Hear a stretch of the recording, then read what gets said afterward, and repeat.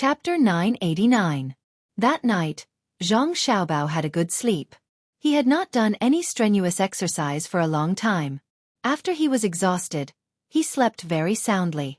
When he woke up in the morning, there were still a few small places on his body that were sore and numb. He slowly got up and did some exercises to ease the discomfort in those places. Wang Wan came in. Last night, she had stayed with her mother. Today, her mother, mother-in-law, and Xiao Bei were going out. She had arranged for a train to go to Hongnong first. Wash up and eat. After eating, we can go to the station to send them off. Xiao Bei and the rest want to play around, so you indulge them. You even specially accompanied them on a train. In addition to the guards and the people who carry things, there are 1,500 to 600 people. It's good to save this money and do some public welfare. Moreover, it's wasted. Once they go out, it's enough for a normal county's annual revenue. Wang Wan came over to help Zhang Xiaobao rub the uncomfortable places and complained. All right, I don't object to investing money for public welfare. Haven't we been investing all this time? We have money, so why can't we spend it? What kind of logic is this? I let Xiao Bei and the rest spend the money we earned. If this is not allowed, how can we live? Tell me, have I done anything immoral ever since I brought you here? I don't think so. If people in the past knew about this, they would laugh me to death. I realized that after so many years, the halo on my head is getting brighter and brighter. Zhang Xiaobao said to Wang Wan with a cheeky smile, making Wang Wan laugh. Do you dare to say this to the Tibetans, Turks, Japanese, and Xinhua people? What halo? Let me see if there are any wings. Don't. That place on my back hurts. When I attacked yesterday, who was behind me? It's bruised. I guarantee it's bruised. These people don't have any skills at all. Where are the Tibetans and Turks? There's only the place. Now they're all Tang people. Don't cause ethnic division. Do the Japanese dare to oppose me? Wife, take the soldiers and let me kill them. As for Xinhua, you can ask Li Mao. He's the one who wants to be county magistrate. Am I good? Without me, would they be able to recognize the evil nature of their officials? Zhang Xiaobao didn't care at all. After all, he had already done what he had to do. If there was any infamy, he would bear it himself. Maybe if he attacked a few more places, he would be praised as a general contributor. As Wang Wan pushed Zhang Xiaobao outside, she said, "Time really flies. We don't have to worry about the small income of the farmers like before. The farmers are all rich now. Look at how many people came to accompany us during the new year. Back then they were half-grown boys. Now, their children have all gone to school. Oh, if it were you, you could just do whatever you want. Every one of them has at least 10,000 strings of cash at home. When you ask them to go out and live on their own, they insist on keeping their indentured servitude contracts and refuse no matter what. Where we come from, there's no such thing. If we're talking about people with backbone, the Gu family's Zhuangzi is also not bad. After Gu Fugui's days are good, they say that they don't need to pay a ransom and that they can change families or go out to live. At that time, I thought that some people would come to our family, but in the end, not a single person moved. When the martial arts examination is over and Xiao Bei and the others come back, when we go to the original place of the Tujue, we have to go back to Sanshui County to take a look. After a long time I want to. Okay, I want to too. I even dreamed about it. The old man in the dream scared me so much that I broke out in a sweat. When I dream about him again, I have to find him and have a good talk. The Gu family's Zhuangzi is their good days. Think about it, if it were you, would you come to our family's Zhuangzi? That's called treachery. They have to consider it. Today, they can betray the Gu family in the future. Tomorrow, they can betray our Zhang family and Wang family. Also, the people of the Li family's Zhuangzi are not bad. They are really lucky. Li Sun wanted to snatch our family's Zhuangzi between the clouds and the water. In the end, he found someone else and got them a Zhuangzi. Now, I don't know how they are doing. When this topic was brought up, Zhang Xiaobao was also filled with emotions. Everything seemed to have happened yesterday. In the blink of an eye, a lot of things had changed. Many people who should have died did not die. Many people who should have had their positions were no longer there, and there were fewer wars. Wang Wan sighed and said, "Time really can't stand the passing of time. The Li family's Zhuangzi is not bad. Although Li Sun left, the people of Xueqi still recognize Li Sun as their master. They even arranged a marriage with our people of Xueqi. Before the new year, they held a banquet. Didn't you hear the villagers say that it was very extravagant? Just the hot air balloons alone were rented. The 4 people of Xueqi all went to the banquet. Taking advantage of the half-price discount between the clouds and the water, they booked all the surrounding pavilions. Many people who went there to play cursed. In the end, they had no choice but to invite the people who went there to play as well. Only then did the matter calm down. That wedding cost at least 8,000 strings of cash, if not 10,000 strings of cash. They are really willing to spend money. How can they not be willing? He is marrying our daughter of Xueqi. How can 10,000 strings of cash be considered money? Just you wait. When we get married, look at what I have prepared for you. That's... Are you trying to kill me? Zhang Xiaobao was proud. He puffed out his chest as Wang Wan pressed his head into the basin of hot water. Wang Wan chuckled. Hurry up and wash up. Aren't you good at swimming? Look at how well you have taught your sister. She even dares to jump into the Yellow River and can even fling her clothes in the air. If there is a diving competition, she will be considered an athlete. Don't brag about your achievements. I know you are capable and rich. You have made Beijing people want to keep a low profile when they want to get married. You only know how to use money to cheat your wife. How can you brush your teeth so cleanly? Brush your teeth for a while more. Zhang Xiaobao had just taken out the toothbrush from his mouth, but he had no choice but to put it back. He continued. After he was done, he let out a sigh of relief. I can't let you follow me around next time. It's so torturous. On the day of the wedding, I will prepare slightly less. I will only spend a few dozen strings of cash. For ordinary people, a few dozen strings of cash is considered a big banquet. You dare? I want the best wedding. It's your fault for making so much money. Wang Wan objected again. Let me give you a plane, okay? The kind with double wings. I don't have the ability to fly at supersonic speeds. It's easy to fly. Install 2 diesel engines and fly. When the time comes, we will fly on the Yellow River and not go anywhere else. If something goes wrong, we can jump down. What do you think will happen if we get a few planes on the Yellow River? Zhang Xiaobao opened his arms and flew towards the direction of the dining room. Wang Wan quickened her pace and entered the house first. When Zhang Xiaobao flew in, she said, with your flying speed and height, a stone can show the effect. It's not important that you can fly. What's important is how much you can carry. Who says it's not important? What are we eating this morning?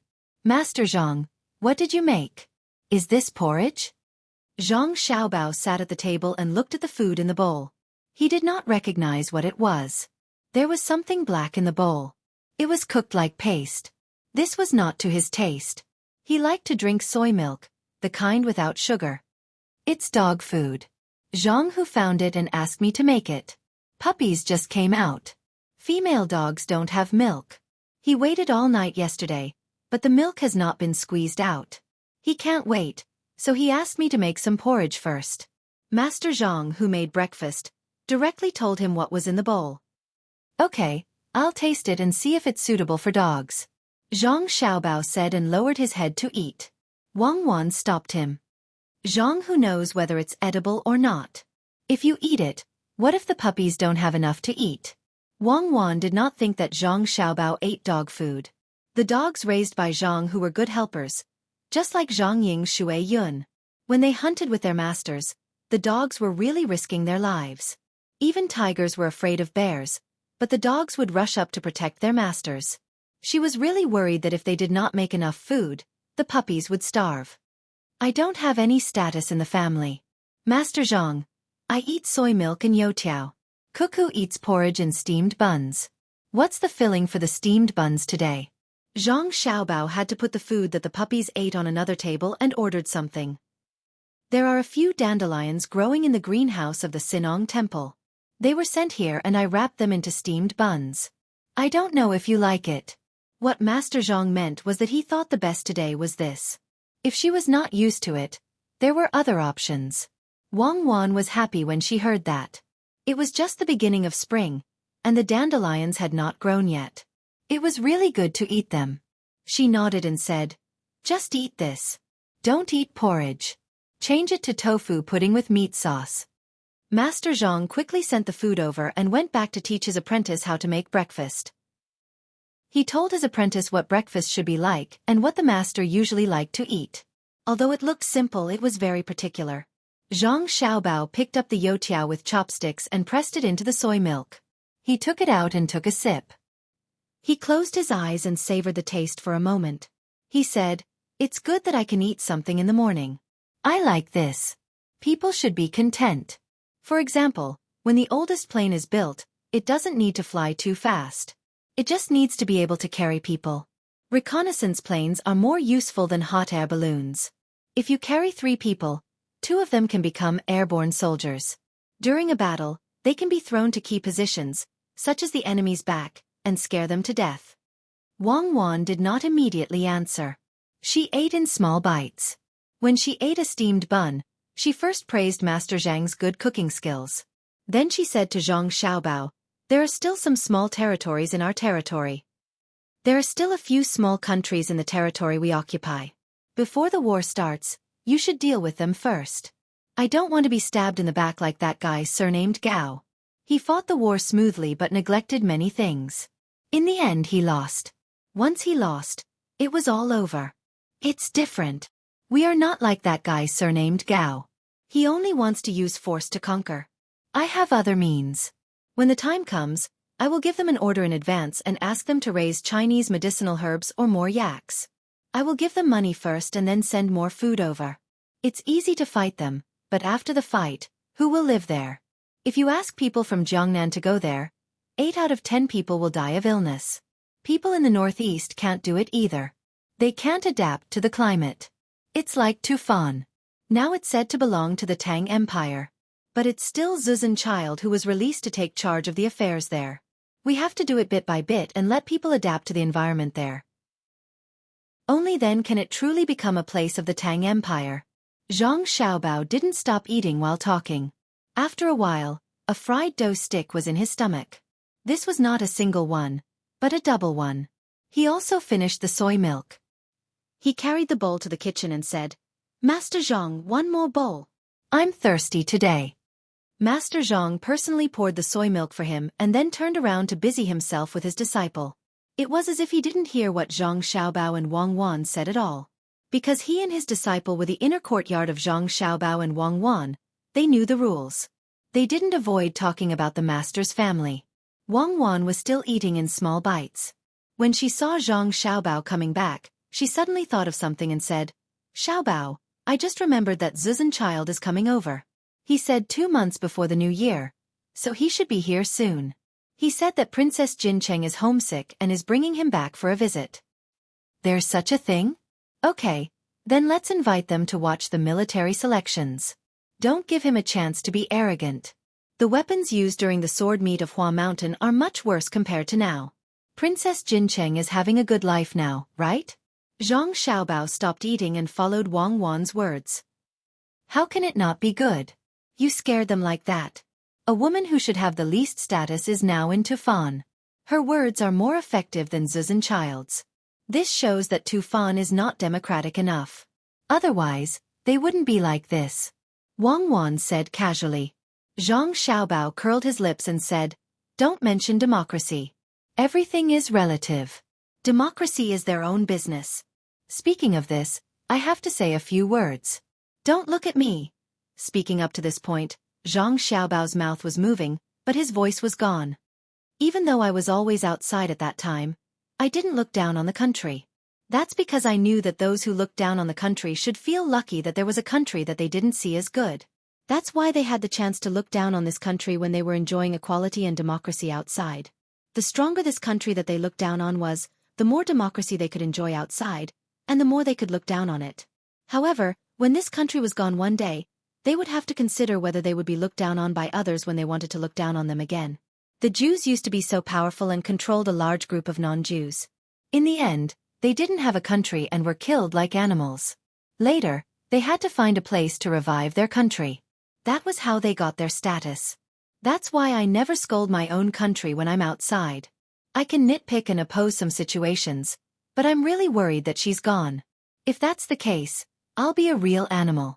It won't be as simple as being scolded as an animal by the people living in this country when I scold this country. Wang Wan nodded silently and didn't say anything. Eating the buns, she felt that the person she should thank the most was the director. Not far from Chang'an, in a place that was only a day's journey, there was also someone who was thanking her country. She was the princess of Jincheng, Li Nu. In October before the new year, she wanted to come back and take a look, so she made this request to Xueqi. Xueqi didn't say anything. He immediately organized people and started to prepare all kinds of things. There were gifts, tributes to the emperor of Tang Empire, and little things to give to Zhang Xiaobao and Wang Wan. Then the group set off slowly. During the new year of Tang Empire, they were all on the road. Hearing the sound of firecrackers from time to time, Xueqi would always think of that letter, the sound of the firecrackers on Mount Hua. That letter said, "West meets Brahma, north is full of grass. Yazhou hangs, Peng Lai immortals. For barbarians come to court, 8 sides celebrate together. I invite you to visit Mount Hua to discuss the sword." Then he came. He was forced to come because his wife wrote a letter to Zhang Xiaobao and the others. There was also a letter inviting his wife. Oh, that letter had many mistakes. It was written by Zhang Xiaobei. From then on, Tufan didn't seem to belong to him anymore. "Husband, look, the grass is green again. There are some places where the snow hasn't melted, but the grass is already growing."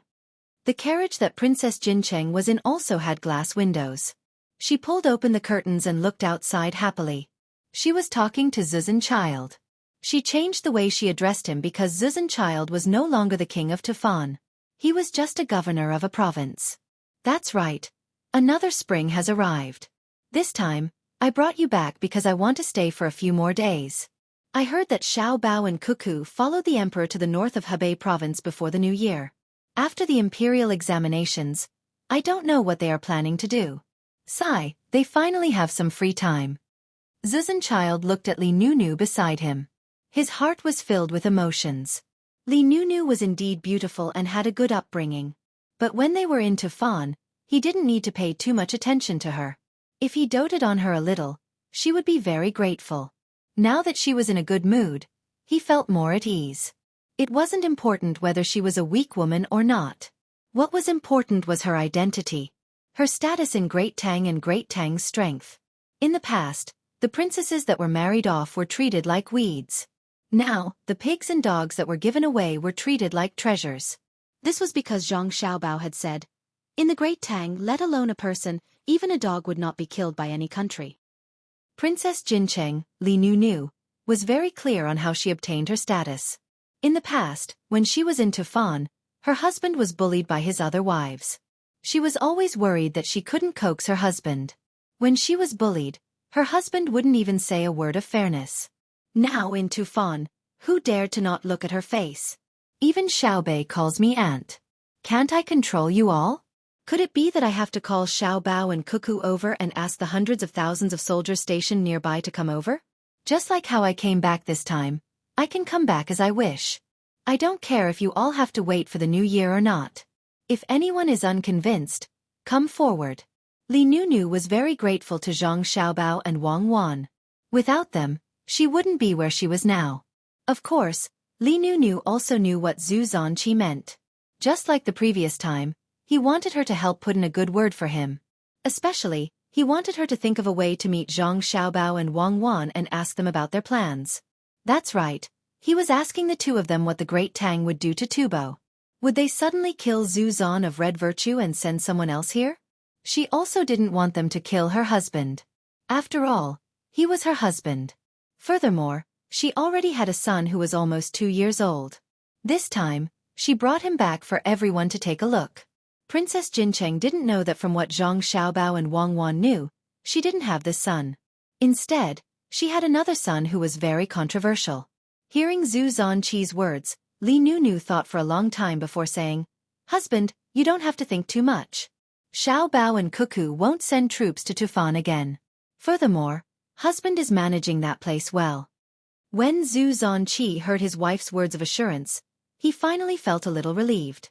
He said, "Then I still have to meet Xiao Bao and Cuckoo, as well as Xiaobei and the others. I miss Xiaobei too. What a good child. When Zhu Zonqi spoke, he was very sincere. He knew that he had to constantly think that he was a family with great Tang. Otherwise, if he showed even a little bit of dissatisfaction, Zhang Xiaobao would realize that Zhang Xiaobao shouldn't exist in this world. He was clearly a demon. He still remembered that when the team from the sword competition on Mount Hua was blocked by a protruding rock, he rushed over and said, "I'll do it." Tufan was schemed against time and time again because of him. However, he still wanted to ask them what they were going to do this year. They couldn't have set their sights on Tufan, right? Tufan had already recognized the status of a local government. Yes, he wanted to ask the two of them. In Great Tang, Li Longji would support whoever they wanted to attack. Li Longji rarely schemed against such things. Unless he had a good idea, or if some country's envoy angered him. It was only at this time that he would take the initiative to care about Great Tang's foreign wars. However, even if he went to war, he would still ask for advice from Zhang Xiaobao and Wang Wan. He would send other generals to attack first. If they couldn't win after a long time, that country would have to pray for its own good. This was because at that time, Li Longji would probably send Wang Wan to battle. If it was just Wang Wan, it would just be a clash of swords. What he feared the most was that Zhang Xiaobao would play tricks behind the scenes. Zhang Xiaobao's methods were almost always to destroy the enemy. When Zhu Zonqi thought of this, he sighed. Sigh. Madam, to be honest, I am really unwilling to accept this. I lost so vexingly. In a daze, I was schemed against by Zhang Xiaobao. Only then did I know that a knife doesn't have to be used to kill people. Princess Jincheng understood Zhu Zonqi very well. However, understanding was one thing. She couldn't agree with him. Otherwise, she wouldn't have her current status. She could only persuade him. Husband, the lives of the people in Tufan are much better than before. In the past, they would always come over to steal things. When did they not die? It's because we don't have enough food. Now that our food supply is slightly affected, Xiaobao and Cuckoo will immediately send a large amount of food over. Not only will we be able to eat delicious rice and noodles, we will also be able to eat seafood by the seaside. In the past, we could only eat fried and barbecued food. It's because Xiaobao and Cuckoo didn't say that there wasn't enough pressure and that we couldn't cook rice with water. Last year, they sent something called a pressure cooker. We can steam rice and eat it. I used to eat it when I was in Tang Dynasty. That pressure cooker has some kind of sealing technology. They weren't worried that we would leak it out. They even sent us a lot of radio stations so that we could send the news over in time. Last year, there was a heavy snowfall. If there wasn't a radio station, how many people would have died? After we sent out the news, 7 days later, the horses that they sent over came. Didn't you understand before? That time, they exhausted more than 3,000 horses. Isn't that good? Good. It's indeed better than before. Even though Zhu Zonqi wasn't willing to admit it from his perspective, when he evaluated objectively, he couldn't help but admit that Tang Dynasty did a good job. When Zhang Xiaobao was scheming against the Tufan Empire, he was sharp. But when he helped them, he was just as swift. More than 3,000 horses died from exhaustion or cold just to deliver the goods. He didn't even say a word. When the person who delivered the goods came over, he asked about how many people died and whether there were any diseases. I know that they are good and I know that they are amazing. Last summer, you said that you wanted to eat drunken crabs. You even specially ordered the Lake Tai drunken crabs. In the end, they immediately picked out the best crabs. While the southeast wind was blowing, they took over 30 hot air balloons and flew to our place. Along the way, they used the water from Lake Tai to raise the crabs. In autumn, which was right before you returned to Tang Dynasty, they sent the crabs over. At that time, the crabs were ready to be eaten. They cooked them in front of us. When I was the king, I couldn't do this. I know that they didn't just send us crabs. They also wanted to show Tang Dynasty's strength. But I'm afraid that they... When Zhu Zon said this, he didn't know what to say. If he said that he was afraid of death, he would be too weak. But if he didn't say it clearly, he was worried that he would be killed. Princess Jincheng quickly persuaded, "No, my husband, we have always been together. There's also our little Tang Puzon." Even if it was according to the thoughts of the previous emperor, if my brother emperor wanted to kill someone, Xiaobao and Cuckoo would not agree. Xiao Bao likes children the most. Zhu Zan thought for a while and nodded. I know. I hope that little Tang Puzan can be liked by Xiao Bao. Tomorrow, we will arrive at the capital. I heard that the capital is bigger than before. That night, Princess Jincheng and the others set up camp in the wilderness. They didn't want to trouble other people, so they stayed in tents. They were used to staying in tents. When Zhu Zan was waiting for dinner, he suddenly found something. His subordinates reported that after entering Tang Dynasty, the soldiers in charge of protecting every place should be the soldiers of Shannon East Road. Hearing this news, Zhu Zan was not happy. He thought that the other party was not guarding against him. Instead, he became worried. He thought that the other party was looking for an excuse to get rid of him. So he quickly went into Princess Jincheng's tent and picked up his son. No matter what, he didn't want to go out. It was too dangerous outside. Princess Jincheng was also a little nervous. If Zhu Zan died, what would she do? No matter what happened in the past, they had been together for so many years. They even had a son. She didn't want her child to lose his father. Just when the two of them were worried that the child would be curious about everything, the curtain of the tent was lifted. A soldier came in and said in a panic, "There are people coming from the direction of Chang'an. There are many of them. Listening to the sound of the horses, we can't guess how many people there are." What? Zhu Zan was shocked. He ordered the soldier who came in, "Check and report again." The soldier obeyed and left. Zhu Zan lost all his strength and threw his son to the ground. The child started crying. At this time, Princess Jincheng pulled out her knife and said to Zhu Zan, "Husband, don't worry. If they want to deal with you, I will die in front of them." Zhu Zan was really touched. He couldn't pull out his knife. "Let's die together." At this time, it was suddenly bright outside, and a lot of light shone down from the sky. Needless to say, Zhu Zan and Princess Jincheng knew that the light was from the hot air balloon. They heard that the Great Tang had developed a new thing that was very useful and could do anything. The two of them took a deep breath. Suddenly, a voice came from outside. Tang Dynasty's emperor has arrived. Hebei Province's Jidushi Zhang Xiaobao and Wang Wan have arrived. With a pa sound, the two of them dropped their knives and heaved a sigh of relief. The emperor of Tang Dynasty, Zhang Xiaobao and Wang Wan had arrived. Naturally, they weren't here to kill anyone. There was no need to alarm the three of them. If anything were to go wrong during the killing, the three of them would be finished.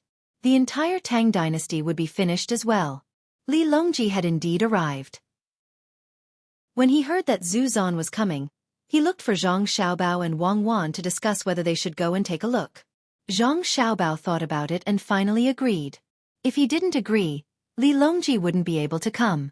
This meant that he wasn't prepared and was in danger.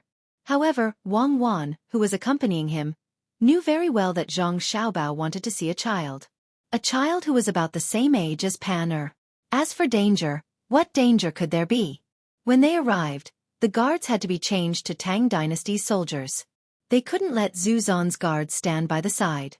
Thus, the three of them came out on horseback. Li Longji didn't have an imperial carriage. That thing was too troublesome and slow. Most importantly, Li Longji's personality had become very mild. He felt that putting on airs in front of his sister was too hypocritical. What was the point?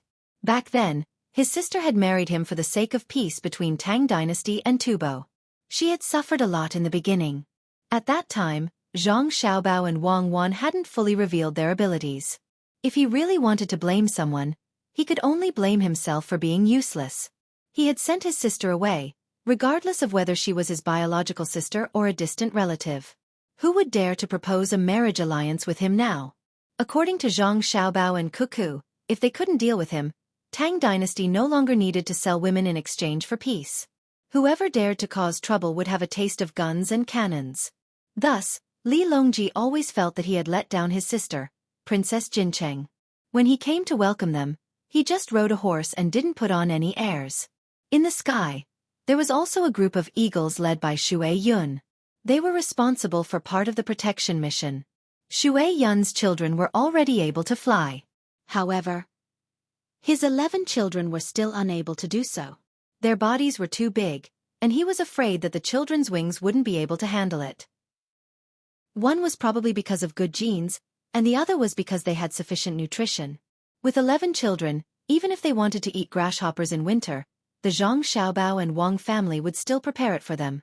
That was how arrogant they were. They didn't care about money. They had strength. Thus, the intelligent Xue Yun decided to wait a while before letting the children learn to fly. She had to inform the Zhang Xiaobao and Wang family first and have them prepare everything. Otherwise, what would she do if they fell to their deaths? She had to be good to her own children. There was nothing to be afraid of if they could fly later. She couldn't compare them to other eagles. What was there to compare? Could the children of other eagles sleep in nests made of cotton flowers? Could they eat lamb every day? In this way, even if Li Longji didn't show off the imperial carriage of an emperor, he was still very awe-inspiring. Just by looking at the eagle in the sky that covered the stars and blocked the moon, ordinary people couldn't enjoy it. When the sound of horses' hooves surrounded the tent, Zhu Zan and his family came out. Under the illumination of the lights in the sky, they saw the flag of the Tibetan Metro Cavalry Battalion, followed by the Imperial Army, followed by the Jinwu Guards, and finally the flag of the Rice Seedlings, which was the protection team of the Rice Seedlings. Li Longji and his family's horses came over. He didn't need others to take care of him. He directly turned over and dismounted from the horse to show his horse skills. Under the accompaniment of Zhang Xiaobao and Wang Wan, he came to the front of Zhu Zan and his family. This slave greets the emperor. Princess Jincheng was so moved that she was about to cry. Her eyes were red. The emperor personally came to greet her. She knew that he was giving her face. Li Longji nodded to her and took 2 steps forward to help Zhu Zan, who was about to kneel down and kowtow. He didn't let him kneel down and said, "You're finally here. I've been looking forward to it every day. Ever since you said you were coming, I've been counting the days and asked people to report to me several times a day. It's too slow. Why don't you walk faster? I'm so impatient." He was very easygoing. Zhang Xiaobao was very nervous. He was really afraid that Zhu Zan would suddenly pull out a knife. Wang Wan also prepared the knife in her sleeve. At this time, the use of a gun was not very useful. It was too close to the enemy. It was not as convenient as a knife. Zhu Zan was stunned for a moment. He had imagined countless possibilities, but he had never imagined that the emperor of the Great Tang would not ask for him to be excused, nor did he put on airs. Instead, he very naturally supported him and did not let him kneel. Then, he said something that ordinary people would say when their relatives came. At this time, Li Longji spoke again. "We'll talk later. There's no need to be polite. Carry my nephew over and let me see. Isn't he very handsome? Xiaobao, Cuckoo, you two also take a look. It's a pity that you were far away when you were born, so you didn't see it. Xiaobao, you have to build the railway as soon as possible. When Nu's second child is born, I have to see it personally. Otherwise I won't be at ease." Zhu Zizan's tears began to flow. He had never imagined that the emperor of the Great Tang, Li Longji, would become like this. The words he said were truly heartwarming. The sovereign of a country was speaking to him, the sovereign of a fallen country, in such a manner. At first glance, he didn't care about him and knew. But he mentioned his son, which meant that he didn't regard him as an outsider. Otherwise, why did Zhang Xiaobao and Wang Wan appear in the Tang Empire? The emperor was so good. He couldn't compare to him. Zhu Zan was very happy today. There was something flying in the sky, and it was so bright. The night was almost the same as the day. There was also a person who smiled and made him feel very comfortable hugging him. Beside them, there were 2 people who were also smiling.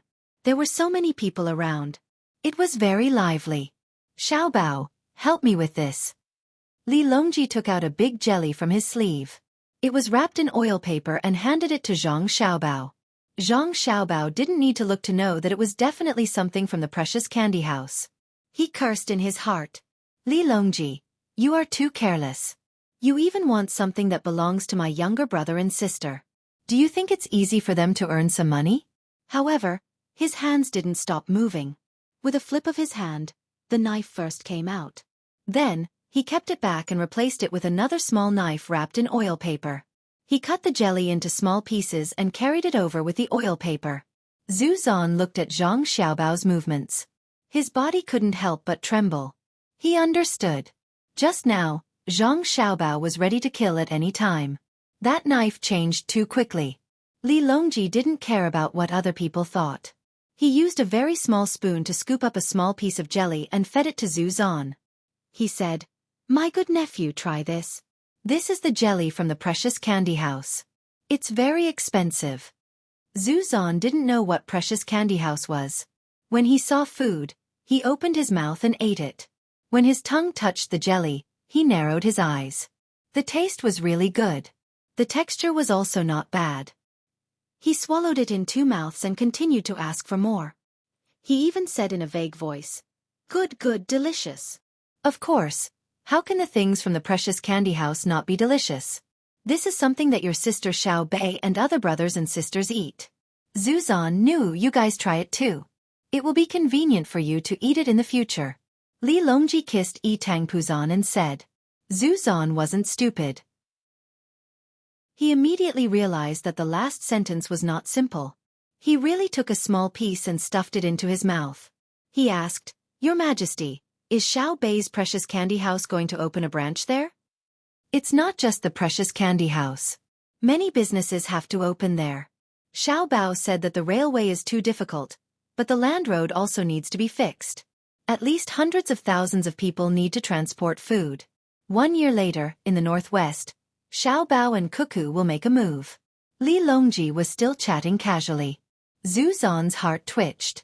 He said seriously, "Your Majesty, this subject understands. This subject guarantees that the logistics and transportation will be unimpeded. This subject will bring my head to you." "Don't. It's not a big deal. It's a small matter. When the time comes, I will also go to your place for a stroll. I always wanted to go, but I never had the chance. The main reason is that the people in the court opposed it. Fortunately, Xiao Bao and Cuckoo supported it. When I go, there will be a lot of good things. You should prepare to receive them." Li Longji was still so peaceful. Chapter 990. Hearing Li Longji's words, Zuzanchai's heart was both warm and shocked. Li Longji's words implied that he did not intend to transfer him to the capital and wanted him to stay in his original place. He was shocked that Zhang Xiaobao and Wang Wan were finally going to make a move. After a period of silence, he pointed his sword at Duosher. Yes, Duosher, not those small countries.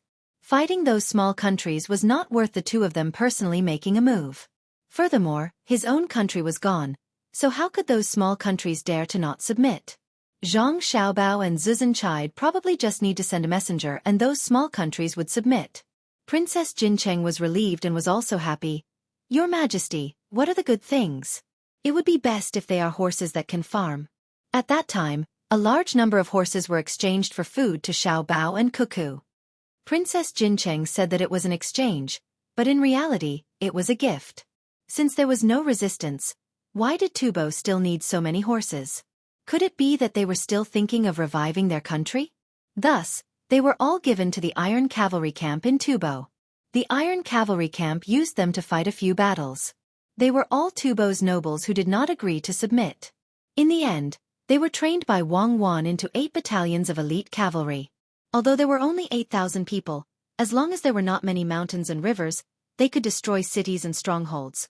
Li Longji thought for a while and waved his hand. "The horses are gone. They were all taken out by Xiao Bao and rented to the people here. There are steam engines for you to use. The Ministry of Works is still researching hydroelectric power. It is very difficult. When the time comes, if they can make a small unit, they will send it to you. However, this thing requires too much technology and must be heavily guarded. If it is attacked, it is better to destroy it than to let it fall into the hands of others. My main purpose is to deliver seeds to you. Corn, potato, and other seeds can't always eat highland barley. Wudo Wudo eat." When Tang Puzan heard the familiar name, he clasped his hands together and made a eating action. He did not forget to wipe his mouth with the back of his hands. As soon as he did this, everyone understood that he had eaten the roasted potato and had a black mark on his mouth. Ancestor Chi Da's eyes lit up. Last year, he had eaten various new varieties of food that the great Tang had sent to Li Nu. The taste was really good, but it was a pity that it was gone after a few tries. There were many people, and they all wanted to try it. It was said that the requirements for the growing environment were not too high, and the output was high. There was also news that the various nobles in the capital were going crazy over this year's seeds. If they could really go over and plant them, the lives of the people in his area would be much better. Those 2 years without food would be really hard to bear. Thinking of this, Ancestor Cheetah couldn't help but look at Zhang Xiaobao. It was all his fault. He had used all kinds of underhanded methods. Zhang Xiaobao pretended not to know.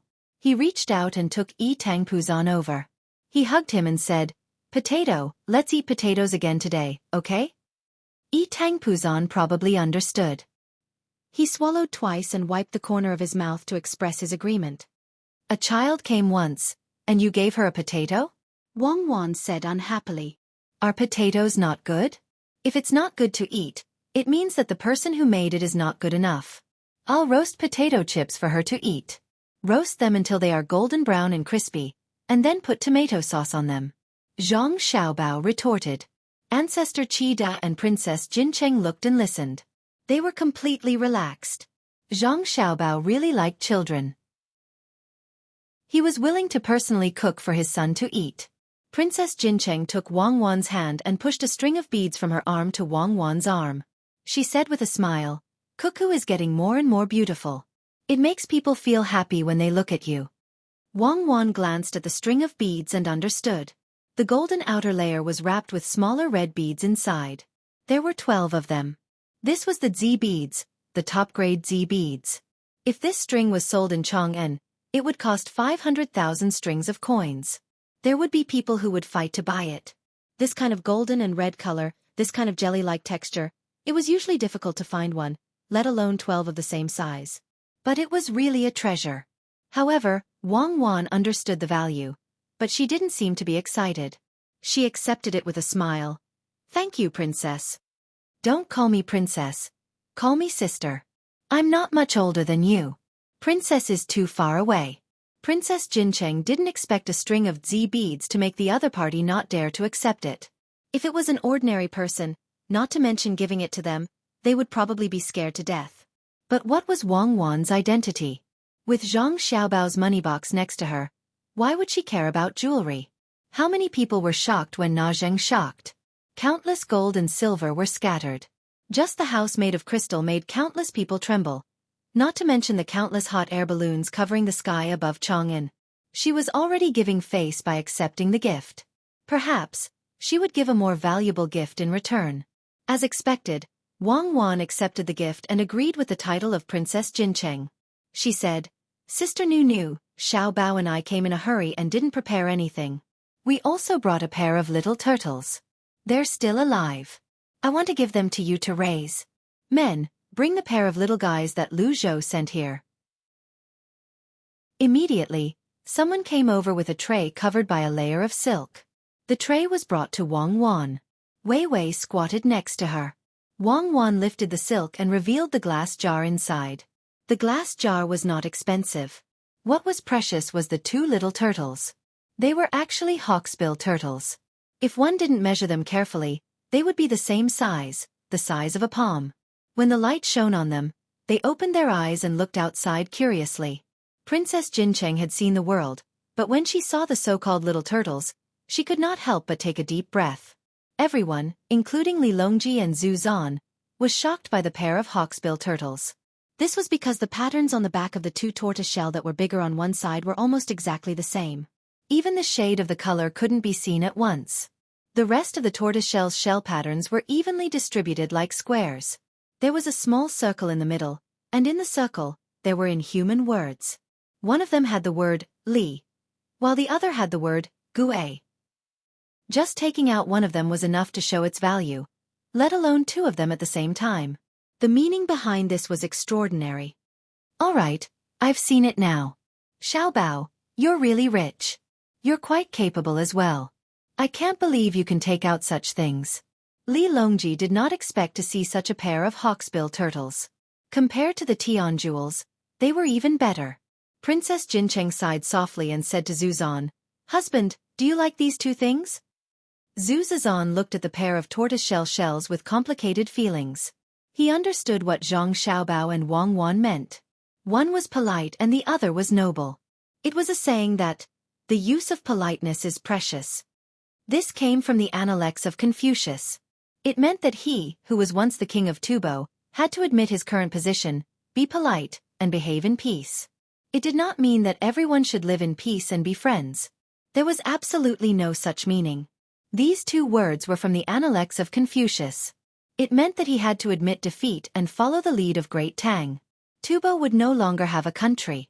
As long as he accepted these two little guys, it would mean that he had admitted his position as a direct subordinate. From today onwards, he could forget about reviving his country. What if he did not accept them?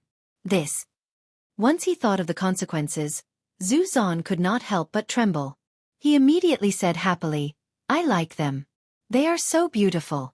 It's just that your majesty can't go back on your promise. If I accept these two hawksbill turtles, your majesty will have to send the items over." Li Longji and Wang Wan quickly said, "Don't keep calling us subjects. We are a family. With you there, I can rest assured. When the time comes, we will only send more and not less. You have to keep an eye on the key technical items." At this moment, Li Longji was also filled with emotions. They thought about how Zhang Xiaobao and Wang Wan had forced Zhu Zan to accept his position as a gift. It was just a pair of hawksbill turtles. From today onwards, Tubo would belong to him. How much would these two little turtles be worth? Even the jade annulus of He clan, which could be exchanged for 15 cities, could not compare to these two turtles. What was that string of Tian jewels worth? Xiao Bao and Cuckoo were indeed powerful. They were really the sea stabilizers in the stories they told to Xiao Bei and the others. They could rule the country internally and help the people externally. Zhu Zan and Princess Jincheng accepted the two hawksbill turtles. Regardless of the additional meaning of this item, just the two items themselves were already priceless. If they were not given together, it would be even better if one of them was given out alone. Regardless of whether it was a gift or a gift, the value of each one was much higher than that of the string of Zi beads. Since they had accepted the items, Zhu Zan had also thought it through. What else could they do? Revive the country? With Zhang Xiaobao and Wang Wan around, they could dream on. Their cannons were not just for decoration. 5 beans. At this time, the little girl, Tang Pu Zan, who was in Zhang Xiaobao's arms, looked at the jelly in Li Longji's hand and pointed at it. "Well, 5 beans it is. It's fine as long as you like it. Don't worry and eat it. Baby, there are no additives in the candy house. It's just that the shelf life is a little short. Additives can't be made." Zhang Xiaobao did not correct Tang Pu Zan's words. He took the jelly from Li Longji and began to feed it to Tang Pu Zan. Wang Wan looked around and said to Princess Jincheng, "Sister, let's continue to go to the city. The construction there is still not finished. It's still working. It's more lively on the road." Princess Jincheng heard this and went to see Zhu Zan. She was not sleepy. If it were not for the large group, she would have gone in directly. Zhu Zan was not sleepy either. He had been on tenterhooks before, but now he became energetic again. Since Wang Wan said to let them enter the city, they could naturally go in. They did not have to worry about walking too fast when they were close to Chang'an and causing misunderstandings. There was also no need to report in advance. The emperor was next to them. Who should he report to? The Ministry of Rights? There was no need. So he nodded. "Thank you for coming, Your Majesty. Shall we go?" "Let's go. Can we ride?" Li Longji asked Zhu Zan if he could ride a horse. He looked at Princess Jincheng. He was afraid that his sister could not ride a horse. As for Zhu Zan, how could he not know how to ride a horse? Zhu Zan did not stupidly explain that he could ride a horse. That would be stupid. Instead, he said, "This slave also likes to ride a horse." "That's good. Get on the horse, let's go home." Li Longji stretched out his hand and asked for the reins. Zhu Zan and Princess Jincheng also followed and got on the horse. They looked down at Zhang Xiaobao. They were looking at their son in his arms. They didn't want him to fall. Wang Wan looked at Zhang Xiaobao. Zhang Xiaobao did not care and put Tang Pu Zan in his right hand. He jumped up directly. After jumping up, he patted the horse's neck with his left hand and then straightened his waist. His body was flat on the horse's back. He twisted his waist and swung his right leg. He steadily landed on the horse's back with Tang Pu Zan in his arms. He did not even touch the reins. Wang Wan used the same movement to get on the horse. She did not carry the child. She was lighter. There was a burst of applause around. Li Longji once again said to Zhu Zan, "The two of them like to play around. When I first paid attention to the two of them, they were still very young. This big." Li Longji stretched out his hand and gestured. No one knew how big he was compared. He continued, "Then they followed Shang'er to play outside. When something happened at home, the two of them cooperated with each other to get on the big horse. Xiao Bao used his hand to hold Cuckoo's leg. Cuckoo ran over and jumped on the horse. Then, she pulled Xiao Bao up. Her riding skills are amazing." Zhang Xiaobao did not refute Li Longji. He did not say, "Do you know who I am?" at that time. Instead he shouted to the sky, "Shui Yun, let's go home. Retreat. Retreat." Tang Pusan, who was in Zhang Xiaobao's arms, stopped crying out happily when he was carried onto the horse. He also looked up at the sky and shouted. Shui Yun swooped down at a low altitude and let out a cry above Zhang Xiaobao's head. Then, it returned to the sky and let out another cry to the surrounding group of eagles. A group of eagles circled above the group and protected them as they headed towards the capital. Using the light, Zhu Zan deliberately looked at the eagle with white feathers in the sky. This was the Shui Yun that Li Longji had conferred the title of general. It was an eagle that had once looked down on all the heroes in the sky of Tubo. It was an eagle that could cooperate with sneak attacks. It was an eagle that could scout in the sky like a human. It was an eagle that could defeat all of the eagles in the sky if there were less than 10 of them. It was an eagle that could cooperate with Zhang Xiaobao to use a spear and knew how to scheme against other eagles in the sky. It was such a plaything. When he and the others arrived at the Tang Empire, they heard from storytellers that it already had children. It even had 11 of them. Its glory was all based on the failure of their side, Tubo. Princess Jincheng also looked up. She liked Shui Yun and still remembered the storyteller's evaluation of Shui Yun. In Lingtian, who dares to fly the Peng's wings, guarding 1,000 miles of the Peng alone? How heroic was this? At that time, Tubo had also sent eagles over. In the end, there were only a few eagles in the beginning. They were actually intimidated by Shui Yun and did not dare to fly. Later on, when more eagles arrived, they did not dare to do anything to Shui Yun. The heroes of the sky were perhaps only people like Xiao Bao and Cuckoo were qualified to own Shui Yun.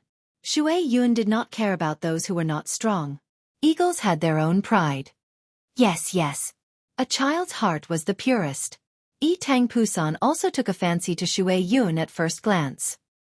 He might not understand Shui Yun's domineering aura, but he was able to like Shui Yun first and not other eagles because Shui Yun was also so agile. No more this year. All 11 of them have been divided. Your little brothers and sisters will each get one. There are still 2 left. You can ask His Majesty for them. Zhang Xiaobao was up to no good. He pointed at Li Longji and said to Tang Pusan. Tang Pusan immediately looked at Li Longji and kept blinking. It looked like tears were about to flow out of his eyes. Li Longji was depressed. Xiao Bao, I don't want those 2. I will give them to Jun, and Pan, You can decide. There are only 11 in total. I will give them to whoever you want. Zhang Xiaobao was confused. What should he do? Shui Yun and Hong Wan only had 11 children. Fortunately, he and the others had taken good protective measures and didn't let other children who were born before them push their younger siblings down. As an eagle, Shui Yun also had the status of a general and could eat a salary. How many people wanted his children? There were too many monks and too little meat. Oh, there was too little porridge. It wasn't good to give them to anyone. Zhang Xiaobao looked up at the white on the sky and shouted, Shui Yun, come down. It's all your fault. Can't you give birth to a few more? If you give birth to 15, it's only 4 more. Look at how stingy you are. Shui Yun replied with a cry. Everyone could hear the dissatisfaction in his cry. Come down first. Let's discuss. You can play with the little guy for a while. The sky doesn't need you, right? Come, give me a gun. I will support him. Zhang Xiaobao continued to talk to Shui Yun. He asked for another gun. He put it on his shoulder and held the gun with his hand. Under the gaze of Princess Jincheng and Zhu Zan, Shui Yun really did come down. He stood on the gun and lowered his head to look at Tang Puzan. Tang Puzan wasn't afraid at all. He stretched out his small hands and made gestures. He said something that no one could hear clearly to express his excitement. At this moment, Zhu Zan was finally convinced. No wonder Xue Yun could be made a general. He was too smart. How was he an eagle? He was clearly a human. He had seen people raise dogs and horses like this, but he had never heard of someone raising an eagle like this. Good eagle. A priceless treasure. If I had it, I wouldn't sell it no matter how much money you give me. Zhu Zan praised when he found that Xue Yun was very cooperative with his son's actions. Zhang Xiaobao curled his lips. Xue Yun, I have always regarded him as a brother. Who would dare to say that they would buy him? Back then, I even flew side by side with him. Side by side in the sky. Zhang Xiaobao didn't say anything about fighting side by side because the loser was right next to them. Zhu Zan also didn't talk about this topic. He admired Xue Yun very much. Such an eagle could no longer be used for hunting. That would be a blasphemy to Xue Yun. When there was nothing to do, accompanying Xue Yun to eat and chat was the most normal thing to do. With envy in his heart he said, Xiaobao, I promise you that next year, if Xue Yun and Hong Wan, which is also very smart and beautiful big red eagle, have another child, you must leave one for my son to grow up with him. Princess Jincheng also nodded at the side. Xue Yun was really too beautiful. Especially those eyes. When he looked at her son, it always made people feel that he revealed a kind of affection. When her son touched his neck, he didn't object. Would it be possible for other eagles? Who could say that Xue Yun was docile and honest? How many eagles had died under his claws and beak? How many people had died in his hands? She then said, it seems that there's no need for next year. As long as the situation is right, Hong Wan can give birth to many children. Once every few months is enough. Isn't that right, Cuckoo? More or less. After all, they are different from other eagles. Other eagles are affected by the pressure of survival in the 4 seasons. They give birth once a year or once every few years. They don't have to worry about food and shelter, and they don't have to worry about being disturbed. When Wang Wan heard Princess Jincheng's words, she also realized this matter. Since Xue Yun and his wife had less pressure, it should be easier to have more children. That's great. When the two of you go to the northwest to fight, Xue Yun and Hong Wan will be able to use their strength. Zhu Zan said enviously. At this time, Li Longji spoke up. There's no need for that. This time, the military selection will be held in 2 days. By then, Cuckoo will be able to use the Aqua Cloud. Since the Aqua Cloud is not affected by hand technology, why don't we watch together? Military selection? Can the generals win against Cuckoo? I heard that Cuckoo always gives them lectures. Zhu Zan asked in surprise. That's not the case. The generals use guns and cannons, while Cuckoo commands the soldiers with swords, spears, and bows. They fight in an asymmetrical sand table. Li Longji explained. That's fine. Zhu Zan's heart suddenly moved, but he calmed down in an instant. He said, maybe only Cuckoo can do it. I will definitely go and watch. Chapter 991. In that instant, Zuzanchai's thought was that if cold weapons could win, even if the other party was severely injured, wouldn't his tubo be able to stand against the great Tang? Just as this thought appeared, he crushed it. He had just taken the other party's tortoiseshell, and now he was thinking about reviving his country. This was a very dangerous action, and he had to control himself. It didn't matter if Great Tang had cannons or not. What was important was whether they had Wang Wan and Zhang Xiaobao. They didn't have to use cannons, and it was the same as using cold weapons. Furthermore, the people of Tubo had already calmed down. Those who didn't want to submit would be hunted down and killed. Why should he think about starting a war again? Is Cuckoo confident? Princess Jincheng asked. How can there be a definite victory in a war? We can only do our best to prepare. When the time comes, we will look down on the enemy strategically and value the enemy strategically. Zhang Xiaobao carried Tang Pusan and helped Wang Wan. It turns out that Xiaobao is also a person who understands soldiers. Princess Jincheng praised. Zhang Xiaobao's face didn't turn red, and his heart didn't panic. He calmly accepted this praise.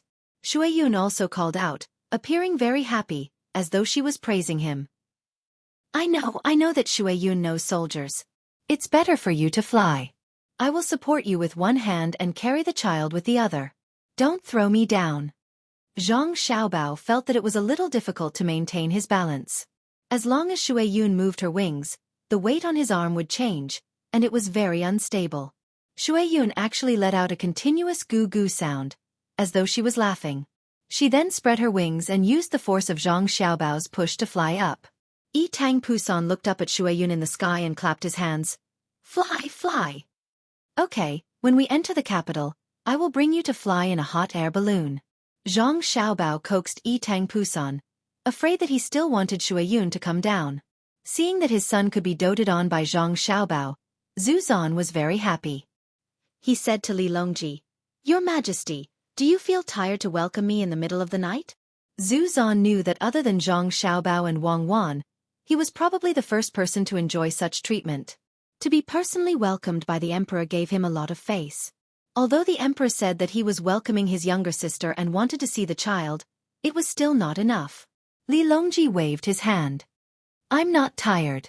I don't have much to do at the moment, so I've left most of the matters to the officials. The commoners weren't like before, where they didn't have enough to eat and would always cause trouble. Now, there was an announcement. No matter how far away the commoners were, they would know. If they really encountered a problem and didn't have enough to eat, they could go to the local yamen. The yamen had a house that specially served the commoners and they could eat there. The food might not be good, and there's no money, but it can guarantee that you won't starve to death, so why are you still making a fuss? Since the officials had received the telegram, they did things very quickly. There weren't any major matters in the court. Occasionally, I would hold a court meeting to chat with the officials. Otherwise, I would meet with a group of envoys from a small country in the southwest. I listened to them talk about interesting things there, and then looked at the local specialties. They all said not to send living things over, as it's a waste of money and manpower. Furthermore, they always die. If I really want living things, I'll ask Xiaobao to send them over. It's better than them. I also don't know what Xiaobao and Cuckoo think of that place. If there's time, I'll send both the army and the navy to the Tang Empire, so that the commoners there don't have to live a hard life. Of course, I'm not their emperor, and they might not be willing to let me manage them. I also don't have good intentions. The main thing is that Xiaobao said that if they were to plant rice in the future, the yield would be very high. They can't grow such good rice themselves, so it's a waste. Li Longji rambled on like an ordinary person talking about trivial matters. Zhu Zan and Princess Jincheng were so engrossed in listening that they forgot that they were talking to the emperor of the Tang Empire. They listened to Li Longji talk about the fall of a large number of officials on Hong Nong's side. He said that they needed more labor this year to build 30,000 li of railway. He said that the amount of iron on the railway seemed to be insufficient. He also said that the development of the steam engine had already progressed to the 4th generation. He wanted to sell the 1st generation to Japan and Silla. He told them that the Tang Empire now had something called a diesel engine that would be very powerful in the future. He mentioned the rare things he saw when he went to Jili province to play before the new year, as well as the beauty of the Tianqi Lake.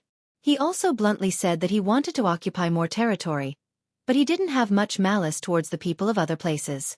He just wanted some resources to speed up the development of the industry and make planes. In the future, when he wanted to go out to play, he could quickly fly to the place and see the magnificence of the world. We don't expect the world to be harmonious, because everyone is different. We want to travel to other places where the commoners will welcome us. Everyone is our guard. As Li Longji spoke, he habitually changed the way he addressed himself and reverted back to being the emperor. Zhu Zan and Princess Jincheng also woke up from the dream described by Li Longji. After secretly comparing, Zhu Zan realized that he was far inferior to Li Longji. Right now, even if he could restore his country in Tubo, he wouldn't agree. Otherwise, without the Tang Empire, his own people would overthrow him. How could he, who couldn't even eat, compete with others? Unless he could control all the methods of spreading news and not let the commoners know how the people outside lived, then he would be so backward that he wouldn't even be able to defend himself. What was the point of being the emperor like that? Princess Jincheng's consideration was more practical. She asked, Imperial brother, when the time comes, Can you give us dozens or even hundreds of diesel engines? We will use them to farm. Not for now. Our Tang Empire doesn't have many of them. We need to use them for the military first.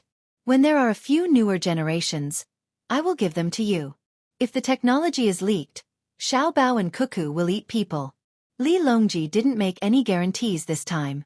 Princess Jincheng was slightly regretful. She asked Wang Wan, Cuckoo, did the Ministry of Work spend a lot of money? We can also help to produce more food and then send them over to support the Ministry of Works. Wang Wan nodded. Right now, the things that Tubo sends are just a cup of water on a burning cart of firewood. Our family, the imperial court, and His Majesty's own money are all spent on the Ministry of Works every month. Sister, how much money do you need?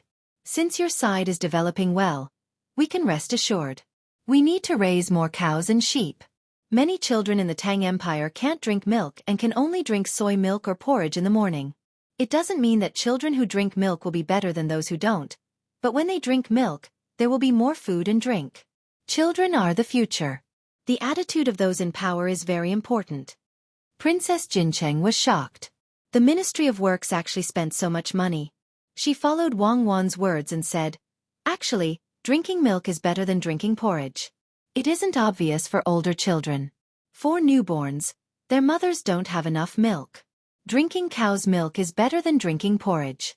Sister, it's not easy to send diesel engines, but we must send more pressure cookers. Without pressure cookers, the rice can't be steamed. Now there are some people in the Tang Empire who like to eat steamed rice and steamed buns. After it's done, we just need to put some butter on it, put some meat on it and sprinkle some salt on it. It tastes good. Wang Wan's stomach suddenly felt uncomfortable. What kind of eating is this? I'm guarding Xiaobao, why do I need to eat such things? Sister, I will ask the Ministry of Works to make more pressure cookers. Remember to plant more vegetables. If you only eat meat and rice, the nutrition won't be balanced. Even if you can't change the habit in a short time, you have to slowly get used to it. Also, when you eat raw beef and mutton, you must pay attention to hygiene. When you go back, I will ask the medical school to bring you all kinds of medicine. When the time comes, according to the symptoms, forget it. Just send a doctor. The agriculture temple will also send people to see which medicine can be planted there. They will also bring the seeds to see what is suitable for growing. Princess Jincheng listened carefully and tried to remember. These were all useful words that directly affected the people's livelihood. They couldn't be neglected. Zuzan Chida was also listening. He felt that he had made the right choice to come here. He had to see for himself what Tang Empire was like now. Actually, he had already seen it on the road. The people here all had a special kind of glow on their faces. When the road was difficult to walk on, he could always see people organizing to fix it, but they never complained about the horses and people trampling on the road. Occasionally, when they passed by a village, there would be local children coming out to see the commotion. He had never seen a child wearing patched clothes. All of them had their hair combed neatly. This was the power of the Chaoyang operation. Because the children wore the same clothes. He wanted to see how different the capital was from what he had seen on the road. The group continued to move forward. Before long, they arrived at the area where the capital was being expanded. This was the west of the city. The torches and light bulbs complemented each other. What you see now is the expansion of the city. Li Longji continued to speak to Zuzan Chida, the west of the city. Initially, the plan was to expand the west of the city. However, Xiaobao and Cuckoo said that we should expand the city in all 4 directions.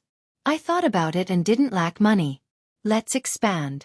However, the amount of work required was too large. Until now, we still haven't finished expanding. Your Majesty, they have been working for a day? They are really working hard. Zuzan Chida watched as the group narrowed. He then saw many animals helping to transport the goods. Working hard? When I came here, I had just changed jobs. Now, I am working on the drainage system. We don't need to fix the city walls. The houses have to be built neatly and the roads are wide. If we plant trees, we won't be able to differentiate between the city and the outskirts. Li Longji continued to explain. What about the city walls? Zuzan Chida asked again. Demolished. Why does the capital need city walls? The palace walls are enough. I also plan to open a few of the palaces that are usually empty. I will charge people money. If people want to see the places where the emperor stayed, they will have to buy tickets to enter. Xiaobao came up with a bad idea. He said that the money earned from selling tickets would be enough to repair the other palaces. I thought about it. I am poor, so I can only do as he said. If the money earned is not enough, I will ask Xiaobao to pay for it. He is the one who gave me the idea. In the beginning, there were some officials who were not willing. They said that it was not appropriate. What etiquette? Song Li was the one who knew etiquette. The places where the emperor stayed, can't others go there? I will give up the palace.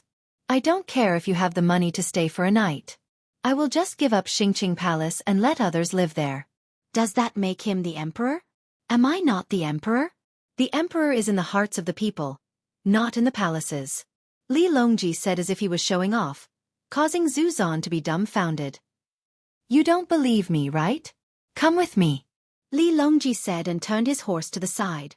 When he was close to the construction site, he stopped and said loudly, This emperor is passing by, so I want to see you. Everyone has worked hard. Xueqi first saw the people who were working stopped and turned their heads to look at him.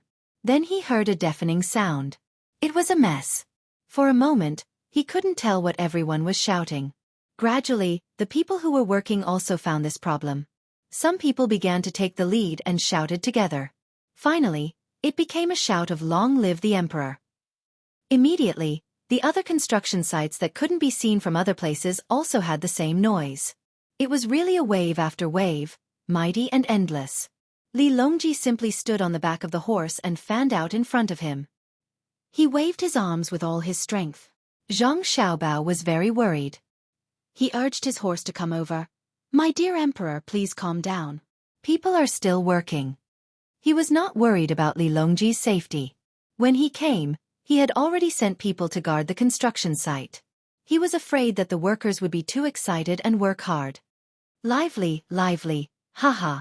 Li Longji sat back on the horse and said with a smile. He then shouted to the people in front of him, This emperor is going back. Everyone, continue to work. Dinner tonight, this emperor will treat you. Thus, the construction site changed the slogan again. After it was unified, it was, Respectfully send off your majesty. Xueqi was deeply moved. Previously, when he listened and watched, he finally understood what the emperor is in the hearts of the people meant. Li Longji was really too comfortable as the emperor. There was no need to repair the city walls. Furthermore, he could use the palace to make money. Thinking of this, Xueqi looked at Zhang Xiaobao who was holding his son. Renting the palace would not only make money to repair the other buildings in the palace, but also make the people more aware of Li Longji's position. It would also make the palace more lively. The palace maids and eunuchs would be able to interact with the outside world more often and not be too isolated. One plan used many ways. Your Majesty, Xiaobao is indeed capable. There are many benefits to coming up with a plan. Indeed, a plan comes with a chain reaction.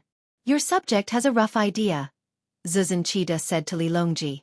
He was very envious. Why weren't Xiaobao and Cuckoo born in Tubo? After Li Longji finished listening to Zhu Zan's list of benefits, he shook his head with a smile. What you said is too simple. If Xiaobao came up with such a plan, he wouldn't be Xiaobao. What you can think of, I can too. Xiaobao's idea is to give people with bad intentions a chance to come in contact with us. It will be easier for us to catch them. It will also give people a chance to give suggestions. Those who come to live in Great Tang can write down what they think should be improved and put it in the palace they stayed in before. There are many people who have their own needs in life. They might understand the situation better. Someone will organize it and bring it to the imperial court to discuss. Also, I will be going to other places often in the future. When I go to a place, I will naturally need to have a place. If I leave, the place will be idle and a waste of money. If I start now, I will be able to rent it out in the future. There are other benefits too. When you are well rested tomorrow, I will tell you more slowly. Xueqi nodded his head. He admitted that he had thought too little. Zhang Xiaobao was indeed Zhang Xiaobao. Just as Li Longji was showing off and Xueqi was sighing, a horse came in front of them. The rider on the horse bared his teeth and said, Your Majesty, Subject Zhao Hanzhong represents the generals in the imperial court to invite military commander Wang to participate in the military selection tomorrow. Chapter 992. As he spoke, Zhao Hanzhong appeared to be confident. His eyes moved back and forth between Zhang Xiaobao and Wang Wan. Zhang Xiaobao and Wang Wan did not say anything. They only looked at Zhao Hanzhong with a smile on their faces. Princess Jincheng felt that the atmosphere was a bit stifling. She asked, "Cuckoo, they are about to start the military election. Why don't you agree immediately?" Zhu Zan explained, "Because it's past midnight, it's tomorrow. Xiao Bao and Cuckoo must have worked hard to welcome us. They haven't rested yet. In a while, they will arrange a place for us to rest. They are going to compete tomorrow. They are looking for the right opportunity." Princess Jincheng opened her mouth in surprise. When she looked at Zhao Hanzhong, her eyes were unkind. "This is too evil. How can you take advantage of others?" Zhao Hanzhong was stared at by everyone. He lowered his head and whispered, Why don't we wait a little longer? When we came, the general said that military matters are extremely urgent. If we don't move, we will lose the initiative. I will go back and tell them that we will compete tomorrow afternoon." "How can you be like this? We came from afar and were welcomed outside the capital. You find an opportunity to scheme against us. What do you want us to do? Do you want us to constantly blame ourselves for implicating Xiao Bao and Cuckoo?" Princess Jincheng angrily questioned. Tang Puzan, who was being hugged by Zhang Xiaobao, did not know what was going on. But since his mother was angry, he was also angry. He stared at Zhao Hanzhong. "No, I don't mean that." Zhao Hanzhong shook his head vigorously. He continued to discuss. "Wait for 2 days. 2 days. What do you think, Military Governor Wang?" "Not bad. Before the battle you plan against the enemy. Good strategy." Wang Wan smiled and praised. Zhao Hanzhong felt that this sentence was very harsh. Wang Wan continued, "There's no need to wait. Once we enter the city, we will immediately start the military election. The military matters are extremely urgent." Ha! It was Zhao Hanzhong's turn to be dumbfounded. When they came out, the generals had just rested for less than an hour in order to study this plan. It was estimated that Zhang Xiaobao and Wang Wan had to accompany ancestor Qi Da. Even if they heard about the military selection and immediately went to rest, they would not be able to sleep well. However, he did not expect that Wang Wan would directly compete with him. If the generals slept for 2 hours, it would be better if they did not sleep just now. Right now, they were sleeping comfortably. If they got up and put on their clothes, they probably would not even have time to wash up. "The generals just fell asleep," Zhao Hanzhong said. "In an extremely urgent situation, when faced with an emergency, one should not move. If the army is negligent, one will lose the initiative." Princess Jincheng reacted and repeated Zhao Hanzhong's words with a smile. Zhao Hanzhong slapped his forehead and said, "Oh my God, this is so tough." As expected, those who plan to win should plan first. Our opponents are Xiao Bao and Cuckoo. Why didn't I think of this? Ha ha. When Li Longji heard this, he suddenly laughed and said to Zhao Hanzhong, "Since that's the case, I ask that the generals not delay the military plans. This emperor will also go. Wasn't the location chosen at the hibiscus garden? In an hour, this emperor will wait there for the generals to arrive." Turning back, Li Longji asked ancestor Qi Da, "Do you want to rest or go together? You don't have to go to the post house or the foreign affairs office to rest. Let Xiao Bao send people to arrange for you to stay in the Joy residence. As for the others except for the servants, the rest of you will be stationed in the barracks outside the city." Ancestor Qi Da glanced at Princess Jincheng and said, "I will go to the hibiscus garden. This servant will bring people to stay in the Joy residence first. When I am tired, I will come back." Princess Jincheng nodded. If it was just their family, they could all go to the hibiscus garden. However, there were many attendants, guards, and tubo specialties that would follow them. Someone had to stay and take care of them. Reaching out to take the child who was still reluctant to leave Zhang Xiaobao's arms, Princess Jincheng said, "Husband, you can go by yourself. I will arrange everything. I think that the people in Xiao Bao and Cuckoo's families can do it well." Ancestor Qi Da touched his son's head and said with relief, Of course. Who doesn't know that the inner courtyard of Zhang Xiaobao and Wang family in Sanshui County of the Tang dynasty is the most intimate? When your son is hungry, remember to ask someone to arrange food. The group of people just entered the city and went on with their own business. Zhang Xiaobao and Wang Wan sped up and rushed to the hibiscus garden. Li Longji, ancestor Qi Da, and the others also followed. Zhang Xiaobao followed an order from the inner courtyard. The inner courtyard immediately rushed to the mansion at the fastest speed to go back to get things. The most anxious person was Zhao Hanzhong. It was impossible for all the generals to sleep together. They all returned to their own manors and families. He could only send out a large group of people to spread the news, telling the generals who were sleeping to get up quickly and those who were not asleep to come out directly. When Zhang Xiaobao and Wang Wan arrived at the hibiscus garden first, they took a hot bath and let the people in the inner courtyard massage them to relax. Some of the generals were cursing and swearing, some were walking on the road with ugly expressions, and some were being carried to the hibiscus garden by their family members in a daze. No one dared to delay. The emperor had said that it would be an hour, so it must be an hour. Otherwise, it would be delaying the military. When they arrived at the entrance of the hibiscus garden, they met many people. They accused and scolded each other, saying that the other person's idea was not good. They did not admit that they also participated in it. All the generals had arrived. Sure enough, in less than an hour, Zhang Xiaobao and Wang Wan's people also arrived. They ordered the people who went back to deliver a large stack of paper. With a single glance, one could tell that it was printed material. They were currently distributing it. Everyone on either side of the two was given a thick stack. There was even a sticky note on the top to make it easy to read. Li Longji asked for a stack and read it together with Zhu Zan and Gao Lishur. There were names written on the sticky notes. The first name was Zhang Xueqi. Li Longji flipped open the topmost sheet, which was used to prevent abrasion, and revealed the contents. General Zhang Xueqi, rich in military experience and quick wit. He is adept at using opportunistic tactics to break the enemy.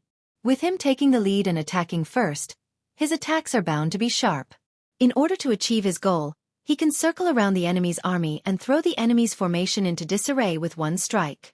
However, he has plenty of offense but not enough defense. He has plenty of courage but not enough stability. In the face of an unexpected situation, he has a poor grasp of the overall situation. He is good at joint attacks and surprise attacks. Savant's Pavilion gives out 500 strings of string of coins for free. He has been there many times to eat. He likes to eat mutton and drink strong wine. When the strong wine is served, he drinks it from a small cup. Thus, he has a strong personality and is attentive to details. Give him a voucher. When he buys our goods, find someone to bargain with him.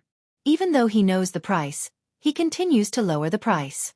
When he is not willing to sell, he will turn around and leave. If he is not willing to sell, he will turn around and buy again at the lowest price we just agreed on. This shows that he is conceited and full of schemes. If you encounter him, you can use a small scheme to lure him into the trap.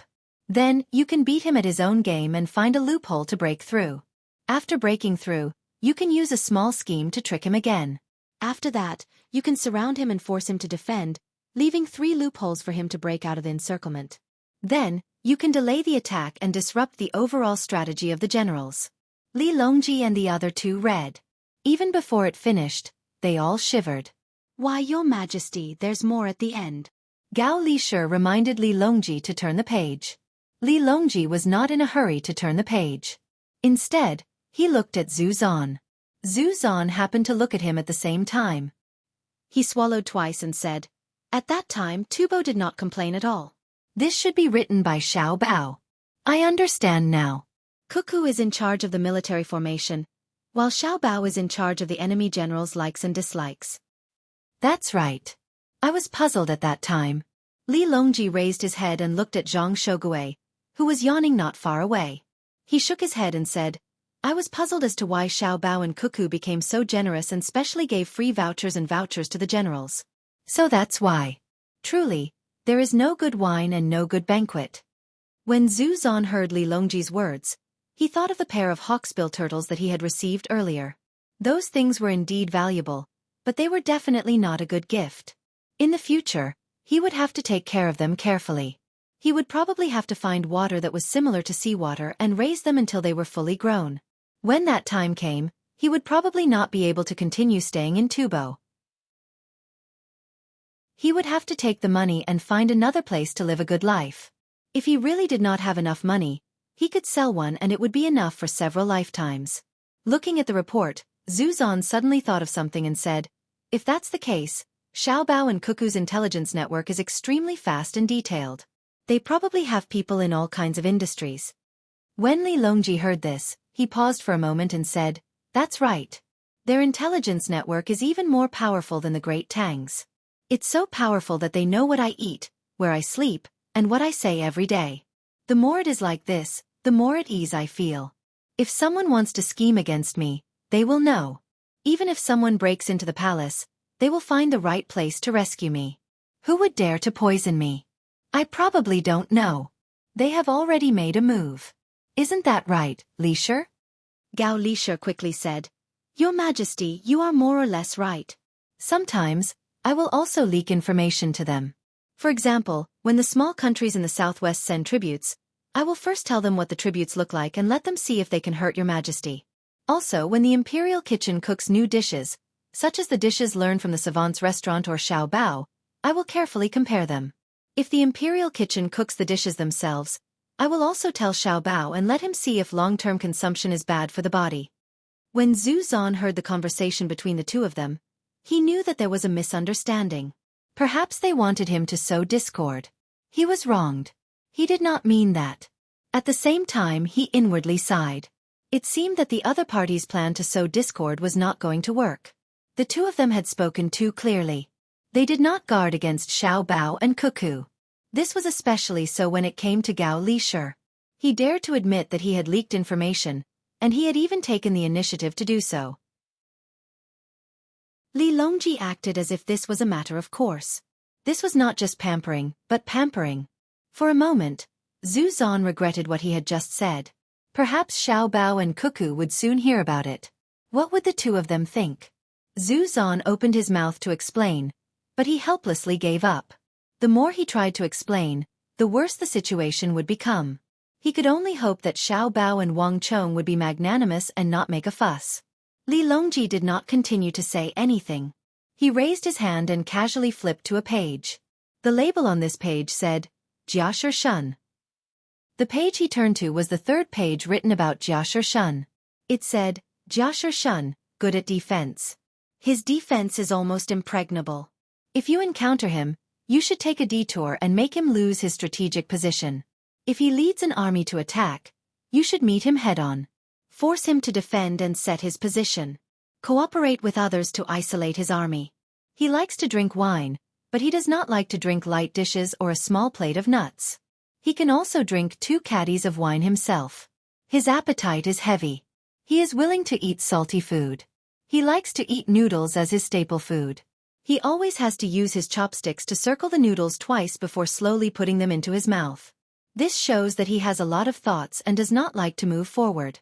On the way to Jili Prefecture, the generals carried out a sand table simulation. In autumn, Jiashi Shun led 1,500 men to guard an important mountain peak. He arrived first and ordered his men to cut down trees and pile them on the mountain. He also dug a hole and filled it with water. At that time the enemy was a young general, Wang Zhongxi, less than 20 years old, leading 10,000 men. They surrounded him and attacked first. Jiashi Shun looked down from above and threw stones. After a long time the attack failed. He attacked with fire. However, Jiashi Shun had ordered his men to cut down trees. The fire was not strong enough to reach the top. Jiashi Shun then ordered his men to take off their clothes and wet their faces. He also ordered his men to light the smoke and take advantage of the wind to smoke the enemy's encirclement. The troops at the bottom of the wind were in chaos. He ordered his men to beat the drums to make a strong attack. The enemy at the bottom of the wind was alert with the smoke, but he ordered his men to cover their faces with wet cloth and quietly went down the mountain to attack the enemy's smoke. The enemy slacked. He killed countless and returned to the top of the mountain. 10 days later, the young general, Wang Zhongxi, led his troops to retreat. He lost 3,000 men and delayed the opportunity. Therefore, when he encountered Jiashi Shun, he defended and did not attack. He attacked and forced him to defend. Finished reading, Li Longji and the other two looked at each other in dismay. Your Majesty, when you went to Jili province to play, did you take the sand table with you? Zhu Zuzhen asked. He knew that Li Longji went to Jili province because he heard Li Longji's story. But he did not know that Li Longji took the sand table with him. Not only did I take it with me, the entire third floor of the ship was used to calculate the sand table. At that time we agreed that there would be a military expedition on the way. The generals could not wait any longer. Who would have thought that as soon as we boarded the ship, Xiaobao and Xueqi kept talking to me about national policy and all kinds of strategies. I was confused listening to them. Later on, when I finally understood, the ship had arrived at the destination, so there was no need to compare. Tell me, how could I not listen? Is national policy more important? Or is the military expedition more important? When it came from Xiao Bao's mouth, how could I not be 120% alert? Also, when it came from the two of them, not only did I have to listen, I also had to ponder. If the generals wanted to carry out the military selection, who would dare to come and interrupt the two's plan, one after another? They were often busy until dawn. They were working so hard, yet they still forced them to carry out a military expedition that was not considered too important. What was the meaning of this? Do you want to harm the country and the people? Li Longji roughly told Zhu Zuzhen about what happened on the ship. He imitated Zhang Xiaobao and spread out his hands. That's why we can't compare. Then, the generals should familiarize themselves with it first. Who knew that the attack and defense records of their sand table were also taken by Xiaobao to study? Do you know how happy I was at that time? The two of them supported me to go on a trip. They would rather pay for me to see the scenery over there. At the same time, they also asked me to help them get the Xinlua people to join the Tang Empire and form a county. At that time, I was already very impressed. Xiao Bao was indeed different. A plan within a plan, a chain of plans. I went out for a stroll, and there were so many benefits. It was not a wasted trip. I did many things and learned many things. But you only realized today that his plan had not been revealed, right? Zhu Zuzhen asked Li Longji with a sympathetic look. Yes, no wonder when they came back, they had a military and civilian reunion. It was to delay. After so many days, I reckon that Xiao Bao had already studied all the generals. Humph, a bunch of fools. They still want to scheme against Xiao Bao and Xueqi. Let's see what will happen when the two armies are set up tonight. Today I have seen it for myself. Attacking from the outside is not based on the soldiers.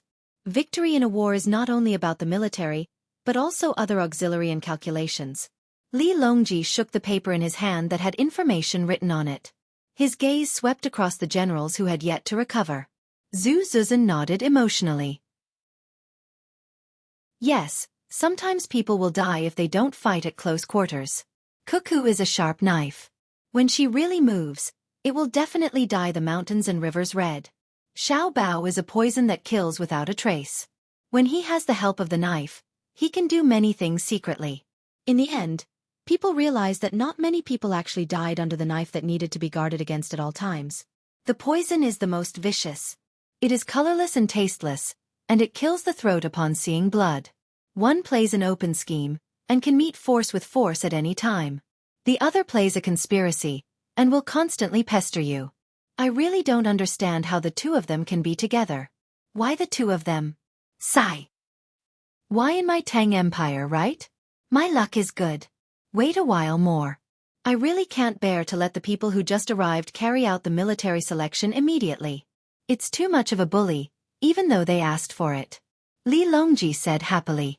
He was a virtuous emperor. Otherwise, how could he have Xiao Bao and Xueqi help him? Who was the one who said that he wanted to suppress them? Who said a lot of bad things and hated that he couldn't kill the two families? Who were they? He would deal with them one by one later. While the three of them were feeling sad for the generals, Zhang Xiaobao and Wang Wan finished their massage. They were in high spirits, smiling modestly and peacefully, and came to the resting place of the generals. The generals were continuously drinking tea to refresh themselves. Xiao Bao, Xueqi, over here. Li Longji called out. Zhang Xiaobao and Wang Wan walked over and looked at Li Longji, waiting for him to speak. Show mercy. Li Longji waved the paper in his hand and said. Wang Wan glanced at it and replied, Xiaobao and I will definitely do our best to make them lose. Even if they win by a fluke, we will let them know what it means to lose 800 of your own men to kill 1,000 of your enemy. Don't think that you can slack off just because you have advanced weapons. There are many cases of the weak winning against the strong. Once we lose to a nation, they will have a certain attitude of contempt for us. Zhang Xiaobao nodded. He knew. Back then, he and Wang Wan had read a history book from more than 100 years ago. It said that because the United States had lost 2 wars in a row, one against North Korea, and the other against Vietnam, even though China's military strength was not that great at that time, its citizens were not afraid of the United States. They were not afraid of the United States like the Japanese, who had been dropped 2 atomic bombs on them. Thus, he said, I'm the same as Xueqi. We will do our best to win and not give anyone face. If we let them win today, we will hurt them tomorrow. All right, then you guys will do your best. But this thing that you guys obtained seems to have violated the rules of the game. Li Longji waved the paper in his hand again. This is not a game. This is war. The rules of war are for victory. Without rules, those who can't bear to kill civilians almost got wiped out. Zhang Xiaobao looked at Zhu Zan as he spoke. Zhu Zan nodded silently. He knew what Zhang Xiaobao was talking about. When the Tang Empire's army came, they did not touch the village and were reported. But when Cuckoo's logistics team came, it was really bloody. But who could they blame? If they did not touch the embankment, would they be able to take revenge so ruthlessly? Li Longji also remembered. At that time, he just wanted to give some credit to Zhang Xiaobao and Wang family. He did not expect them to really fight. He just wanted them to join in the fun. After organizing the logistics team and taking out the money, he could persuade the other officials to promote them. But he did not expect that the logistics team could not only allow the Tang Empire's army to move smoothly in the Tang Empire's territory, but they also received his order. Under the situation where they knew the situation, they resolutely went out according to the order and took the position of commander with the identity of the logistics team. They gathered the defeated soldiers and then went on a campaign to attack the Great Wall. Thinking of this, Li Longji stretched out his hands and rubbed Zhang Xiaobao and Wang Wan's heads. He said, beat them. Beat them hard. Incompetent generals will tire out thousands of soldiers. This is a military selection for you, but also a selection for them. I will not let them see this information. Zhang Xiaobao and Wang Wan looked at each other and smiled. They nodded at the same time and turned around to invite the generals to start the military selection. When the generals saw Zhang Xiaobao and Wang Wan come over, they were speechless. These two were too bad. Lord Pei, aren't you in charge of the Ministry of Personnel? Are you here to watch the fun? Zhang Xiaobao saw Pei Guangting, the Minister of Personnel, and asked in surprise. Pei Guangting's eyes were red. He was sleepy and said listlessly, I used to be a doctor in the Ministry of Military Personnel. I'm old now, so I have to do my part. You're not old. You're in the prime of your life. Otherwise, you wouldn't be in the same position as the Secretary of the Secretariat. It's about to start. Shouldn't everyone be in their positions? Zhang Xiaobao was still smiling. He had long since known that Pei Guangting was one of them. This time, the other side was full of awesome people. They had sent out their strongest lineup, and they had also gathered all the intelligence. It was just that the other side had schemed in the middle of the night and deliberately provoked them. Wang Wan was also observing. There were quite a few people.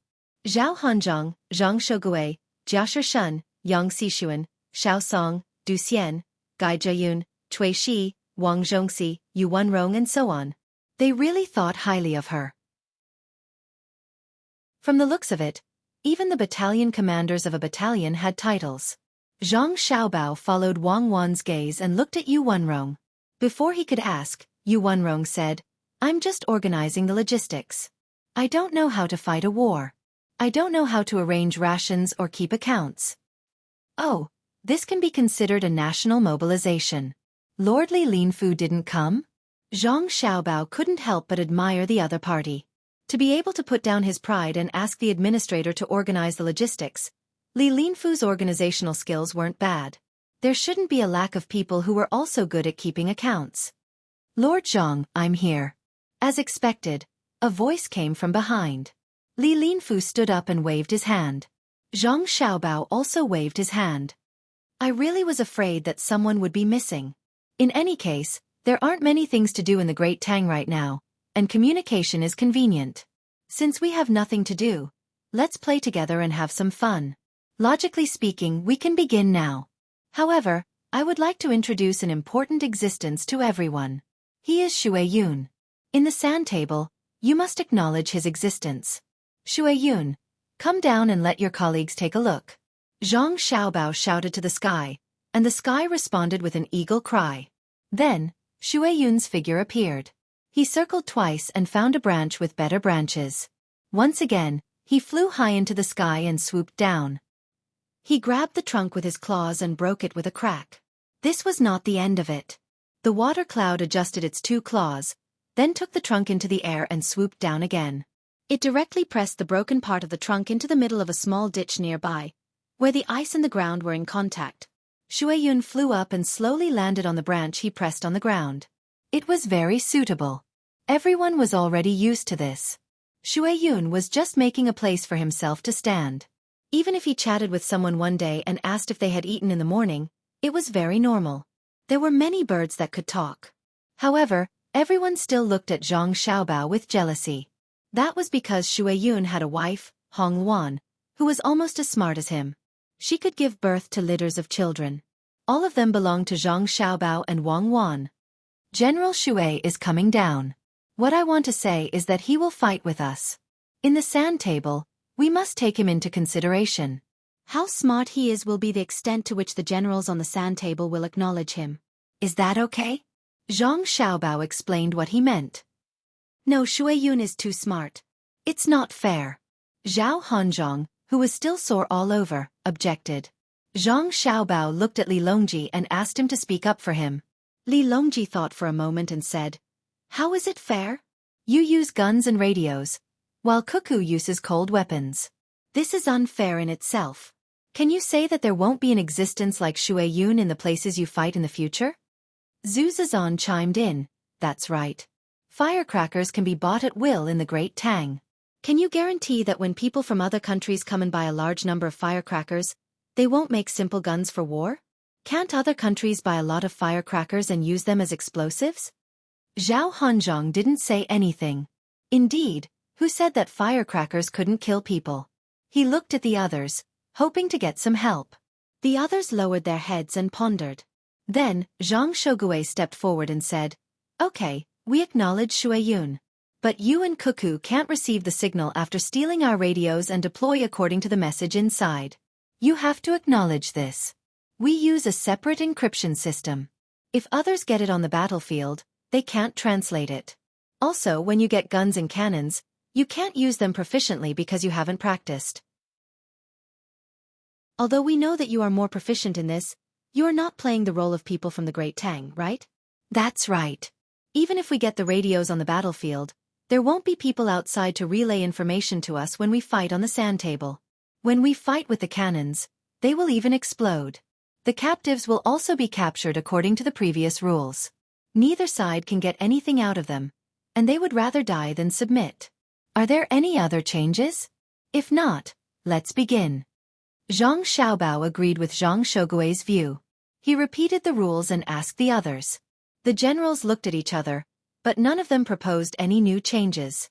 The rules were more or less done, and if there was a need, a panel of referees would be in charge. The only regret was that they couldn't test it in actual combat, because what happened in actual combat was outside the rules. But there was nothing they could do about it. They couldn't really fight. Seeing that no one wanted to add anything, Li Longji said, "Since that's the case, we will begin the military election. We will also be a referee.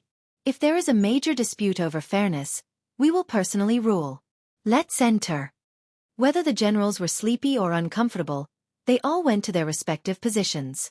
Zhang Xiaobao, Wang Wan, and the others did the same. The large group went to their own rooms. Each person had their own room. Only when their armies encountered each other could they gather together to discuss matters. In the middle of the countless small rooms was a large sand table. It was the sand table of the Jiangnan circuit, and many people in charge of relaying information to the various rooms were ready. Chapter 993. Several hundred generals found their positions. Zhang Xiaobao and Wang Wan also arranged for the commanders in their homes. 100,000 soldiers against 100,000 soldiers. This could be considered a major battle. Because Wang Wan was playing the role of the defensive commander of a backward region, her soldiers could be arranged first. The generals would attack from the east of Jiangnan, which was the east of Jiangnan. Wang Wan was not allowed to have large ships, only small sampans. However, the main battlefield was Wang Wan, and Zhang Xiaobao could be more flexible in the logistics. Wang Wan had 400,000 indigenous people, and the generals had 50,000 logistical soldiers to supplement them.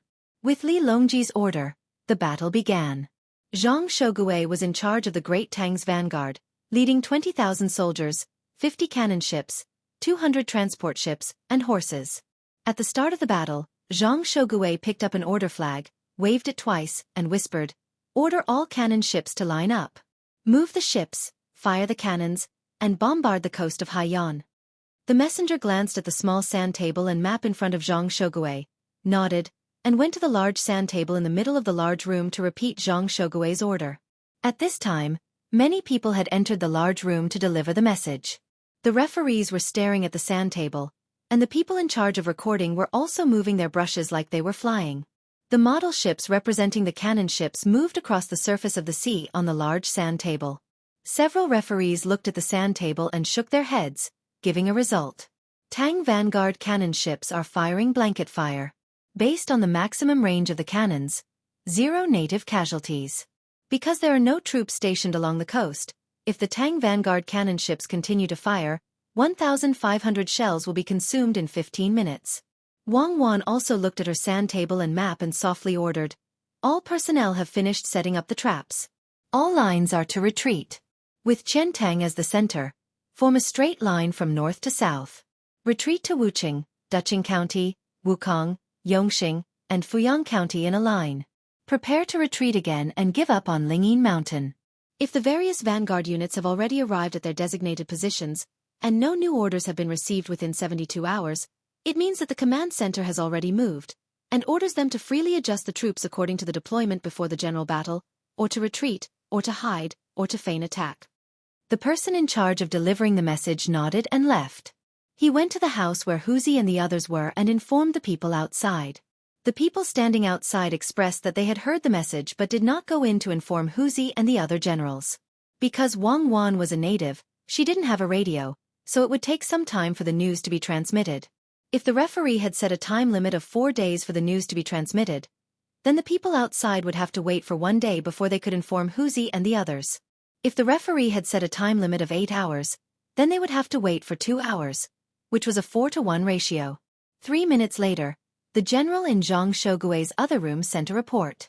Vanguard Scout Team 1 reports that the artillery coverage has been completed. All suspicious bunkers in the coastal areas within Sea Salt's line of sight have been destroyed. No signs of a counterattack have been found. Gunship Command Camp reports that 1,150 rounds of ammunition have been expended. Firing has been halted and awaiting further orders. 1/7 of the total number of rounds have been expended. This was the report sent by the general in another room. Scout again. Report again. Order the scout camp to increase the number of troops ashore and carefully search. Zhang Xueqi realized that the situation was a little bad from the report sent by the first scout team. The first scout team did not say how many native corpses they had seen, which meant that they had not been able to find them, or that there was no one along the coast and all the bunkers were fake. At this moment, Zhang Xiaobao stood up from his room and began to stroll out, heading toward Wang Wan's room. As he passed by Zhang Xueqi's door, he even smiled at him. When Zhang Xueqi saw Zhang Xiaobao, he froze for a moment, but then he suddenly reacted and said to the messenger, "Objection! Zhang Xiaobao has snuck out on his own and violated the rules." The messenger immediately went to the panel of judges, and after receiving a reply, he returned and said to Zhang Xueqi, "The panel of judges has expressed that it's fine. Zhang Xiaobao has not violated the rules." "How is that possible? He's already come out, but he hasn't violated the rules. I request that the panel of judges give a detailed explanation. Look, he's already entered Wang Wan's room, so how can the martial arts examination still proceed? What is he in charge of that he can just go over?" In a moment, remember to close my door. It's easier for them to hear. Zhang Shogui unhappily pointed at Zhang Xiaobao, who had just entered Wang Wan's room and closed the door. The messenger ran back and forth. The panel of judges has said that you have no right to know what Zhang Xiaobao is in charge of through the panel of judges. Furthermore, they have confirmed once again that he has not violated the rules. If you must know, then you can first request to withdraw from the martial arts examination. After they inform you, you can only sit in the judge's seat or leave the field. Ah! Zhang Shogui paused for a moment, then waved his hand. Forget it. I can't withdraw yet. Order the cannons to follow the northern shore of Hangzhou Bay and travel close to the shore. Use the fastest speed possible to reach Yangguan County. Send a scout team to search the shore. If they encounter an enemy, report back. The special forces will go ashore and enter the forest. If they find traces of the enemy, use the radio to call for artillery support and inform the Central Army. The road ahead is safe. Yang Xishuan was in charge of the Central Army of the Great Tang Fleet. He was in charge of 40,000 soldiers, 20 cannons, and 300 ships. It was not his turn to do anything yet. He sat on the chair and looked at the sand table on the ground. There were a few models of small boats in front of him, representing the vanguard. The messenger pushed the boats forward bit by bit. Every time they moved a little, they would leave. Then, when they received the report from the panel of judges, they would push a little more. After pushing a little more, when the messenger returned, 2 of the boats had stopped moving. Yang Xishuan was stunned. Why did the 2 groups of soldiers stop at the vanguard? This group was requested by Wang Wan. It was represented by the brigade and battalion of the military advisor. It was not that the current military system was not good enough, but that Wang Wan was more familiar with it. It was already good that she did not change the brigade into platoons. When she lectured, she also had the generals get used to the system. Yang Xishuan was only puzzled, but Zhang Shogui was about to go crazy from anger. Why are my 2 groups not moving? Can someone give me an explanation? Zhang Shogui was the messenger. The messenger knew what was going on, but he could not say. He could only helplessly shrug his hands. If Sir wishes to see the details, please withdraw first. Fleet personnel report that the propellers of the Vanguard's 1st, 2nd, and 3rd groups have been entangled by fishing nets. The panel of judges has determined that the 1st, 2nd, and 3rd groups are unable to move, and their steam engines have been damaged. Half of the 1st group's boats are unable to move, and their steam engines have also been damaged. Zhang Shogui's question was quickly answered by a messenger from another room in the group. How did they get entangled? The lookout just now said that the water was calm. Where did they hide their fishing nets? This is too much of a bully. Zhang Shogui could not figure out what the problem was. In the end, the messenger also said, if you wish to know the exact reason and observe from a third party's perspective, please withdraw first and find someone else to replace you. Can't you just say something else? Zhao Gang. Withdraw first and ask what's going on. Have your little brother replace you. If the explanation is wrong, come find me. If the explanation is reasonable, you can stay with the panel of judges. Zhang Shogui shouted as loudly as he could into the room next door. Zhao Gang was the captain in charge of the lookout. When he heard Zhang Shogui's voice, he reluctantly put down the flag, stood up, and walked over to the large sand table in the center. When he got there, he said, I withdraw. I want to know how the boat was entangled by the fishing nets. In your judgment, there were no tools on the water that left a mark. The people of the panel of judges were very easy to talk to. Since Zhao Gang had withdrawn, they would tell him. He explained, Wang Wan had people place a fishing net in the water at the very beginning, using a levitation technique. It's basically a piece of wood with a rock hanging from it. Only after achieving levitation is it allowed to be placed in the water. The fishing net is hung in this manner. This technique is not difficult at all, and the panel of judges has approved it. Do you have any other opinions? Zhao Gang thought for a moment, then shook his head. No. Have my little brother replace me. I want to join the panel of judges. Give me a copy of the rules. Zhang Shogui did not receive Zhao Gang. What he received was news from the messenger. Lord Zhao has already joined the panel of judges. Zhang Shogui raised his head and sighed. He now understood that the boat had truly been entangled by the fishing net. As for how, he would have to find the reason himself. It didn't take long for the water ghosts to report, discovered floating pieces of wood and falling rocks in the water, neither floating nor sinking, attached to the fishing net. The special forces on shore also reported, discovered countless bunkers and dummies, but no living or dead people. Zhang Xueqi nodded vigorously. Formidable. Before we even made contact, our great Tang has already lost several tens of thousands of strings of coins. But I don't understand. As he spoke, Zhang Xueqi stood up and headed straight for the center of the sand table. When he arrived at a door facing this direction, he wrapped his clothes around his head and covered his ears with his hands. Unable to enter, he said, "Stop for a moment. I have something to say." "I didn't see or hear." Li Longji was eating appetizers and drinking wine while looking at the sand table. Seeing Zhang Xueqi enter like this, he raised his hand to signal for a pause. Minister Zhang, someone come and take his hands off. Stop pretending. We don't believe that he can't hear us."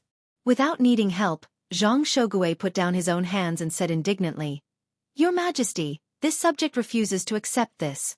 Wang Wan is our general's teacher, so she already understands us very well. And there's also Zhang Xiaobao, who specializes in scheming. If they fight with us, we will be at a disadvantage at every step. What the subject wants to ask is, if it really was the Great Tang's army, how many aboriginals would be able to come up with such a plan? But Your Majesty, look at the way they fought. They've been scheming from the start and understand us very well. Is it possible for them to be true aboriginals?" Li Longji earnestly listened. After thinking for a while, he asked, "Then, according to Minister Zhang's meaning, you admit defeat? Wang Wan directly became the martial champion?" "This subject does not mean that. What this subject means is that the referees should not have allowed them to be as smart as they are now," Zhang Xueqi argued. His voice was so loud that others could hear him. Wang Wan and Zhang Xiaobao walked out of the room and to the sand table in the center. Zhang Xiaobao spoke. "General Zhang, yes, Cuckoo understands you, but you don't understand her? She's always giving you lessons, so you don't understand her style? I also didn't hide. I used schemes, and everyone seemed to understand that once my schemes were out, they would always be connected. Know yourself and know your enemy, and you will never be defeated. Could it be that you want to push the blame onto us and say that you don't understand us? You say that we schemed against you, but could it be that on a real battlefield, you would discover that the enemy general was scheming against you and you would stop fighting? And then because they were in the wrong, they would agree to a truce and withdraw their troops? This is not the case. On the battlefield, there is only life and death, nothing else. Everyone uses their own methods to determine victory and defeat, but are the aboriginals as smart as you? Wouldn't they be scared silly by the sound of cannons?" Zhang Xueqi first shook his head, then continued with his reason for opposing. "Scared silly by the sound of cannons? Fine, General Zhang. Take a look and see what this is." Zhang Xiaobao took out his gun and pointed it at Zhang Xueqi. "A gun," Zhang Xueqi replied. "Very good. Then now, General Zhang, I want you to bring your mother, wife or daughter over and take off their clothes so that we can all humiliate them. Otherwise, I'll beat you to death," Zhang Xiaobao said. "Brat, you dare?" Zhang Xueqi's eyebrows shot up and his eyes widened. He stepped forward and charged at Zhang Xiaobao. "Zhang Xiaobao, if you have the guts, beat me to death. Beat me." "Stop. General Zhang. I'm apologizing. I'm just saying. Later, I'll kowtow to Auntie and apologize. I'll go with Cuckoo to apologize. Please don't be impulsive." Zhang Xiaobao hurriedly ran behind Li Longji. "Minister Zhang, don't be impulsive. We will uphold justice for you." "Someone, seize Zhang Xiaobao," Li Longji urged. Gao Lisher was on the side.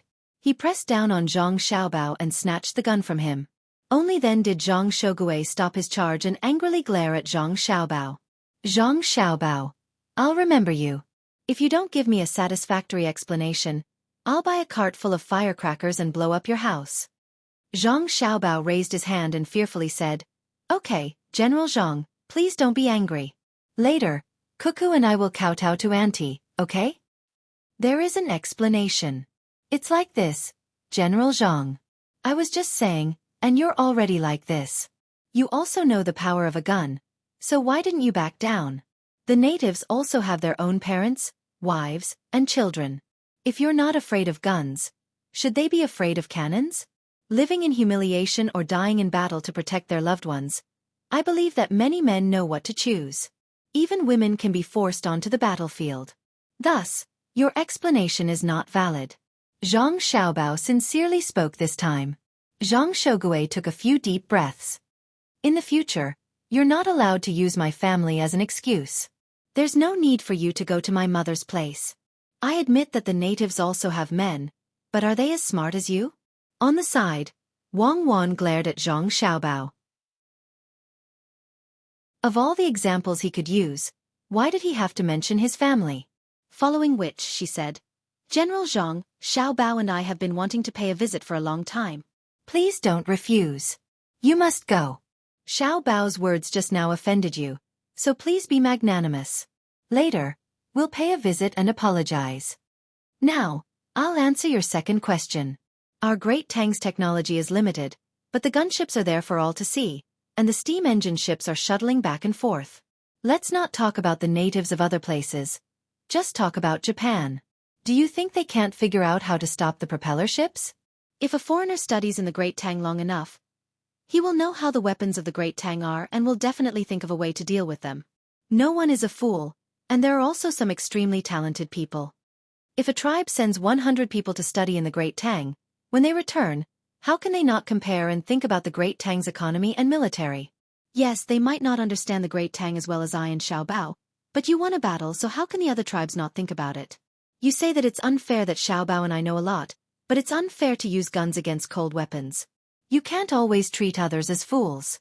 In fact, no matter how backward a place is, as long as they fight to the death, you can't win unless you kill everyone. Zhang Xiaobao took back his gun and continued. Actually, not all the men in all places are like men. In some places, you don't even need to fight. You just need to spend money, and women will take off their clothes and perform for you. This is actually more tragic than being conquered by force. General Zhang, think about it this way. You are not fighting against the natives, but against a smart people.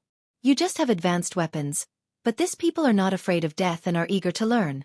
Moreover, they have sent many people to study in the Great Tang. You also have to understand that the person participating in the military selection is Xueqi. You have the advantage of weapons and are making it difficult for her to move. We are competing with cold weapons and hot weapons, but we are using the natives as an excuse. Don't you even have this little bit of confidence? Do you have to turn Xueqi into a fool before you think you have a chance of winning? Then what if Xueqi also uses hot weapons to participate in the military selection? Do you still dare to compete? Zhang Xueqi lowered his head in embarrassment. Truly, Wang Wan's military selection was already not balanced. No one knew if the natives would be so formidable that they would not compromise even if their entire tribe was wiped out, or so weak that they would take off their clothes for little money. But since he had chosen his opponent, he had to choose the strongest. Thus he said, Your Majesty, this subject knows his wrongs. Correct. Minister Zhang is a man. Since you are willing to risk your life to protect your family, in the future, when needed, you will definitely be able to protect the country. Li Longji didn't care at all about Zhang Xueqi's lack of etiquette. If he really wanted to investigate, he would first investigate Zhang Xiaobao. Who wouldn't be angry after hearing those words? Unless he wasn't a man. If things went wrong, he would have to write a decree to console Zhang Xueqi's mother. As for Xiaobao, he would have to suffer even more. He would have to pay his respects. Upon hearing Li Longji's words, Zhang Xueqi felt much better. He glanced at Zhang Xiaobao, wanting to persuade him not to come and apologize, but Zhang Xiaobao immediately understood. General Zhang, don't say any more. I have to go. Even if it's for my reputation, I have to go. Otherwise, what will the world think of me? If the two of us switched places, you would already be on the ground. Not even a doctor from the Academy of Dei could save you. Once the military selection is over, Xueqi and I will pay you a visit. Don't reject us at the door. Xueqi, what gift do you think we should prepare? An apology is an apology, but a gift can't be lacking. There's no need. Zhang Xueqi actually felt a little embarrassed. This husband and wife pair had been talking about kowtowing and apologizing for nothing more than the fact that it involved his family. It wasn't like they were actually trying to humiliate him. Their usual etiquette was already more than enough. Wang Wan ignored Zhang Shougui's words. Following Zhang Xiaobao's words, she said, "I heard that Auntie likes to eat Huainan sweet oranges. This is a must." It's said that Auntie worked hard in her youth and coughed for a long time. Tubo's golden fungus is also a must. Also, Auntie always has people buy sandalwood to calm the heart. Gifting her a set of sandalwood furniture is also a must. Auntie is also afraid of the cold. When the soldiers of Jilin province went overseas to find seeds, they hunted down a white bear pelt and placed it in Auntie's room. Auntie is also willing to watch the show. How about we bring our acrobatics and crosstalk troupe over to accompany Auntie in her happiness? Also, Wang Wan spoke one thing after another, leaving Zhang Shougui dumbfounded.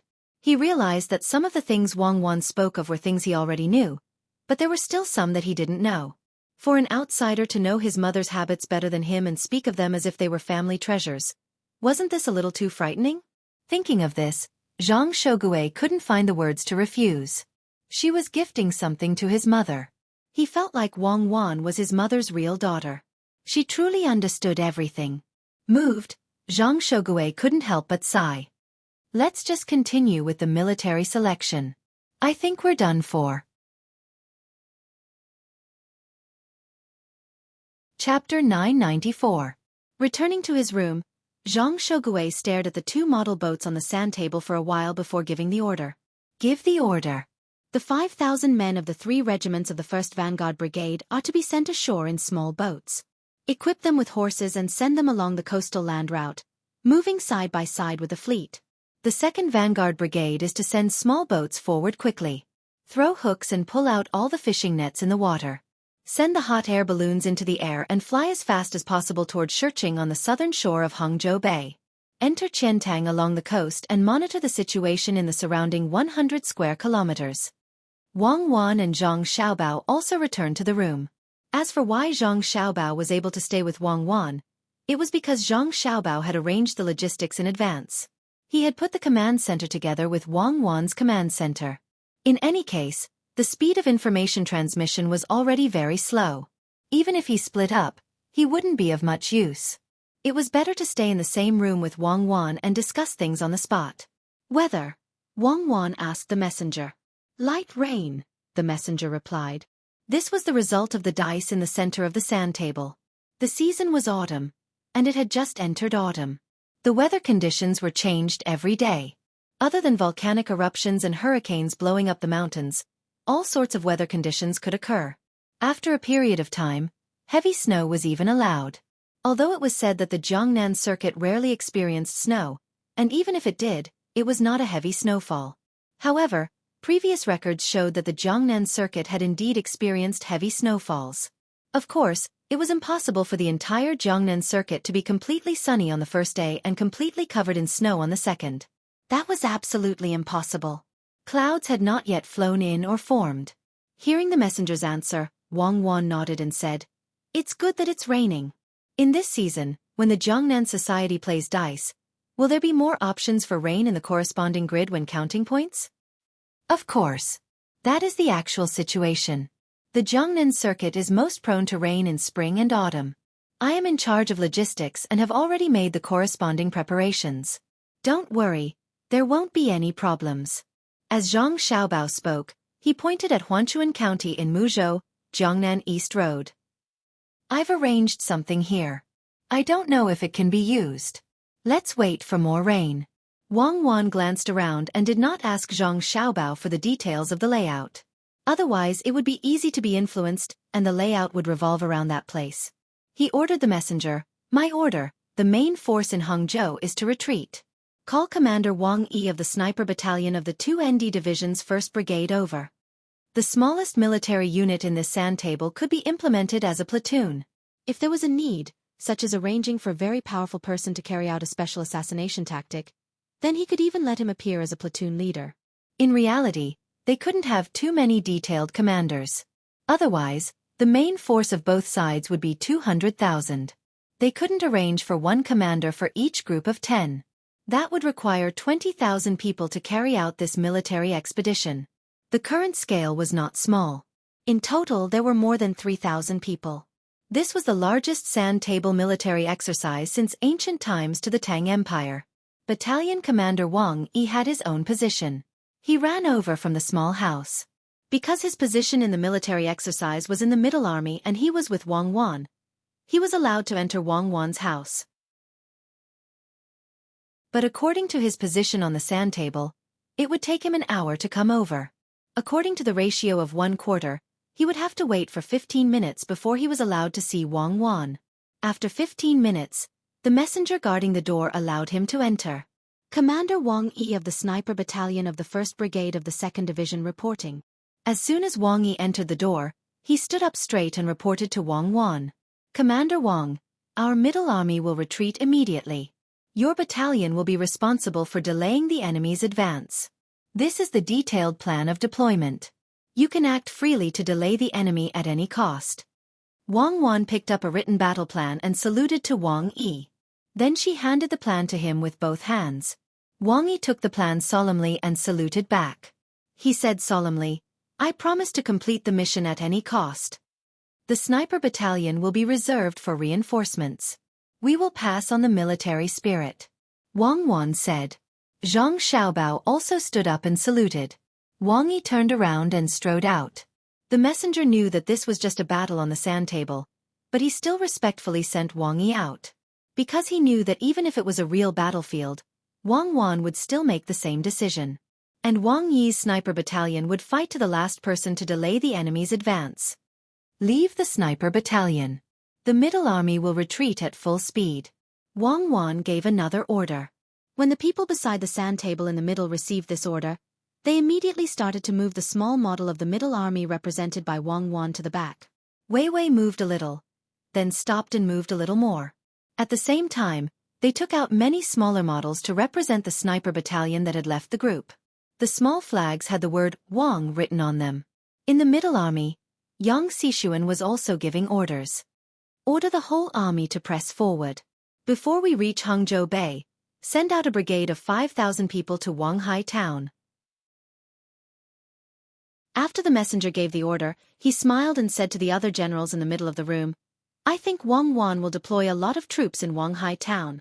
We'll use the lives of 5,000 people to hold back their ambusher while the vanguard goes around them. Let's see how they can escape then. The other generals laughed. One of them said, General, you are indeed amazing.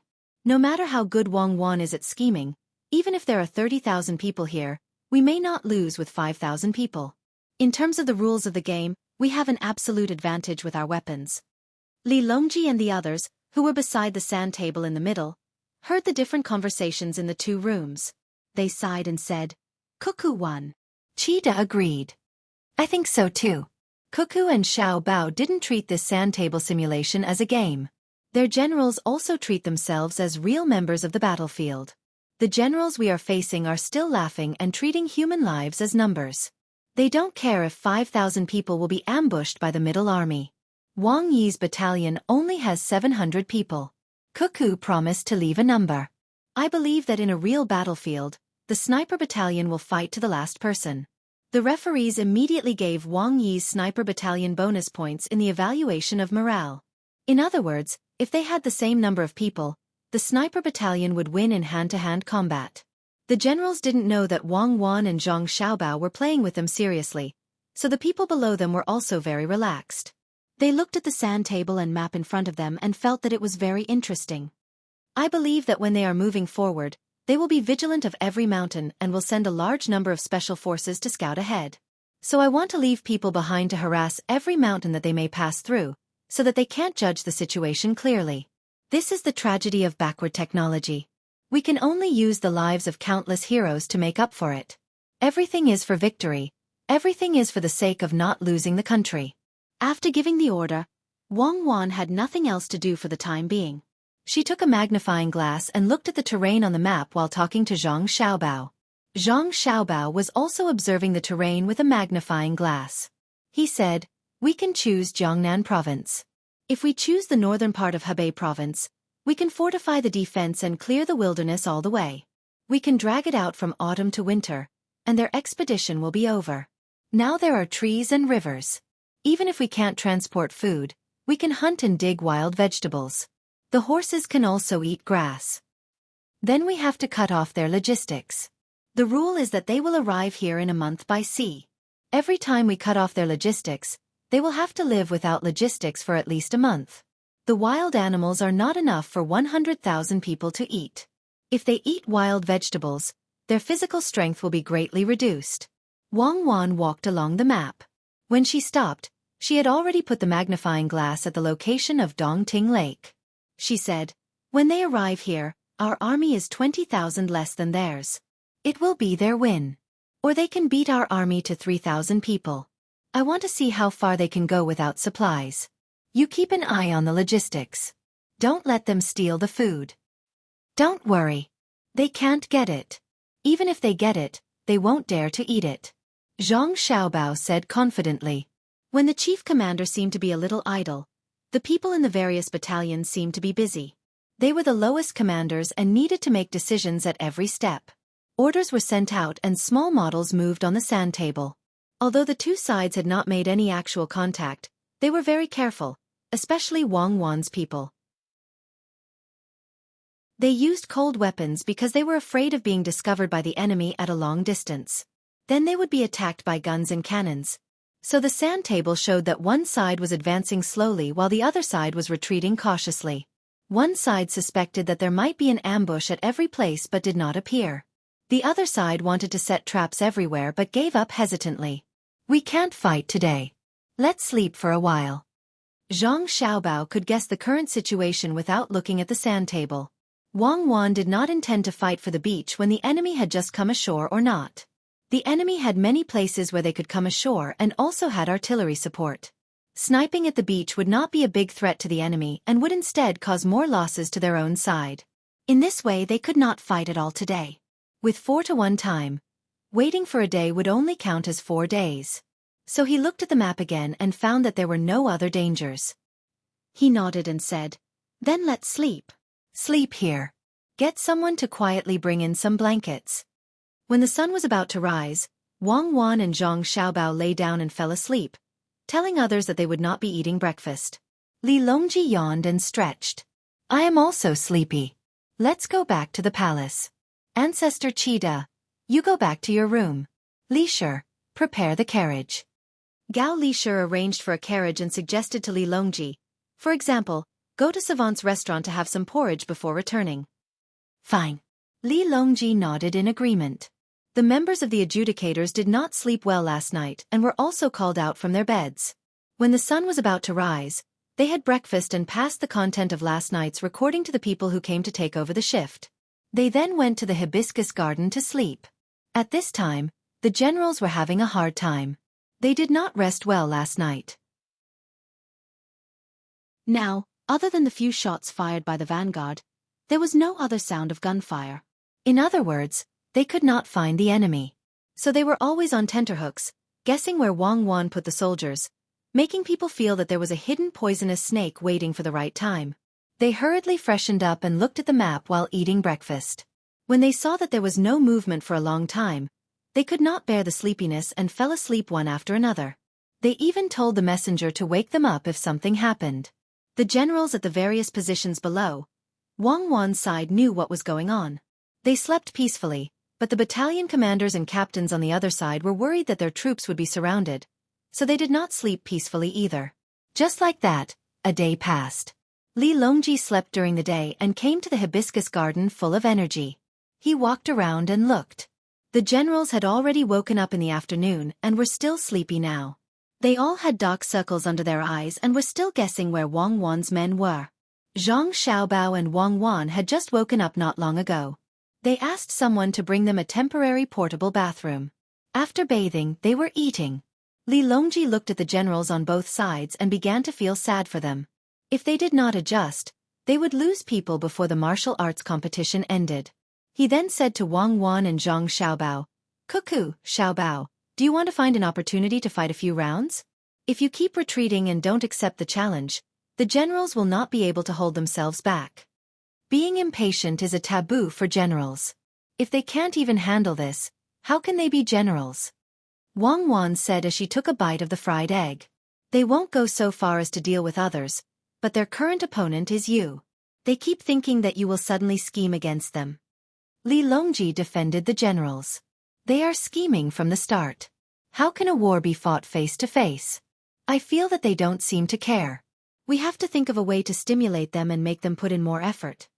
Zhang Xiaobao put down his chopsticks and made sarcastic remarks. Li Longji admitted, they really don't take the sand table for real. They just want to win against you. They don't care how many people die, they only care about defeating you. Logically speaking, you are not wrong. But I think that if they encounter a place that they need to conquer, they will lose a lot of Great Tang soldiers in order to win. How will the Great Tang's people live? I don't want to hear every family cry after a battle. You have to think of a way to get them to put in more effort. Zhang Xiaobao and Wang Wan heard something else from these words. So that's how it is. Their condition really isn't good. That's good. Zhang Xiaobao pretended to be serious and thought hard. He even stopped eating. After a while, he opened his mouth and said, there is a way. I will ask the Ministry of Works to speed up the production of something related to the military. When the time comes, this kind of thing will be distributed according to their performance. Those who do not perform well, those who have many dead generals will not get it. Good idea. We will tell them right now. Li Longji clapped his hands and was about to tell the generals. Zhang Xiaobao hurriedly dissuaded him. Your Majesty, there is no need to be anxious. Wait for the thing to be produced in a few days. Seeing is believing. That's reasonable. Then let's wait a little longer. You all eat. I will go elsewhere to take a look. Li Longji excitedly left. Zhang Xiaobao watched as Li Longji left. He smiled and said, they will be exhausted in a few days. I think so too. Wang Wan agreed.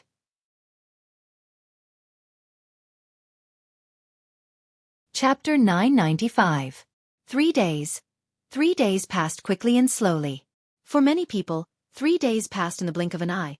But for the generals, these 3 days were even longer than the 12 days of the 1-to-4 ratio on the sand table. In these 3 days, not even the shadow of the enemy could be found. Zhang Shogui's vanguard would reach Qiantang in another day and a half. The brigade that followed on the shore even took food and soybeans from the ships to resupply. Staring at the sand table in front of him, Zhang Shogui muttered to himself, where are they? Have they given up on defense? Have the entire army retreat? If I really dock at Qiantang and set down the cannons, you won't have a chance. The messenger beside him pursed his lips, not saying a word. He knew what was going on. Men, pass down my order. Expand the search area of the hot air balloons. You must find them. There's definitely something wrong at Qiantang. Check the wind direction. Zhang Shogui passed down the order and rubbed his temples tiredly.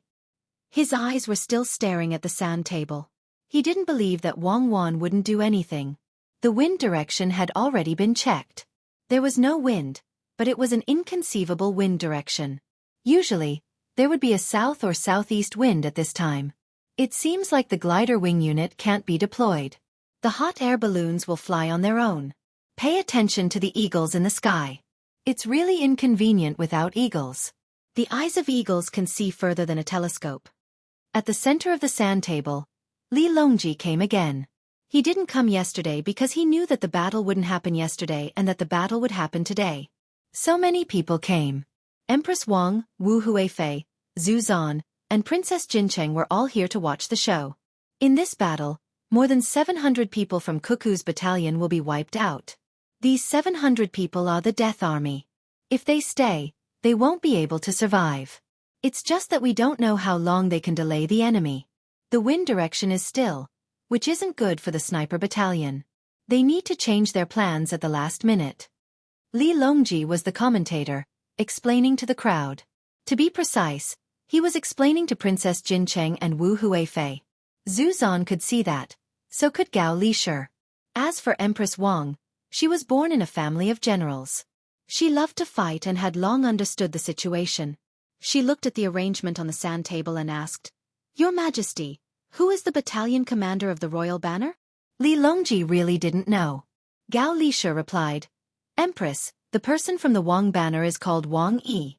He's the second batch of battle commanders that Xiao Bao and Xueqi trained. The first batch was Xueqi and the others, while the second batch has been training for more than 10 years. 10 years old? How could Xueqi bear to do that? Those under the death banner are the warriors of my great Tang. Why can't we think of some other tactic? Empress Wang's eyes turned red. For a moment, she forgot that this was a sand table exercise and thought that it was a real battlefield. If it were anyone else, Xueqi wouldn't be able to rest assured. She was even willing to give up on herself. Her heart was as firm as steel. People always die in war. At the very least, they died in their homeland. Princess Jincheng lamented at the side. She couldn't help but think of how she obtained her current position. Back then in Lesau City, she clearly felt that she was being ostracized by others. After that, Xueqi led the troops and fought for thousands of miles. The more ruthless she fought, the more attention she received. Empress Wang also remembered what happened back then. Yes. The desert is vast and it's hard to judge the age. How many good men of Great Tang have been buried in Tubo? This damn Qi. Qi, Ancestor Qi Dazan, I didn't scold you. I was just saying. It's all in the past. Let's not talk about it. When Empress Wang was scolding, she realized that Ancestor Qi Dazan was still at the side. She hurriedly covered it up. Ancestor Qi Dazan was very depressed. You people died, but more people died in Tubo. My country is gone. Who can I find to reason with? While thinking in his heart he said, yes, it's all in the past. I hope that Wang Yi can hold on for a while longer. Even if he dies, he should die in a meaningful way. When they were looking at the sand table and talking, Wang Yi was very distressed. He was already prepared to light the fire. The 700 people had already spread out. The furthest was 100 miles away. With the first firework as the signal, they would burn the mountain together. The 700 people spread out, making it easy for them to hide. If there was a south wind or a southeast wind, they would keep hiding and let the enemy's main force pass by. Then they would light the fire behind them. This way, because the enemy had cannons, they would be afraid of being burned. There would be chaos. The fire would be driven by the wind and chase after the enemy. Presumably, they would hold a grudge and turn back to chase after them. They could run and attract the enemy's attention until they died in battle. However, there was no wind now. How could there be no wind in Hangzhou in autumn? Who threw the dice? Their luck was too bad. Wang Yi looked at the sand table and scolded the person who threw the dice. He frowned and tried hard to think of a solution. At this time, a messenger came with a few small models of hot air balloons in his hands. He placed them on the sand table in front of Wang Yi. The enemy's hot air balloon team is here. There are quite a lot of them, at least 200 of them. They are so free that they can get a bunch of hot air balloons. Won't they take up space on the ship? Seeing the small models, Wang Yi knew what it meant. The enemy had sent out an aerial reconnaissance strike force. He was very envious. He didn't know where the eagles on his side were. Otherwise, if they rushed over, they would break all the hot air balloons and let them fly. Just as he was feeling vexed, Wang Yi had a flash of inspiration. His eyes lit up and he ordered the messenger. Pass my order. Form a triangle. Light 3 columns of fireworks first. 5 minutes later, light 2 columns of fireworks 100 meters away from the 3 columns of fireworks. Another 5 minutes later, light 1 column of fireworks 50 meters away from the 2 columns of fireworks. Act according to the fireworks signal. The messenger left hurriedly and went to the big sand table to report. Then, many messengers went to the relevant rooms and marked the sand table of the general. Wang Yi's side was divided into 14 teams of 50 people. Because it was a special situation, the 14 people were divided into 14 temporary tents. The team leader closest to Wang Yi saw that 3 models representing fireworks had been inserted into the sand table, which was not very exquisite, and immediately gave the order, light 3 groups of fireworks, form a triangle. After 2 more columns of fireworks appeared, he gave the same order. Then he said, order, burn the mountain. Quickly, retreat after lighting the fire. Quickly, gather at the predetermined target. The team closest to him also gave the same order and passed it down one after another. The leader of the hot air balloon team of Zhang Shougui's vanguard was stunned when he saw the models of fireworks on his sand table. Then, He suddenly reacted. Telegram, enemy tracks have been discovered. There are 3 columns of man-made fireworks. After a while he said, 2 more columns of fireworks have been discovered. 5 minutes later he said, Telegram, 14 columns of fireworks have been discovered. The enemy is using fireworks to convey orders. 3, 2. 5 minutes later he said, 14 columns, the numbers haven't changed. The order of fireworks is 3, 2, 1. The interval is 5 minutes. Then, the messenger took out a bunch of small smoke-like objects and scattered them on the sand table. The leader was puzzled. Why were there so many ignition points? Could it be that the enemy's main force was here? With so little, wouldn't they be burning themselves? After another 5 minutes, the messenger brought over a large model of fireworks and covered a large area. The leader's hot air balloon was picked up and placed on top of the fireworks. When he saw this he said, Telegram, the entire Hangzhou area, estimated to be 100 li, has been lit. The enemy is probably using small groups to delay our attack. Telegram, I said, Telegram, why are you still standing there? After the leader gave the last order, he saw that the messenger was still standing there, so he anxiously asked, Telegram, I said, Telegram, why are you still standing there? The messenger didn't show any dissatisfaction. He replied, Your hot air balloon team flew between 130 meters and 150 meters. The flames below are burning. Because the enemy was prepared, the flames grew very quickly. Just now, you didn't give the order to evade or take off immediately. Thus, the referee team determined that you all fainted from the smoke. If the wind didn't change direction and the hot air balloons flew out of this area without outside help, you all would have died in battle. The leader understood. He rubbed his face with both hands and asked in disbelief, We died just like that? The wind direction is not wind, but outside help? All the hot air balloons in the vanguard were sent out. Where else could there be outside help? Let me ask, why did we faint from the smoke? Isn't this too fake? I predicted that you would definitely withdraw. Let me explain. They have been preparing for more than 10 days. There are many flammable and smoky things, as well as various kinds of feces, pepper powder, oil, and so on. Thus, we collapsed from the smoke. If you don't believe me, you can try. If you don't faint, we will make a new judgment. The messenger slightly violated the rules and told the leader in advance. Because he hadn't been judged dead yet, he didn't count as withdrawing. When the leader heard what the messenger said, he thought about more than 10 days of preparation and admitted, There's no need to try. We fell, definitely fell. If there was really such a big fire, not to mention the pungent smell, even if there was only fire, the sky would be gone. It was only 100 meters high, and there was no wind. Once the heat came out, we would have collapsed from lack of oxygen. I'm sorry, General, I didn't send back the crucial information. The messenger smiled and became amiable. General, your official position is above the 7th rank. You can go to the center of the sand table and watch. His Majesty is also there. Okay, I'll go take a look. Even if I die, I want to know how the other party arranged it. The leader stood up gloomily and was led to the center of the sand table by the messenger. Li Longji saw him coming and laughed. Come, Minister Chen, come to Zhen. Let Zhen see how you've been smothered by the smoke.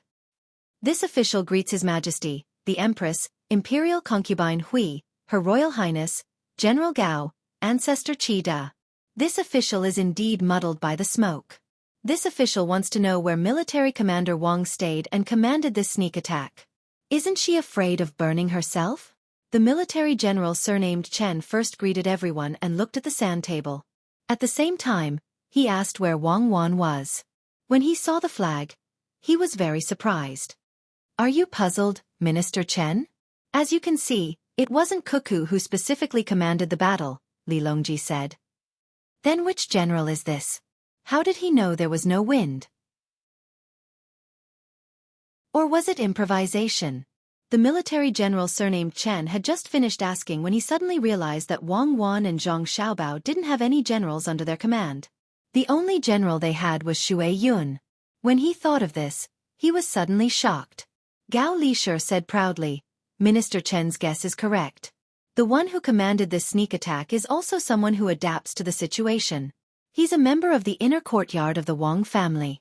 His surname is Wang, and his name is Yi. He's an ordinary member of the 300 people in the second wave, who learned to command from Xueqi. He has no official position, and no rank. Gao Lisher had reason to be proud. Xiao Bao was his adopted son. There wasn't much difference between him and his own son. When he was 100 years old, all of the family's wealth would belong to Xiao Bao. The servants in the family, as well as that wife of his, would have to listen to Xiao Bao's orders. The fact that Xiao Bao and Xueqi's families were powerful was also due to him, the father. Don't look at how Zhang Xiaobao and Wang family had only risen to power for a short period of time. What they displayed was definitely the foundation of an aristocratic family. When the military general surnamed Chen heard this, he lowered his head and said, "This official blushes with shame. This official is unworthy of his current position. This official requests to resign." When Li Longji saw that his official had been dealt a blow and even wanted to resign, he waved his hand and said, "That's not a good idea. The Zhang Xiaobao and Wang family aren't only powerful in their commanding personnel. There's also the administrative personnel. Don't tell me that with them around, all of the civil and military officials in the court will compare themselves and then most of them will go home? What should we do? Let their family's inner courtyard take over the position. In the future, most of the court officials will be from their family? From then on, there won't be any need for morning court. We can just hold family meetings in their house. Minister Chen, what do you think?" "No, Your Majesty, you absolutely can't. Otherwise, the country will no longer be a country." The military general surnamed Chen jumped in fright and shook his head repeatedly. "That's right, that won't do. The inner courtyard official named Wang Yi has studied for more than 10 years. All of you have only studied for a short period of time. In the future you have to study hard. Xueqi has given her all in teaching all of you. She didn't hold anything back, just like how Xiao Bao teaches economics to others. Xueqi and Xiao Bao, as well as their family's inner courtyard, I won't use them unless it's a big battle. They are the edge of my scabbard. If I really need them to take action, I only need one result, and that is victory. If all of you do your jobs well, I won't need them. They just want to relax. It's because some people are incompetent that Xiao Bei and the others have to run around. Work hard." Li Longji suddenly thought of Xiao Bei and the others who weren't in the capital. For the past few days, he felt that it was cold and cheerless. It wasn't as lively as when Xiao Bei was chattering by his side. When the military general surnamed Chen heard this, he solemnly said, "This subject will definitely do his best to learn and not disappoint Your Majesty's expectations." "Good. Let's look at the sand table. In this sneak attack, all of you lost. Each hot air balloon had a lookout, an operator to control the fire, a helmsman responsible for controlling the direction, and 2 attackers ready to drop the ammunition at any time. There were 100 hot air balloons in the vanguard, but all of a sudden, 500 people died." Li Longji pointed at the sand table as he spoke.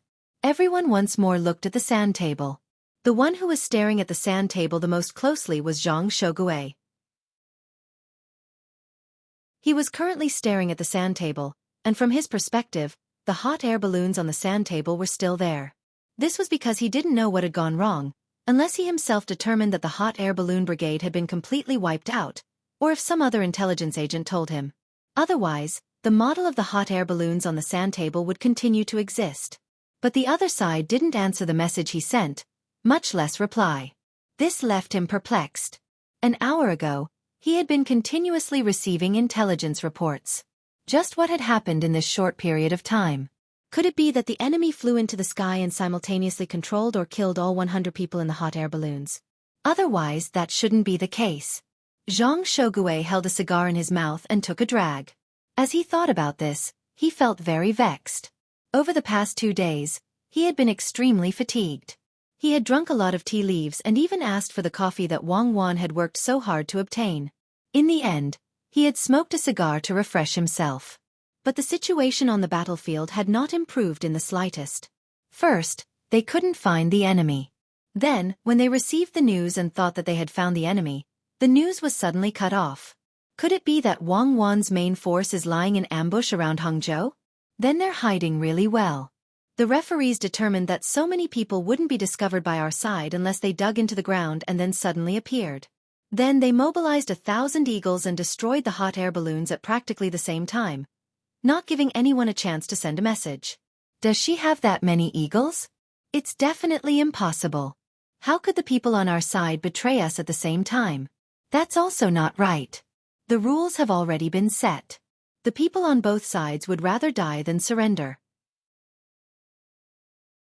Zhang Xueqi took a drag of his cigar as he muttered to himself. Lord Zhang, do you think that a cloud suddenly floated down from the sky, and with a crack, it destroyed all 100 of our hot air balloons? Wang Zhongxi reminded from the side. As an advisor, Zhang Xiaobao and Wang Wan knew that he was extremely formidable in history. But he was still young, and when he went to Jilin province, he had lost in the sand table simulation on the ship. Everyone felt that it was a pity that he wasn't allowed to participate, so they had him follow Zhang Xueqi and learn from him. I think that your head was struck by lightning. There's no wind, so where did the cloud come from?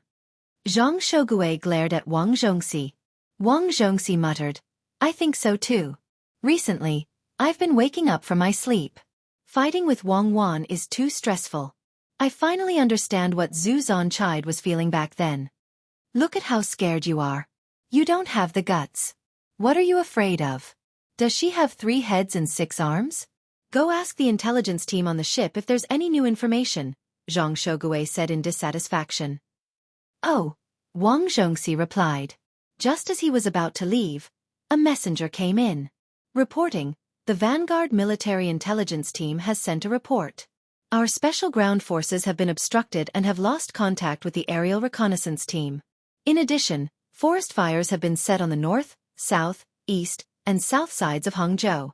The flames are so intense that they are unable to determine the extent of the fires. Wang Zhongxi slapped his thigh. Fuck, I know. They actually burned down the forest and the mountains. No wonder we lost contact with our hot air balloon team. The referees must have determined that they were burned down. Zhang Xueqi glared at Wang Zhongxi again. You don't need to say it. Everyone understands. In one day, our army will land. What do you think we should do? Zhang Xueqi shrunk his head and watched as the messenger took away the model representing the hot air balloons under Zhang Xueqi's signal. He also placed the model representing the forest fires in several places that Zhang Xueqi had suspected on the sand table. Arching an eyebrow, Zhang Xueqi said, I feel like Wang Wan doesn't want us to advance. We can beat them at their own game. We can circle around them and quickly advance, catching them off guard. After saying this, Wang Zhongxi suddenly shook his head. That's not right. Wang Wan and Zhang Xiaobao definitely haven't thought of this. They'll definitely think of a way to launch a sneak attack while we're dividing our forces. Then we can concentrate our forces and circle around them. But what if their main force happens to be hiding in the other direction? Zhang Xueqi interrupted Wang Zhongxi and closed his eyes in thought. Stop talking. Based on what you're saying, we don't need to do anything. All we need to do is wait. Wang Zhongxi resentfully circled the sand table. As he circled, he sighed. What a pity. There must have been plenty of 100-year-old wood in the forest. Why didn't they think about such a loss? Think about what? Zhang Xueqi opened his eyes. If there really was a war and they didn't burn it, then it had nothing to do with them. 100 years? 10,000-year-old trees no longer belong to them, and the people of a fallen country don't even have any dignity left. Zhang Xueqi felt like he had a few ideas. Then could it be that Xueqi chose to temporarily give up space to buy time? Lord Zhang, what can they do by buying time? They can't develop the industry and build cannons, right? Our great Tang's cannons truly were developed by those 2 clans, but that was because they said they wouldn't let the industry take a detour. It was the work of those 2. Right now, we're fighting natives. Even if I gave them 50 years, they still wouldn't be able to build cannons. The panel of referees wouldn't agree. When Wang Zhongxi mentioned the experts of the Zhang clan and Wang clan, he became extremely cautious. Those 2 people had shadows in the hearts of many people, but no one was willing to directly mention them. Respect and fear coexisted. Zhang Xueqi was vexed by Wang Zhongxi's analysis. Let's not think about it anymore. If we keep thinking about what they're doing, will we still fight or not? Let's move ourselves and let them think. I don't believe that they can guess what I'm thinking. Send a report to the Middle Corps. The vanguard has been obstructed at Hangzhou. After landing tomorrow, prepare to circle around from the south. Send a brigade to the shore and circle around from the north. Have the middle corps act accordingly. Zhang Xueqi issued another order. In Wang Wan's room, she and Zhang Xiaobao had just taken a short nap. The two of them knew that with the arrival of the enemy vanguard, they would begin to get busy. They needed to conserve their energy in order to deal with an even more intense battle. Using a hot towel to wipe his face, Zhang Xiaobao brought over the booklets with the names of the important generals. As he read, he recalled, and he analyzed, his mouth never idle. Dear Madam, normally speaking, we should use a plan. We should send someone to write a letter to the Great Tang to ask for peace, or offer up a lot of things so that the enemy vanguard can come to a designated location to pick them up. We can play a game of sowing discord. What do you think? Don't be so corny. There's an outsider here. Wang Wan rolled her eyes at Zhang Xiaobao. In the room, whether it was the soldiers of the Middle Corps or the messengers in charge of communicating with the central sand table, all of them earnestly busied themselves with their own tasks. The messenger closest to the two of them stubbornly stared at his shoes. They were a pair of tall cloth boots with 1,000 layers of soles. They were dark blue and had dark patterns on the surface, elegant and comfortable. They were from Lu Er and Xian Air's ready-made clothing store. They could be considered a benefit given to those related to the military examination, so he was looking at them very carefully. Look, no one heard me. Zhang Xiaobao blinked at Wang Wan, then he said to the messenger looking at the shoes, Go and ask them if they're allowed to use the strategy of sowing discord I mentioned just now. Understood. The messenger's ears finally worked, so he turned and left. You, the soldiers on the front lines, are putting their lives on the line, and you still have the mind to talk about other things, Wang Wan said unhappily. I also know that that camp won't be able to return, but I also know that their sacrifice is not to make the people of their homeland cry, but to make them laugh. Damn invaders! Zhang Xiaobao angrily said. Then what is the real us? I think we're the invaders, but I believe that many people will sing our praises. Who knows who's suffering? Anyway, it's fine as long as the people of Great Tang don't feel pain. When wolves eat sheep, they don't think too much. Zhang Xiaobao's character as a so-called nationalist, who had been criticized, had not changed. Li Longji hadn't returned yet. He felt that the situation tonight would definitely be interesting, so he stayed to watch the show. After all, there wasn't much to do in the imperial court. If there really was something important, the officials could come to the hibiscus garden to hold an impromptu court session and suspend the military examination. Just as he was discussing how the situation would develop with a few people around him, a messenger came and told him what Zhang Xiaobao said. Before the judges could make a decision, Li Longji immediately refuted, No, what strategy of sowing discord? It's not useful to our Great Tang. If Xueqi and Xiaobao led the troops to fight, and others tried to sow discord between them, would I believe them? Would they need to go outside and start a rebellion? If the other generals were to go out, I could even let them bring their families along. Would they be able to rebel with the few men and guns they have? They're trying to force Xueqi and Xiaobao to bring Great Tang's most advanced weapons and not the cold weapons used in the military examination. The messenger nodded and turned to leave. However, Li Longji stopped him and said, I'll take a look at them personally. Just like that, the group of people squeezed into Wang Wan's command center. Wang Wan had just issued 3 orders when she saw the group of people walking in. She was astonished. Xueqi, let me ask you. If you were outside and someone tried to sow discord, I would have you go to a designated location to retrieve something. Would you go? Li Longji asked as soon as he saw Wang Wan. I wouldn't go. Do you think I'm a fool? When a general is outside, he won't obey the orders of the emperor, Wang Wan replied without hesitation. Li Longji turned to Zhang Xiaobao and asked, Xiaobao, what about you? Me. I'll go. I'll leisurely walk the entire way and publicize my past. My Great Tang is proud, and they're afraid. That's why they're sending things over. Once they're close enough, I'll tell them to send the things over. Tell them to send the things over. If they don't send them over, they're not sincere. They'll set up the cannons and bombard them with all their might. If they send them over, who cares if they ask for extra money? You gave it to the Great Tang Emperor, but did you give it to me?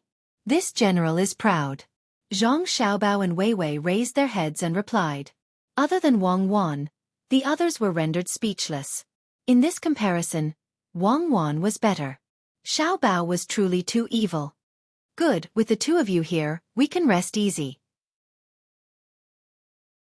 Li Longji didn't feel that there was anything wrong with Zhang Xiaobao and Wang Wan's reactions, so he happily praised them. Zhang Xiaobao calmly accepted the praise. He looked at the sand table in front of him, then looked at Li Longji, and said, "Your Majesty, you should go to the sand table in the center. You'll be able to see the overall situation there." "There's no need. We came to chat with you all. We're idle anyway. Xiaobao, has Xiaobei and the others sent any news over the past 2 days? Where are they? They ran out and played so much that they forgot about us." Li Longji waved his hand indifferently and began to ask about Xiaobei and the others. Zhang Xiaobao felt depressed. "I'm in the middle of a war. You're asking about my younger siblings? You're idle, but I'm busy." Just as he was about to reject and send Li Longji away, he suddenly thought of an idea. He smiled and said to Wang Wan, "Madam, let's talk to His Majesty about Xiaobei and the others." Wang Wan was very surprised. She was still in the middle of commanding. "Chat. That didn't seem right, right?" When she saw Zhang Xiaobao's calm smile, she immediately understood. Xiaobao definitely had a plan. "All right, let's see what Xiaobao wants to do." She played along and said, "That's fine. I'm also tired. Today's already passed. When night comes, even generals need to rest. I'll just treat it as sleeping on the battlefield." "That's right. Where are Xiaobei and the others now?" Li Longji nodded. Wang Wan thought for a moment and replied, "They sent a message in the evening. They said that they've already arrived in Hongnong and are on their way to Old Willow Village. They saw the construction site of the amusement park in Hongnong. It should be operational before summer. They also asked us to help them think of a way to earn money. They said that if the imperial court can exempt them from paying taxes for 3 years, they're willing to take out half of the profits for the children of Great Tang every year." Wang Wan wasn't lying. Xiaobei and the others had indeed sent this message. When Li Longji heard the news from Xiaobei and the others, he was very happy. In his heart, Xiaobei was like a princess, cute and sensible. When he imagined Xiaobei and the others writing the telegram, a smile appeared on Li Longji's face. When he thought about the telegram again, he asked Zhang Xiaobao, "Xiaobao, do you think we should exempt Xiaobei and the others from paying taxes? They seem to be able to earn a lot of money, right?" When Li Longji mentioned this, the others remembered that Xiaobei and the others were in Hongnong's amusement park. When Zhang Xiaobao went there, he had already thought about it. If he deliberately thought about it, how could they earn less money? Only Zhu Zan and Princess Jincheng didn't know about this matter. The two of them looked at each other and asked Princess Jincheng, "Cuckoo, tell sister, Xiaobei and the others still have business in Hongnong?" "Yeah, that's great. In the future, they won't have to worry about money. What kind of projects are there in the amusement park?" Wang Wan glanced at the sand table and instantly came back to her senses. Just as she was about to speak, Zhang Xiaobao answered, "Sister Nunu, Xiaobei and the others went to kill people. You have to ask His Majesty about this." Originally, Xiaobei and the others were playing in Wanyan County when they were instructed by a telegram from Xingqing Palace to go to Hongnong that night. At that time, it was still raining, and there was a vast ocean in Hongnong. When the adults fell into the water, they disappeared. However, Xiaobei and the others didn't hesitate to use the forced march plan. They traveled in the wind and rain in the starry night. Xiaobei and the other 9 children fell into the water many times. "Xiaobao, can you not be so sad?" Li Longji was amused by Zhang Xiaobao's words. "Xiaobei and the others went by themselves? Don't you know who you sent with them? Who were the only 2 fast shooters of Great Tang with? You keep saying that Xiaobei fell into the water. Xiaobei is an existence that can save people in the bone-chilling Yellow River. How could she be drowned? You're making me sound like a heinous villain. Nunu, listen to me." Li Longji was afraid of being slandered because he saw tears in Princess Jincheng's eyes. Xiaobei and the others were the ones who wrote the invitation letter. There were many wrong words in the letter. Li Longji patiently explained. Princess Jincheng became happy again and praised, "Xiaobei and the others are better than other children. I knew this long ago. They should be exempted from taxes, even if they don't give half of the profits to the children of Great Tang. There's still the story of 1.3 million strings of cash." Zhang Xiaobao reminded again. Sure enough, Princess Jincheng looked at Li Longji curiously again, waiting for him to explain. Li Longji was most afraid of hearing about 1.3 million strings of cash. It was really not a lot. Regardless of whether it was the money that Xiaobao worked in the Great Tang Bank or the money that Zhang Xiaobao and Wang family earned, 1.3 million strings of cash was just a small change.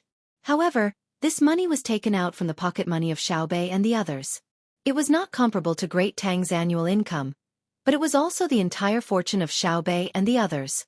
In other words, it was all they had. Sighing, Li Longji told Princess Jincheng about the 1.3 million strings of cash again. At this time, Zhang Xiaobao and Wang Wan were not listening to the story. The two of them were gathered together, communicating with their lips and discussing strategy. The happiest people were none other than the generals. Li Longji couldn't hide his whereabouts, and since it didn't involve the military selection, they all received the news. It was said that His Majesty went to chat with Cuckoo and Xiaobao. It was a good thing that they had been delayed. It would be best if they could chat for an entire night. Thus, Zhang Xueqi, who loved to look for opportunities, excitedly issued an order. All troops, speed up and assemble in Hangzhou. Quickly, increase the power of the steam engines. He also sent a message to the Middle Army, telling them to use this opportunity to immediately send their troops to land and not let them float in the sea. When Yang Xixuan, who was in the Middle Army, heard the news, he felt that something was wrong. Intuition. It was purely intuition. This was because he had never thought that he would be able to defeat Wang Wan in the military selection, even if she used cold weapons. He was thinking that the losses on his side would be smaller and that they would not be captured alive by Wang Wan. As for defeating Wang Wan? What kind of joke was this? The hot weapons tactics that he and the others could use were all left over from Wang Wan's experiments. Yes, although I haven't seen Wang Wan personally command artillery and air force, but I don't know why, I always have a special feeling, that is, Wang Wan is very familiar with the joint operations of the Army, Navy, and Air Force. Oh, even including electronic information warfare, a battle strategy that was just proposed by Wang Wan. Sometimes, even in his dreams, he would dream of Wang Wan and Zhang Xiaobao in the command center, using one order after another to have the three armies cooperate with great tacit understanding to attack and defend. If Wang Wan could really do it, then it could only be said that she had learned it well. Against this sort of person, in a situation where they were not proficient with the weapons in their hands, the chances of victory were too small. Yang Xixuan hesitated, but in the end, he still gave the order to quickly approach and disembark. He was afraid of delaying the military.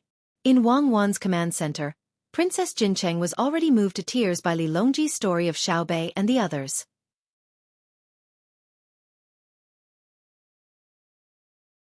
Chapter 996. Brother, Nuwu has decided. We will wait for Xiaobei and the others to come back and discuss with them about opening the candy house in Lesa City.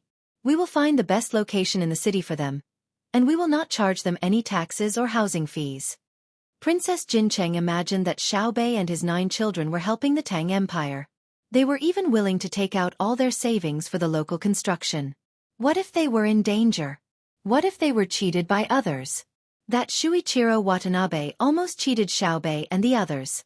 Therefore, she wanted Xiaobei and his 9 children to open a shop. In Tubo, she and Zuzan still had the final say. It was not a problem to make a place for them. Zhang Xiaobao and Wang Wan did not care about what Princess Jincheng was thinking. They continued to study their strategy. Zhang Xiaobao used a small stick, which was a baton, to point at the sand table. He mouthed to Wang Wan, "I think Wang Yi should have already taken action. I just don't know how they are doing. Will they be harassing them from behind or blocking them from the front? The information transmission method is really troublesome." Wang Wan was also not clear about the situation at Wang Yi's side. Her sand table did not indicate the location of the fire, so the referees judged that she was not clear about the situation there. Seeing Zhang Xiaobao say this, she replied, "Don't worry. Wait for Xueyun. We will know the situation when Xueyun comes back." Humph, what is a hot air balloon? How far can they see with their telescopes? With Xueyun, I am not afraid of not having a high-altitude reconnaissance expert. Li Longji did not notice that Zhang Xiaobao and Wang Wan were still busy with their own matters. He was already very helpless after hearing Princess Jincheng's words. He also understood that as a woman, she was very caring for her children. However, the actual situation was not like that. He explained, Nuwu, Xiaobei and the others will not have any accidents. You don't know the configuration of the people around them. If I had a choice, when I go out, I would rather change my defense team with Xiaobei's. She does not need to worry that they will be cheated. She has a special think tank in her team. It's just that they usually do not speak. If they really find that the decision they want to make is not good and irreversible, they will naturally come out and stop them. Even if they are cheated, what can they do? His sister is bullied. As her brother, Xiao Bao will definitely help her get back. You must not know about the various football teams and competitions in Beijing recently. Football? Princess Jincheng wiped her tears and asked in confusion. Is it Xueqi or Kuju?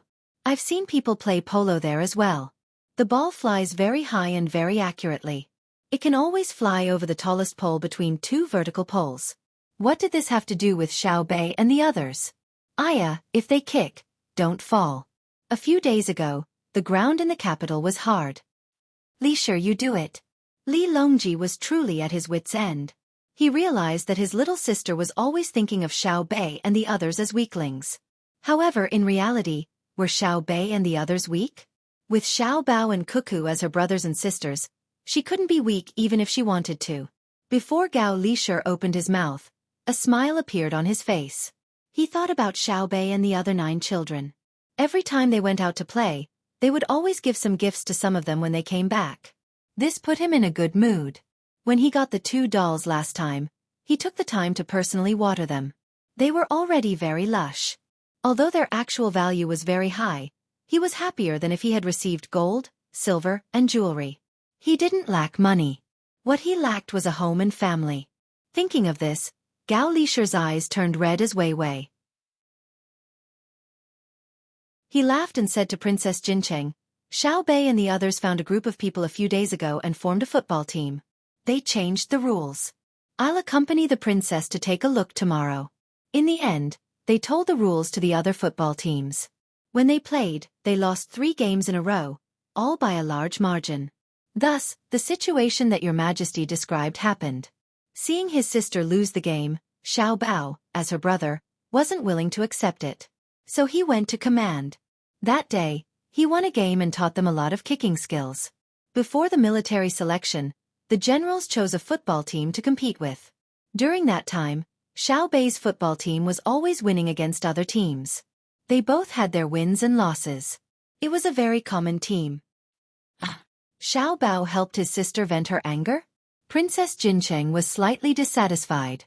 How could there be such an elder brother? At this time, Empress Wang said, No, it's not what you think. The team that usually competes is a substitute team. They don't receive any training at all. When they play against the 10,000 generals team, the main team will be sent out. You definitely won't be able to guess the result. 29-0, the 10,000 generals team didn't score a single goal. Until today, the 10,000 generals team has won 5 games in a row and hasn't lost a single goal. They have scored more than 20 goals in every game. So you don't have to worry about Xiao Bei and the others being bullied. Their brother is there. Princess Jincheng was happy. At the same time she was curious. New rules? Xiao Bao is so good? He still has time to play football? I must go and take a look tomorrow. Zhu Zan was also curious, but he was thinking more about how Xiao Bao and Cuckoo learned. When the 2 of them were together, they were practically all-rounders. That's right. There's a game tomorrow. I also want to go and take a look. It's a pity that Xiao Bao can't play in person. Otherwise, Xiao Bao. Xiao Bao, didn't you say you would accompany me to chat? What are you doing by the sand table? When Li Longji mentioned Zhang Xiaobao, he realized that Zhang Xiaobao and Wang Wan weren't looking at him at all. Instead, they were drawing on the sand table. Me. I'm thinking about where Xiao Bei will live when we arrive. Zhang Xiaobao turned around and said with a smile. That's the sand table of the Jiangnan circuit, not the Hunan circuit. Xiao Bei and the others are in Hongnong. Li Longji very bluntly pointed out the fact that Zhang Xiaobao was lying. Yes, but Xiao Bei and the others are being investigated in the Jiangnan circuit's Jiangzhou. They'll be heading south in a few days. As her older brother, can't I take a look in advance? When we were in Jili Prefecture, Xiao Bei was still thinking about the oysters in winter for you to eat. You don't think about her, but I do. If she eats something bad and gets sick, I won't be able to bring back the delicious local food for you. Zhang Xiaobao used the move of retreating in order to advance. It seemed like he was explaining, but it was actually more ruthless than directly cursing. As expected, Li Longji's face suddenly turned red. At the same time, he was very angry. He glared at Zhang Xiaobao. His original intention was to ask why Xiaobao and Cuckoo didn't talk to him. In the end, in just a few sentences, Xiaobao made it sound like he didn't care about Xiao Bei and the others. Then you continue to watch. Don't let them get sick. If they really get sick from eating something bad, not only will I not be able to eat the food they bring back, but the most capable group of doctors you send to them will also lose their heads. Li Longji also challenged Zhang Xiaobao. What he meant was, could Xiao Bei and the others get sick from eating something bad? This time, Princess Jincheng didn't say anything. She only covered her mouth and chuckled. Right at this time, a messenger came in from outside. He moved a small model of a white eagle that was originally placed in the sky above Hangzhou to the position of Wang Wan's middle army. He also moved the model that represented fire to the three directions of Hangzhou, which had a radius of 100 li. He said, according to the judgment of the judges, General Xue Yun has already received the information and returned to the middle army. According to General Xue Yun's IQ, he can clearly express the matter. Wang Wan smiled with satisfaction. What did Xue Yun say? General Xue Yun flew to the vicinity of your sand table and used his mouth to draw a circle of 100 li. Then, on a piece of paper with many words written on it, he used his mouth to point to the word fire. He flapped his wings in 8 directions and shook his head, indicating that there was no wind. The messenger answered Wang Wan's question according to the answer given by the judges. Is Xue Yun really that smart? Princess Jincheng knew that Xue Yun was powerful, but she didn't believe that he could convey such specific information. Zuzhenchide also had a look of disbelief. Tubo also had eagles that could detect the enemy, but what the messenger said was beyond his imagination. The messenger nodded. Princess, Xue Yun is at the center of the sand table. Zhang Ying let him perform for a while, and only then did the judges recognize his ability. It's already so late, and you're still tormenting him. His child is about to learn to fly. Well, call him over. Do you want me to go there? Zhang Xiaobao was very unhappy that the judges deliberately called Xue Yun here for the sake of judgment. Xue Yun was indeed an eagle, but more often than not, he and the others treated Xue Yun as a human. It was wrong to torment people casually. Gao Lishir walked to the door. Xiaobao, don't go out so easily. I'll go get Xue Yun. After a while, Gao Lishir came back with 2 people behind him carrying a wooden pole. Xue Yun was standing on it. It wasn't that he couldn't come over himself, but he was afraid that he would damage his claws. Also, he occasionally needed to use the power of his wings, which could easily create a strong wind. There were also a few grindstones tied to the wooden pole. There were coarse sand and fine sand, and they were used to sharpen Xue Yun's claws and beak. Normally, eagles would grind their own stones. Xue Yun was getting smarter and smarter, so he wouldn't do such a stupid thing. How could rocks be better than grindstones? It was like making a nest for children. Only a fool would pick up a branch. How could it be warmer than cotton? Zhang Ying followed behind with a cage in his hand. Zuzhenchide greeted Xue Yun as soon as he saw him. Here, we've met before. I know you're smart, but I didn't expect you to be literate. I'll say a word, and you can point to it. It's the word Jiang. Xue Yun glanced at Ancestor Qida and ignored him. She turned to look at Zhang Ying and called out twice. Zhang Ying had dealt with eagles all year round and said, Xue Yun wants to look at the sand table. Carry her near the sand table and be gentle. The 2 people carrying the pole carefully carried Xue Yun to the sand table. Xue Yun folded his wings tightly, afraid that the wind from his wings would disturb the model on the sand table. Zhang Ying lifted the cage. Inside were 2 injured and bandaged squirrels. Their big tails were shaking. These are the squirrels Xue Yun caught. He told me for a while before I understood that he caught them to give them to Xiao Bei and the others to play with, so their wounds were relatively shallow. When the squirrels were sent here, they only had the skin on their backs scratched. They didn't die. The doctor applied medicine on them and fed them. He said that the wounds would heal in a few days. Everyone looked at Xueqi. Xueqi only nodded to Zhang Xiaobao and Wang Wan, indicating that he could understand human language. That was exactly what he meant. Zhang Xiaobao came over and touched Xueqi's head. He said, "You've worked hard. Xiaobei and the others will be very happy when they know. It's a pity that they're not here now. They won't be able to see your children learn to fly. When the little ones start learning to fly, don't forget to give them a heads up. Although our family's power isn't big enough, we still have the ability to protect the little ones." No one around agreed with Zhang Xiaobao's words. Li Longji's reaction was especially obvious. "Xiaobao, this isn't called modesty, it's called hypocrisy. General Xue, it's a waste of your ability to catch squirrels. You should be proud of yourself. How about this? I'll confer you a low-ranking official, General Yun Hui, with a goldfish bag. What do you think?" Xueqi didn't understand this time. He looked at Li Longji and then at Zhang Xiaobao. Xiaobao pointed to the goldfish bag at his waist and said, "The goldfish bag is this thing. You don't usually use it. General Yun Hui is a third-rank official, a lower third-rank official. He's the same as Xiaobei and the others.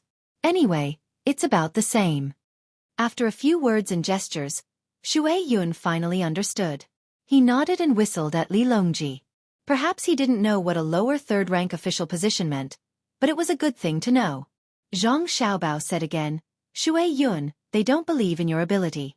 Let them test you." "Your Majesty, test Xueqi. Don't ask questions that are too difficult," Zhang Xiaobao said to Li Longji again. The crowd soon began to pay attention to Xueqi. For example, they asked what 1 + 1 was, what language Xueqi could understand, and so on.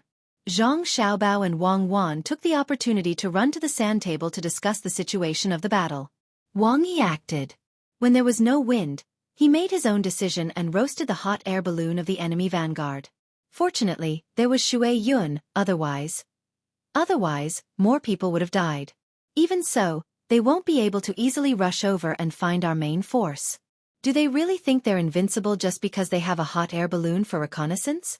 Even if they use a plane for reconnaissance, I can prevent them from finding our main force. Wang Yi did a good job. I hope they can stall for more time. War is like this. You know that the troops left behind will die, but you have to make a decision. Wang Wan's words made one feel helpless, but her expression remained resolute.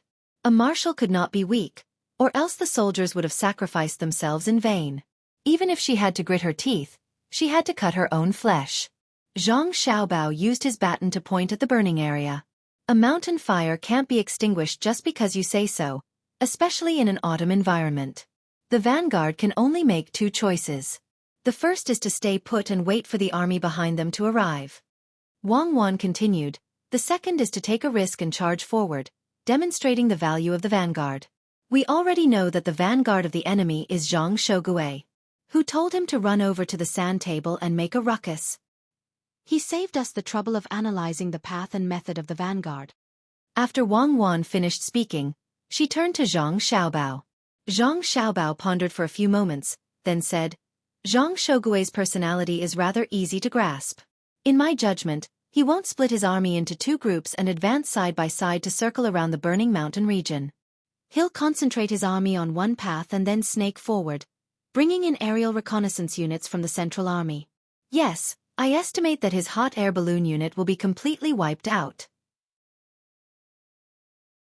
I don't believe that they'll temporarily adjust the ratio of the various groups in the army structure you've been teaching them. One reason is that they're used to fighting according to the army structure you've taught them. And the other reason is that they were tormented so badly that night that they couldn't gather together to discuss the changes and come to a consensus. When Zhang Xiaobao said this, he did not use lip language, speaking directly. Li Longji and the others were conversing with Xueqi, but when they heard Zhang Xiaobao's words, they immediately fell silent and listened to Zhang Xiaobao's analysis. Wang Wan didn't care. Right now, she and Xiaobao were discussing war. She was confident that even if Li Longji wasn't satisfied and wanted the two of them to chat with him, she could directly refuse. Thus, she said, based on the intelligence we've gathered over the past few days, Zhang Xueqi is an opportunist.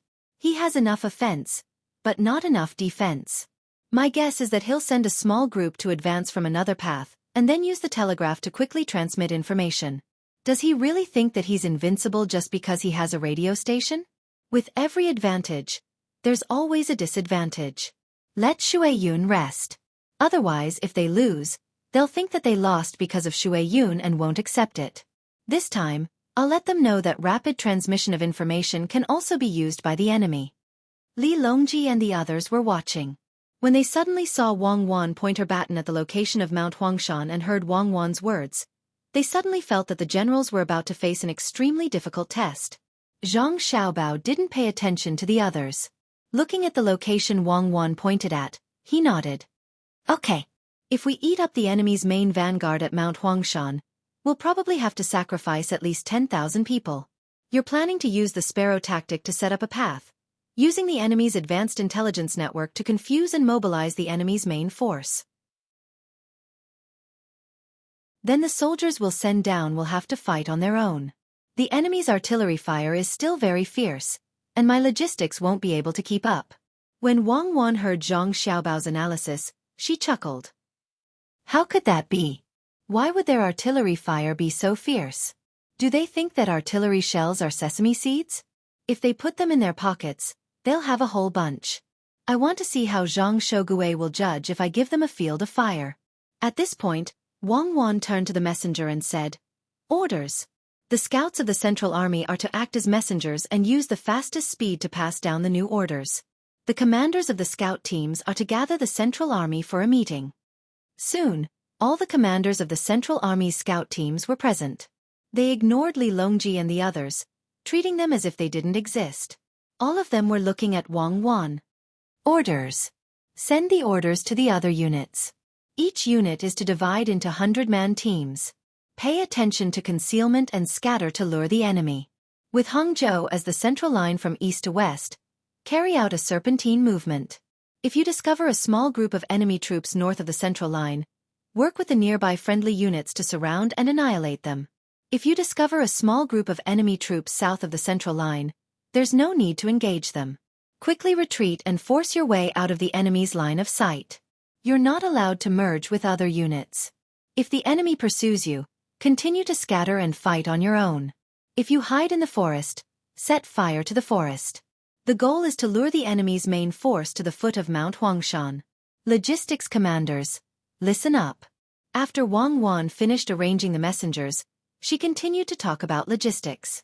Zhang Xiaobao gave a clean military salute and said, Chief Logistics Commander Zhang Xiaobao has arrived. Zhang Xiaobao, I order your troops to supply our main forces with bows and arrows without delay. Wang Wan was not Zhang Xiaobao's wife at this moment, but a real commander. Zhang Xiaobao also didn't treat Wang Wan as his wife. He said seriously, Zhang Xiaobao accepts the order. Messengers, pass on my order. Dispatch messengers from the logistics camp. Dispatch messengers to each division as soon as possible. Contents. In the logistics camp, except for the 1st and 2nd Independent Brigades, the ambush troops will not move. The logistics and supply team of the 1st Logistics Division, 1st Logistics Division, 1st and 4th Brigades, 2nd Division, 1st and 2nd Brigade, 1st and 2nd Regiment, 3rd Division, 1st and 3rd Regiment, 1st and 3rd Regiment, 4th Division, 2nd Brigade, 1st and 2nd Regiment, 1st and 3rd Regiment, 4th Division, 2nd Brigade, 1st and 3rd Regiment, 3rd Division, 2nd Brigade, 1st and 2nd Regiment, 4th Division, 3rd and 4th Independent Battalions, 4th Division, 3rd and 4th Independent Battalions, all will move at the same time. Gather all 20,000 troops, bring food and long-range weapon supplies, and quickly deliver them to Mount Huangshan. The other two ND Division's 3rd Brigade, the 2nd Brigade of the 4th Brigade, the 3rd Regiment of the 2nd Brigade of the 3rd Division, the 2nd Regiment of the 1st Brigade of the 4th Division, the 5th Regiment of the 1st Independent Regiment of the 1st Brigade of the 1st Division and the 5th Regiment of the 1st Independent Regiment of the 1st Brigade of the 1st Division. If the feint attack team does not receive the order within 10 days, they will move along the southernmost border of the Jiangnan roadmap, moving forward on their own to lure or engage the enemy's middle army.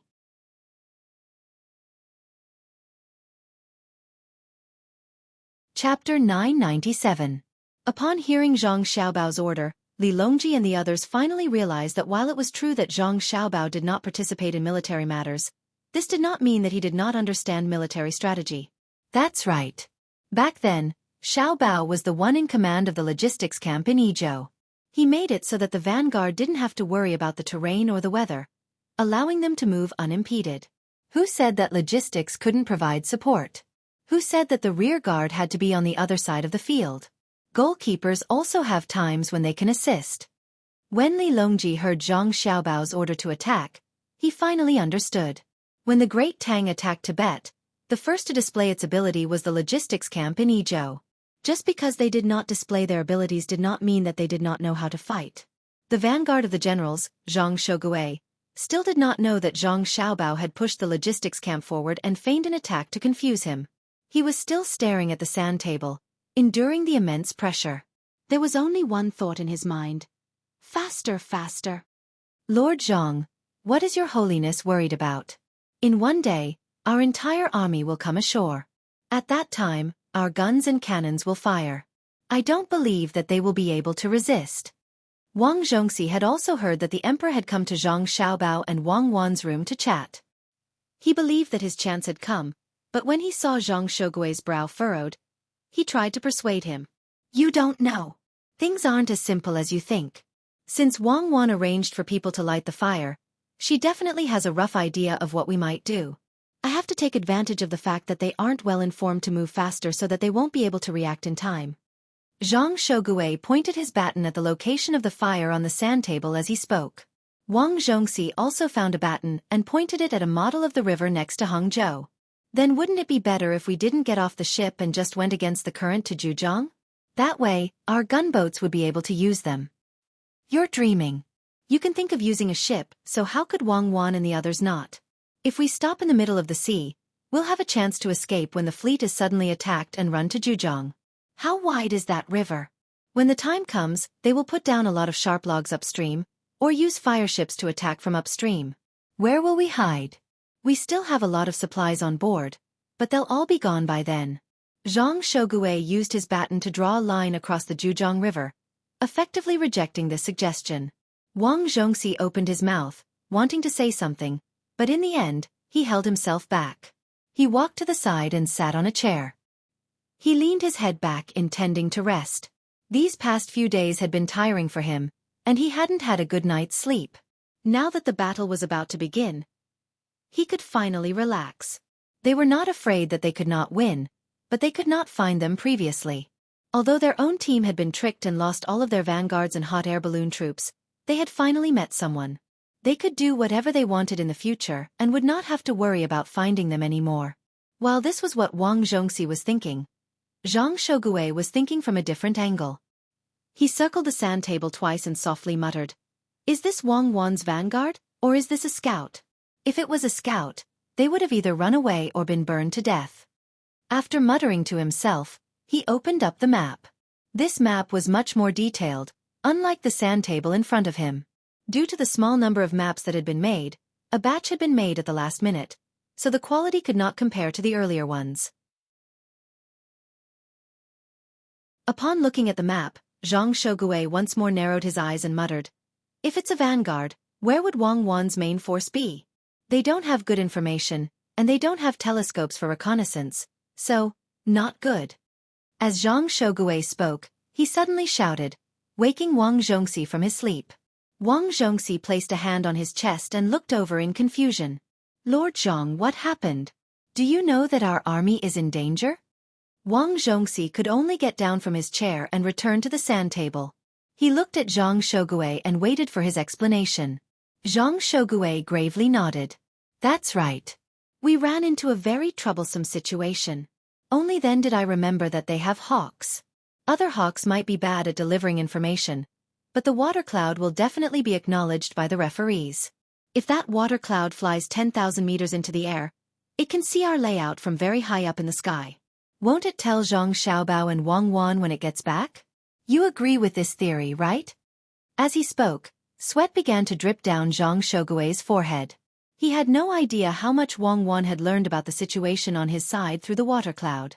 Wang Zhongxi and the other officers in the vanguard also sensed the threat from the sky. Some of them even raised their heads to look up. There was a canopy above, so there was naturally no water cloud, and the water cloud did not need to actually fly. "Then what do we do? Our every move is probably under the control of Wang Wan and Zhang Xiaobao. There's no way we can fight this battle. That hawk flies so high that we can't shoot it down with our guns. It can see us but we know nothing about it. In other words, Wang Wan can make arrangements according to our arrangements at any time. When Wang Zhongxi thought about the water cloud, he felt very helpless.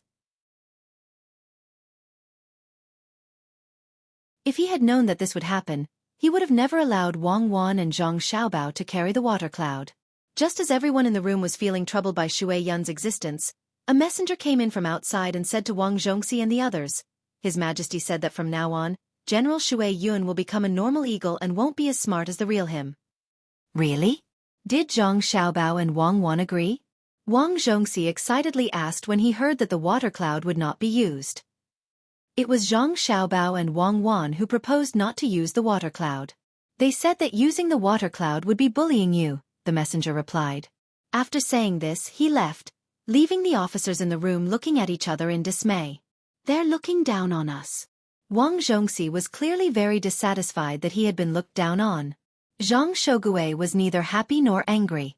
With a calm expression, he said, It seems that Wang Wan wants to move against us, or else she wouldn't have specifically mentioned the water cloud.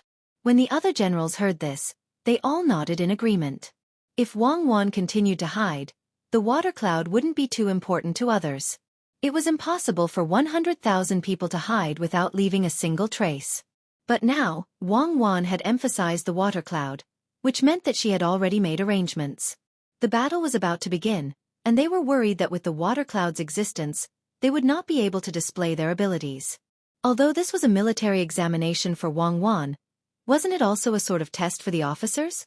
With this thought in mind, the officers calmed down and became more serious. They reckoned that after this competition, someone would judge them. If they performed poorly in this military examination, their positions might be changed.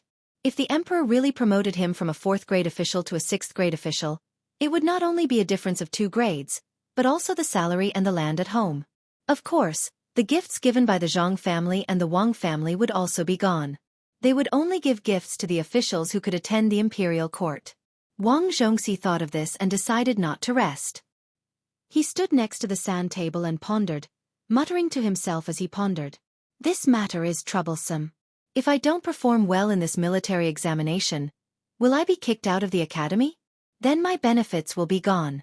In the future, if I want to eat the food of Savant's restaurant, I'll have to pay for it all myself. Also, the dried seafood will also be gone. If I want to be promoted in the future, it will be difficult. No, I have to be more serious.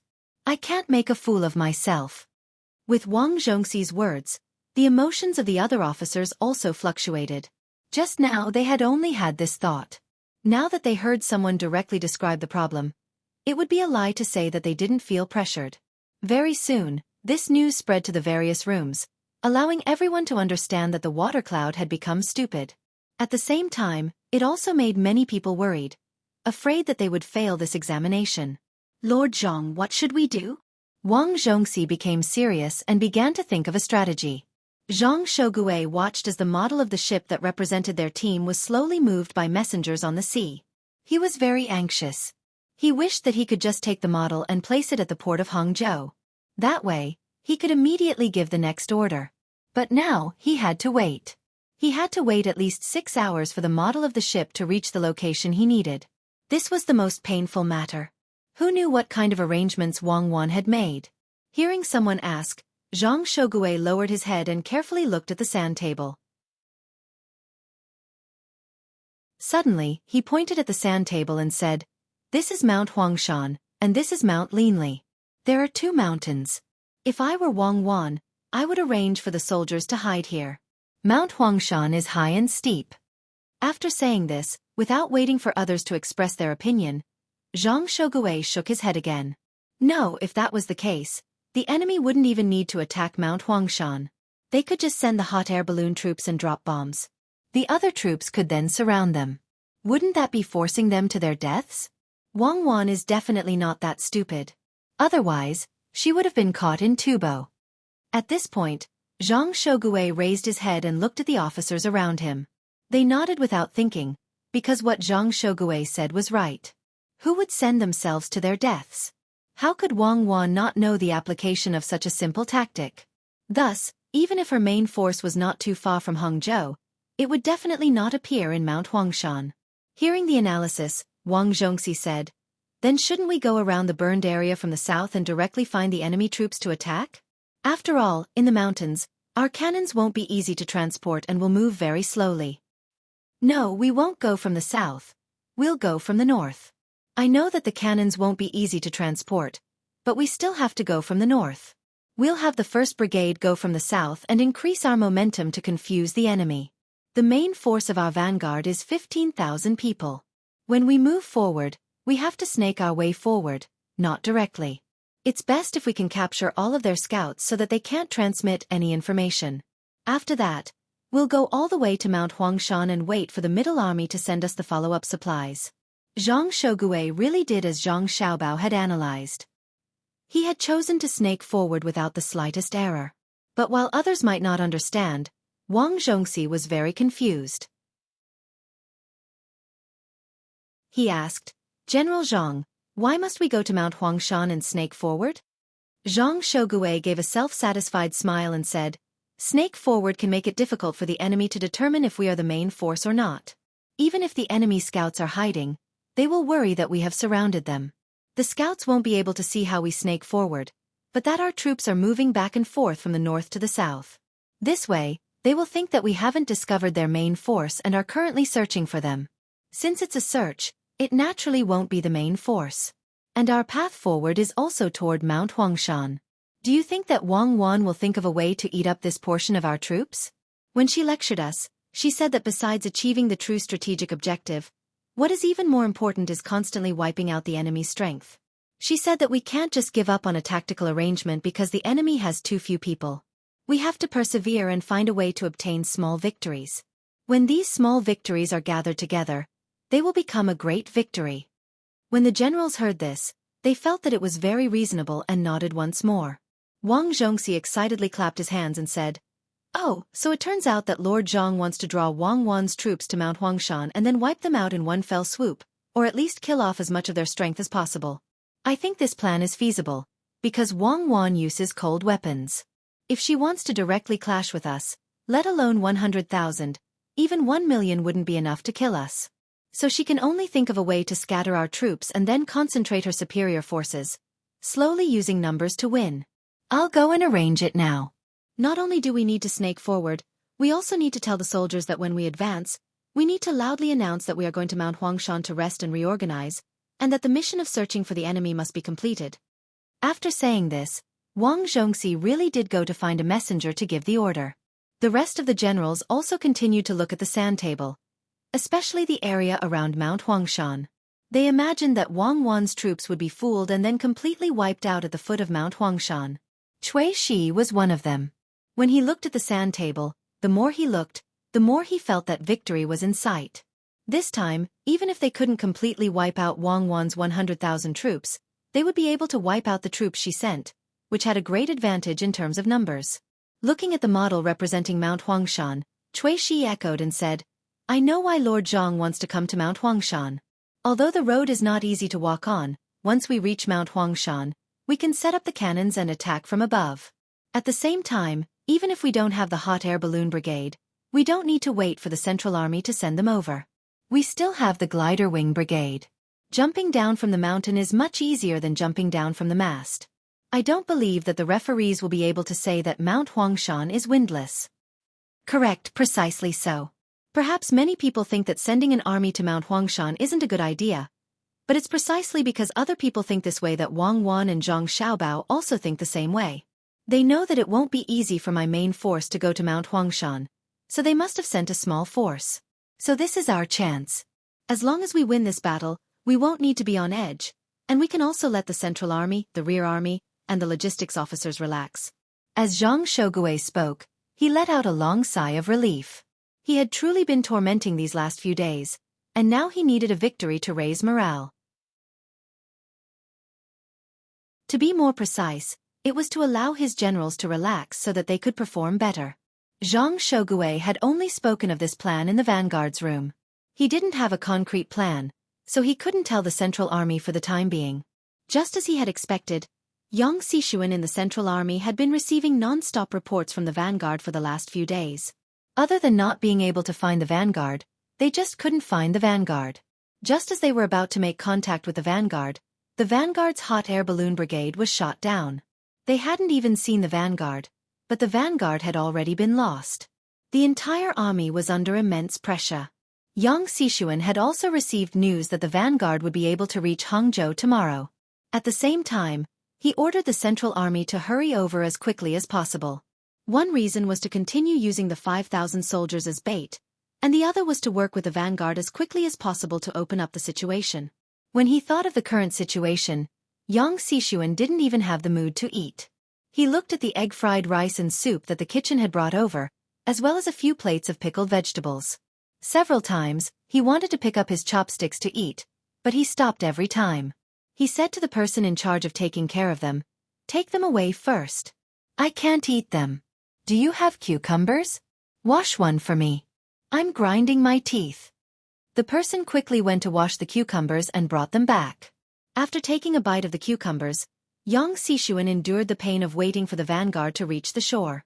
He said to the other generals, "If the vanguard fights with Wang Wan, we have to be very careful, because Wang Wan is definitely someone who likes to command battles on multiple fronts.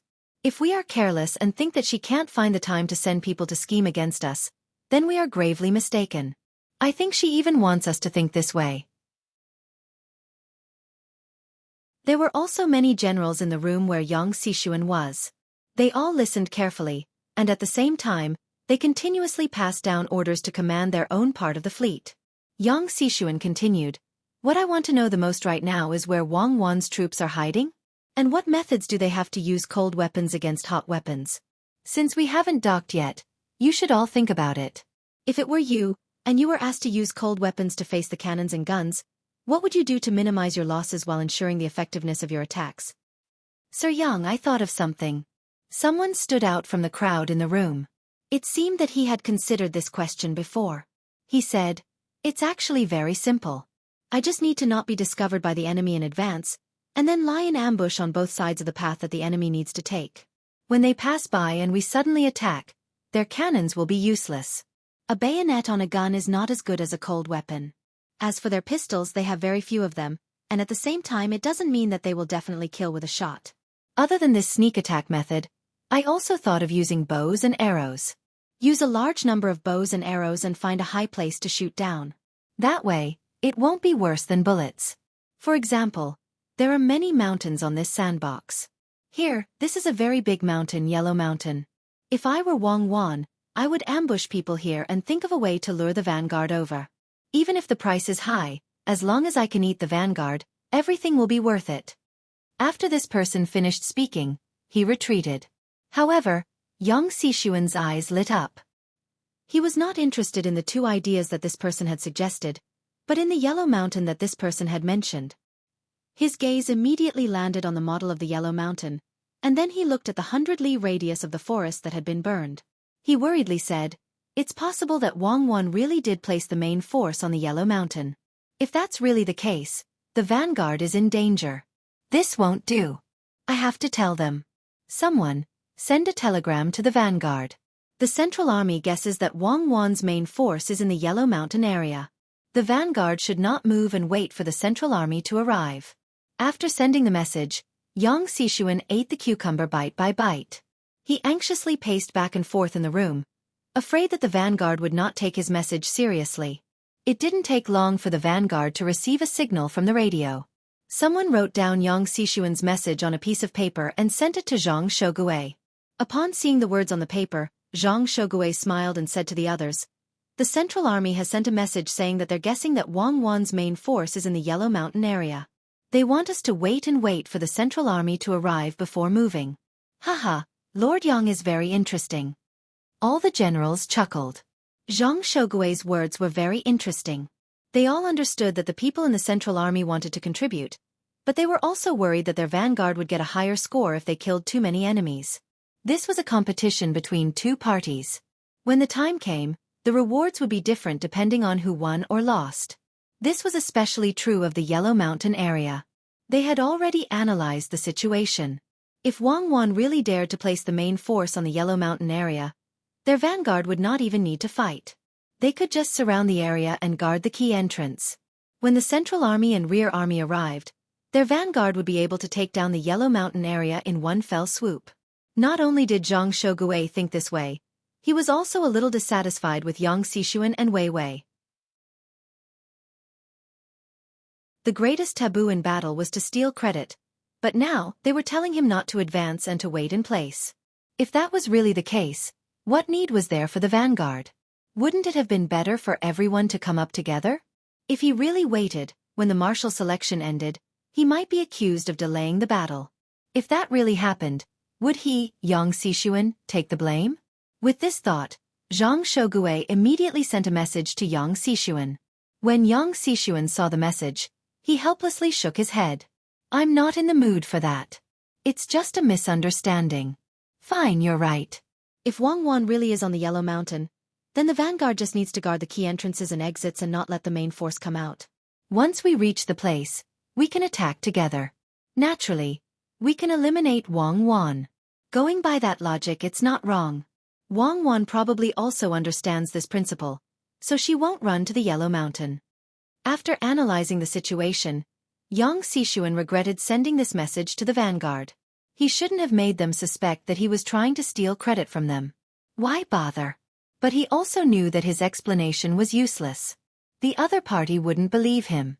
Handing the report to a general beside him, Yang Xixuan said, "Pass it around. Then think about where Wang Wan is most likely to be." When everyone saw the message, it was the person who had suggested the idea. At this time, he spoke again. I feel that Wang Wan had people light up the mountain because she wants to delay our attack. They need to set up a huge trap to trap us when the time comes. For example, if they empty a mountain or block a river, when we see that the river is shallow and halfway across, they will release the water. The people who cross will panic and lose a lot of their fighting strength. Those who don't cross will be naked on the other side of the river. In reality, this has a huge impact on the morale of the army. The judges will definitely make this judgment.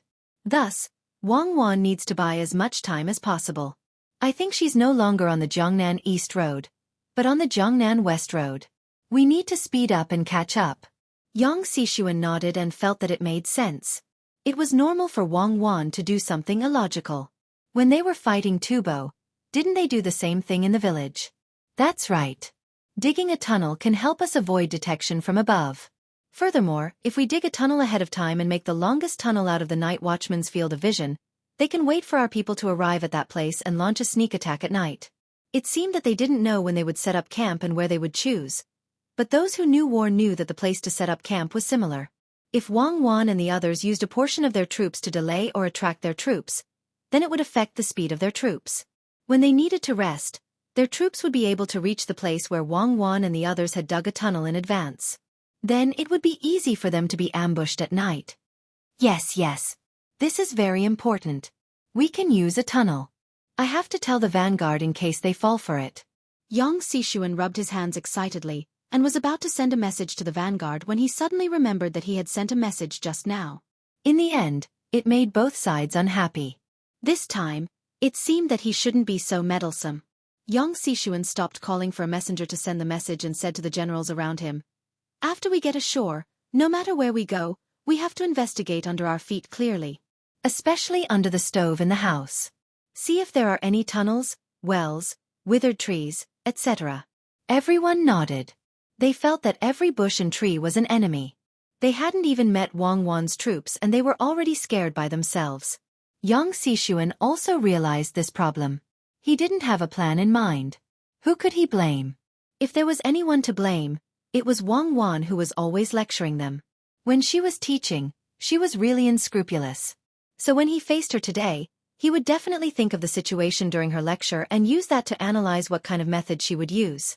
At this time, another person also spoke up. I think that Wang Wan has another choice, and that is to use their commoners to disguise themselves as soldiers to confuse us, while their main forces will circle around the vanguard and catch us off guard. They might even go around the vanguard to attack the rear camp and go around the rear camp to attack the supply team. What we need to do is to increase our surveillance. We can't let them pass by us and cause trouble for our allies. Yang Xishuan nodded lightly and didn't make any comments. He realized that if they responded according to everyone's thoughts, not to mention 100,000 people, even 1,000,000 people wouldn't be able to do it. Thus, he decided not to think about it blindly. It was better to send them ashore as soon as possible. At this time, compared to the confusion of the generals who felt that anything was possible, Zhang Xiaobao and Wang Wan were much more relaxed. Their strategy was very clear. As for how the enemy would choose their route and method, the two of them weren't very worried. The information they gathered was very useful in terms of probability. Under normal circumstances, if a person's actions could be different from what psychology said, then in a tense situation, that person's actions would be what they were supposed to do and not change their train of thought.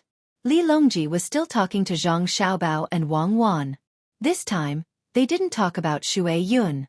Li Longji had just been diverted by Zhang Xiaobao and gave Zhang Xiaobao and Wang Wan some time to study their strategy. When he found out, he didn't say anything. Now that the two of them weren't very busy, he asked Zhang Xiaobao, Xiaobei and the others said that they want to give them tax exemption.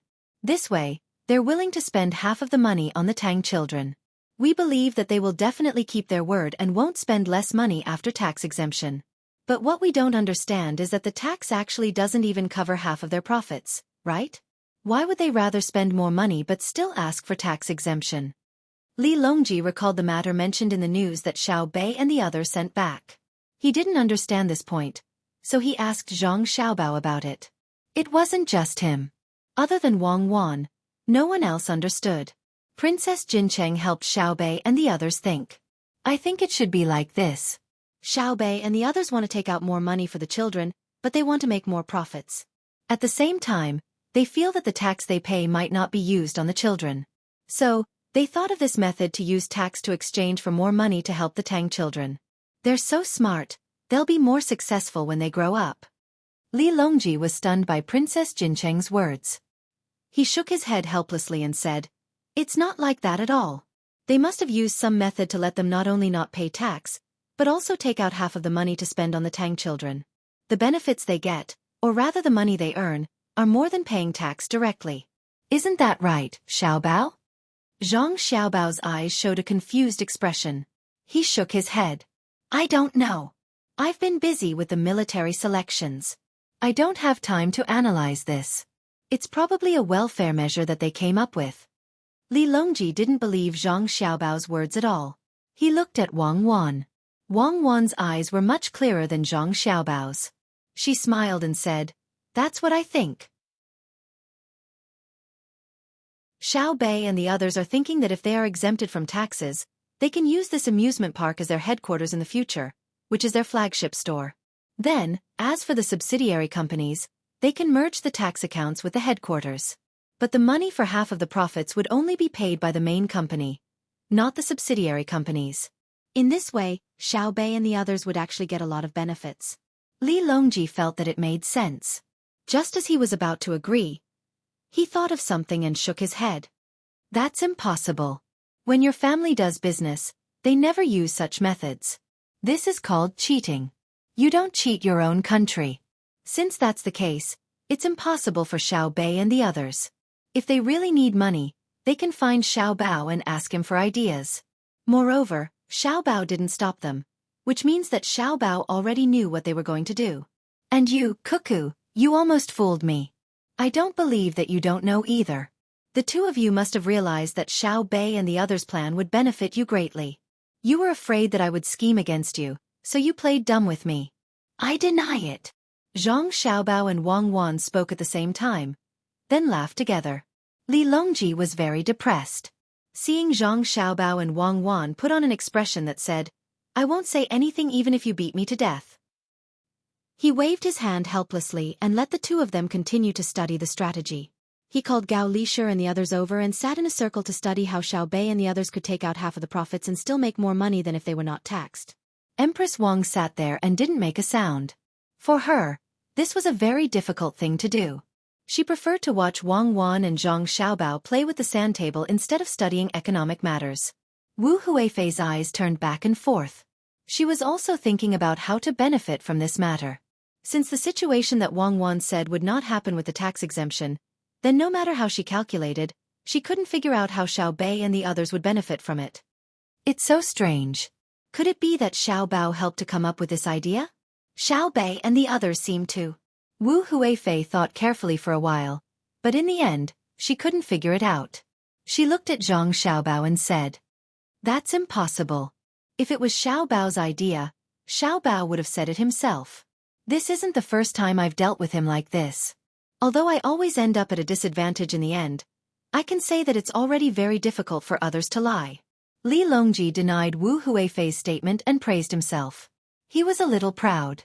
Gao Lishir echoed, "I don't think it was Xiao Bao's idea. Xiao Bei and the others have already thought of many good ideas. They always stay with Xiao Bao and Cuckoo, so their way of thinking is almost the same. As for the idea of not paying taxes and taking out half of the profits, I can't figure it out for the time being. Unless it's like this, the tax they have to pay is more than half of the profits they take out. Otherwise, it's not worth it. But if it's not worth it, they won't deliberately say it." Gao Lishir said a lot, but in the end, it was useless. Princess Jincheng blinked and listened. She was very much looking forward to Xiao Bei and the others getting more benefits from the tax exemption. Such a good group of children should be rewarded more. Even though Zuzhenchide was once the king of Tubo and controlled the whole of Tubo, he wasn't proficient in economic matters. He was far from being proficient in military matters. The only thing he knew about economic matters was that he used to trade with Tang dynasty. He used horses, cows, sheep, and other products to exchange for tea leaves, salt, and iron from Tang dynasty. Of course, there was also the simplest method, and that was to find a way to marry a princess of Tang dynasty. Regardless of whether the princess was a real princess or a princess who was promoted to a princess at the last minute, as long as he married her, he would get a lot of things and craftsmen. In the past, it wasn't only Tubo who did this. The Tujue and some tribes in the north of Hebei province also did this. Everyone had their eyes on the additional benefits of marriage. But later on, as Xiao Bao and Cuckoo gradually grew up, Tang dynasty stopped sending women out. Even when they sent people to pay tribute, the return gift was so light that the value of the tribute wasn't even enough. Now, although he didn't have to worry about Tubo not having enough food because Tang dynasty would send them, he still didn't understand economic matters.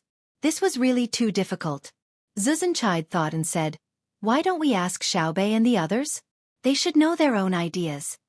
"We can't ask." Li Longji quickly said, "If we ask them, won't it make me look stupid?" "If the 9 of them can think of a method, I don't believe that I can't think of one myself." Everyone fell silent again as they tried to analyze the situation. After a quarter of an hour, Li Longji slapped his thigh and said, "I know what's going on now. They must have found out that if they want to pay taxes, then they have to pay a proportional tax that includes both costs and profits. In other words, their cost is higher and their profit is smaller. If they pay tax according to the method I said, they will earn less. It's better to take out half of the profit. For example, they sell a piece of candy for 100 copper coins, but the profit is only 30 copper coins. If the tax is 20%, they have to pay 20 copper coins. But after the tax is exempted, even if they take out half of the profit and use it for other purposes, it will only be 15 copper coins. In this way, they will pay 5 copper coins less. How about it? Am I right? Xiao Bao, did you hear that? Tell me, am I right?" Li Longji analyzed and felt that his analysis was completely correct. He was proud of himself again. Zhang Xiaobao smiled and replied, "I don't know either. Maybe it's right. I'm looking at the terrain here. It's autumn now. If it's winter, I don't know if it will snow heavily. If it does, it won't be easy to hide. It'll be difficult." Wang Wan didn't need Li Longji to ask and said, "So you can think like that? Amazing. After this busy period, I'll get someone to report it and ask Xiao Bei. At least I have to understand what they are doing. The profit ratio is so small."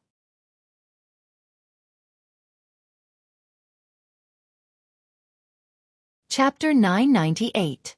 When Li Longji heard Zhang Xiaobao and Wang Wan's answers, he immediately understood that he was wrong. Xiao Bei's amusement park project definitely earned a lot of profits, and the ratio was very high. Otherwise, the two of them would have admitted it just now.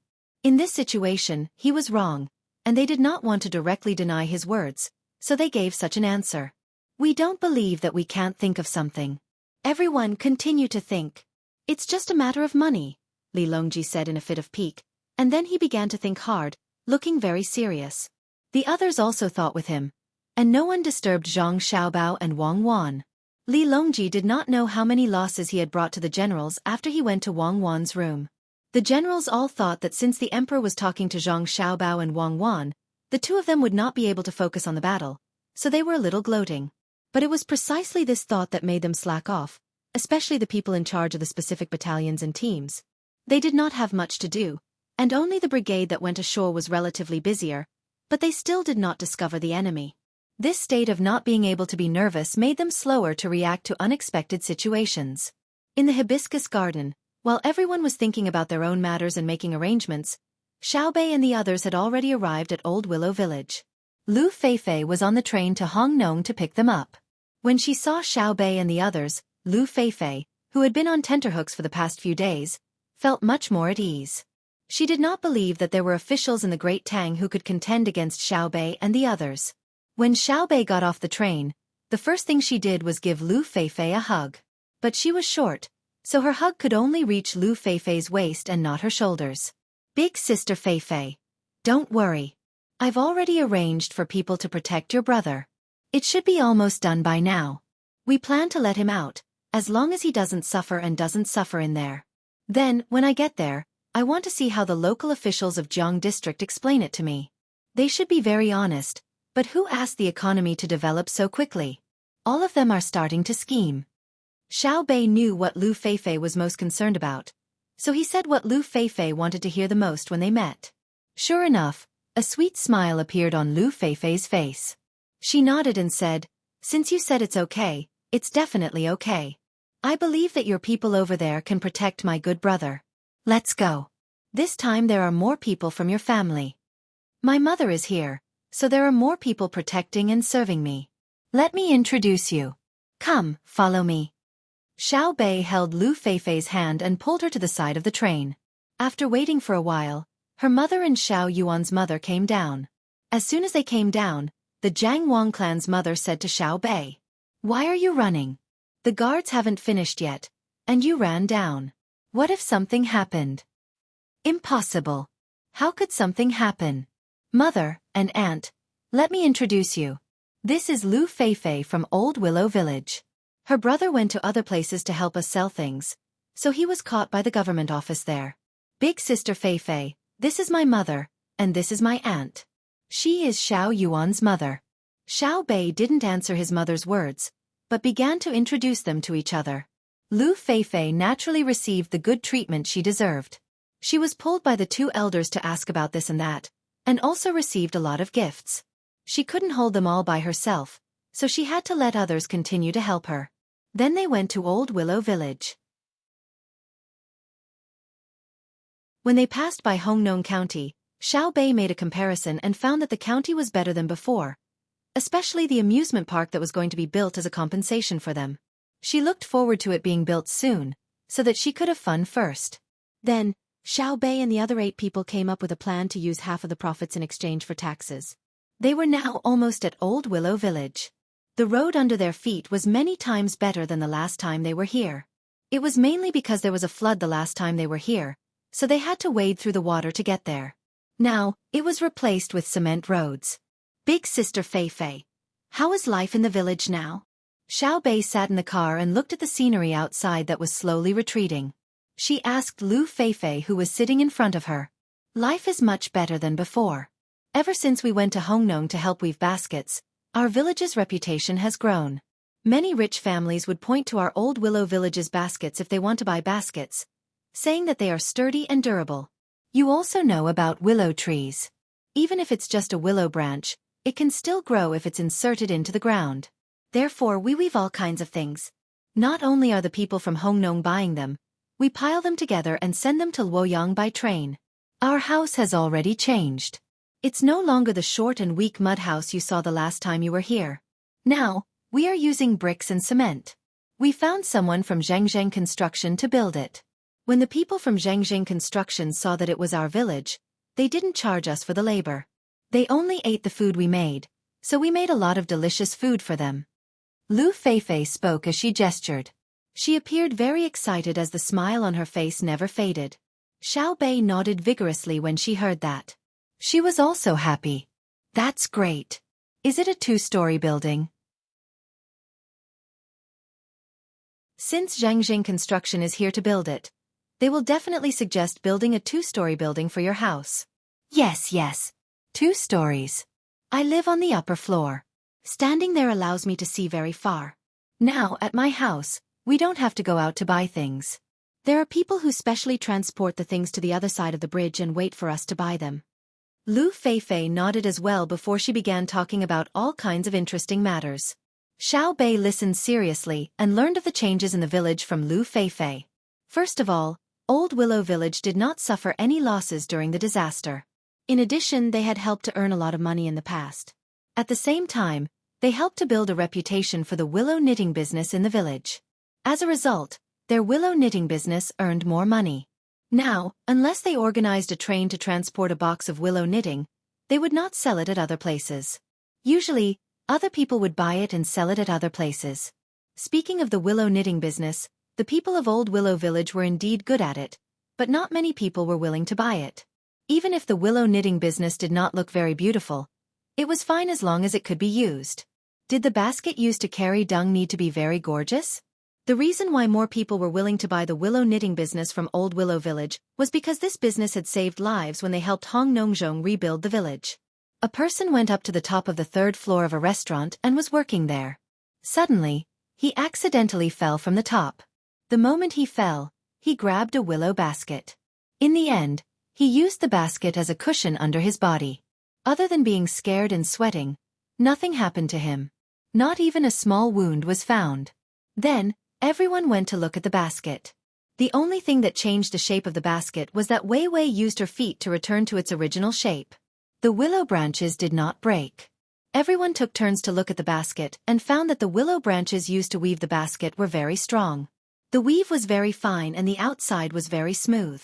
There were no burrs at all. This was really a good basket. Otherwise, how could it save a life? Everyone went to ask who made the basket. After asking, they found out that it was the people from Old Willow Village who provided it. From that moment on, Old Willow Village's willow knitting business became famous. The material was good, the workmanship was good, and it was auspicious. Just like that, as long as the people around wanted to buy a basket, they would choose Old Willow Village's products. When there was demand, there would naturally be production. The people of Old Willow Village were busy weaving all kinds of things every day. Merchants came over and waited at the bridge for the people of Old Willow Village to bring the things they wanted to sell over. They would pay the money and directly buy it. Many merchants came, but the amount of goods produced in the village was limited. Therefore, the merchants waited for a long time, but there were very few who could actually buy. When a smart merchant saw this situation, he simply stopped buying willow knitting. He found a few people to be his shop assistants and began to sell soup pancakes, noodles, wontons, and so on. The noodles were directly bought in Old Willow Village. The shredded cucumber sprinkled on top of the noodles were also bought in the village. The village's own seeds made the merchant's business very good. When the other merchants saw this, they all thought of ways. Not only did they buy things from Old Willow Village, but they also transported things that the village did not have. When the people of the village came out to sell willow knitting, they would naturally take a look at other things. Therefore, during winter, a market appeared outside Old Willow Village. Now that spring had arrived, the market became even more prosperous. Xiao Bei and the others were very happy when they heard this. As long as the village was doing well, it was happiness in their hearts. However, the 2 adults and their mother heard a lot of things from the story and recalled things that happened a long time ago. At that time, although the Zhang family and the Wang family could still live a normal life in Xueqi, it was definitely not very good. Compared to now, it was a world of difference. Later on, it was Xiao Bao and Cuckoo who helped develop it bit by bit. First they set up a market. Then they kept making things outside. All kinds of good things were made. Now, Sanshui County was no different from their own family. If you randomly picked a family in Xueqi and placed them in a normal place, they would be a local wealthy family. Whether the life of a place is good or not, you just need to see if there is a market and what is sold in the market to know. Xiaobei, you should let the officials of each place look at the market in the place they are in charge of. Only by looking at the market can you know what the local people lack, their living habits and so on. You don't need to check the various accounts and tax records. Because many of the markets are organized by themselves, they don't collect taxes. Xiaobei's mother, Zhang Wangshe, thought about what had happened in the past and the current situation. She analyzed the situation and said to Xiaobei. Xiaobei nodded repeatedly. That's right. Don't just sit in the yamen all day. It's better to go out and walk around. A real local official should be a qualified farmer when he sees the land. When he sees the business, he should be a qualified merchant. When he sees the tools, he should be able to make them even without being asked. At the very least, he should know the principles of how to make and use tools. This way, he can truly be a good local official for the people and not just stay in the yamen all day. I have decided. When I return, I will discuss with Uncle Emperor and let him tell us about the investigation by the Ministry of Appointments. Don't just focus on how much taxes the local officials paid this year. Sometimes, it is best to exempt the taxes and give the people a chance to develop and save. Exempt them from paying taxes for 2 years. Maybe the amount of money in the local government's treasury is too little for the people to see. But after 2 years, the people will use the tax-free money to buy good tools or do business and develop. Then, the local government will naturally have money. When Zhang family heard her daughter's thorough analysis, the smile on her face became brighter. Which other family's child would know so much at such a young age? Other than Xiao Bao and Cuckoo, it seemed that she had never seen anyone like that before. Xiao Yuan, you say something too. When Xiao Yuan's mother saw that Xiao Bei spoke well, she immediately asked her son to show off. Xiao Yuan was very helpless. What's there to say? It's just that some officials always want to be promoted. For example, Sanshui County's revenue doubled this year. Then, when the Ministry of Appointments evaluated him, they gave him a high grade and he was promoted. Hence, the second official who came to Sanshui County saw that it was actually so easy to be promoted. Alright, he started to sell the things in the county. For example, there was a piece of land.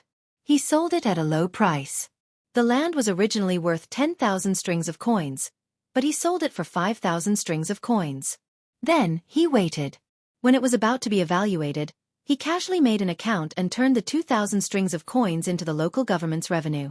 However, he did not write that piece of land.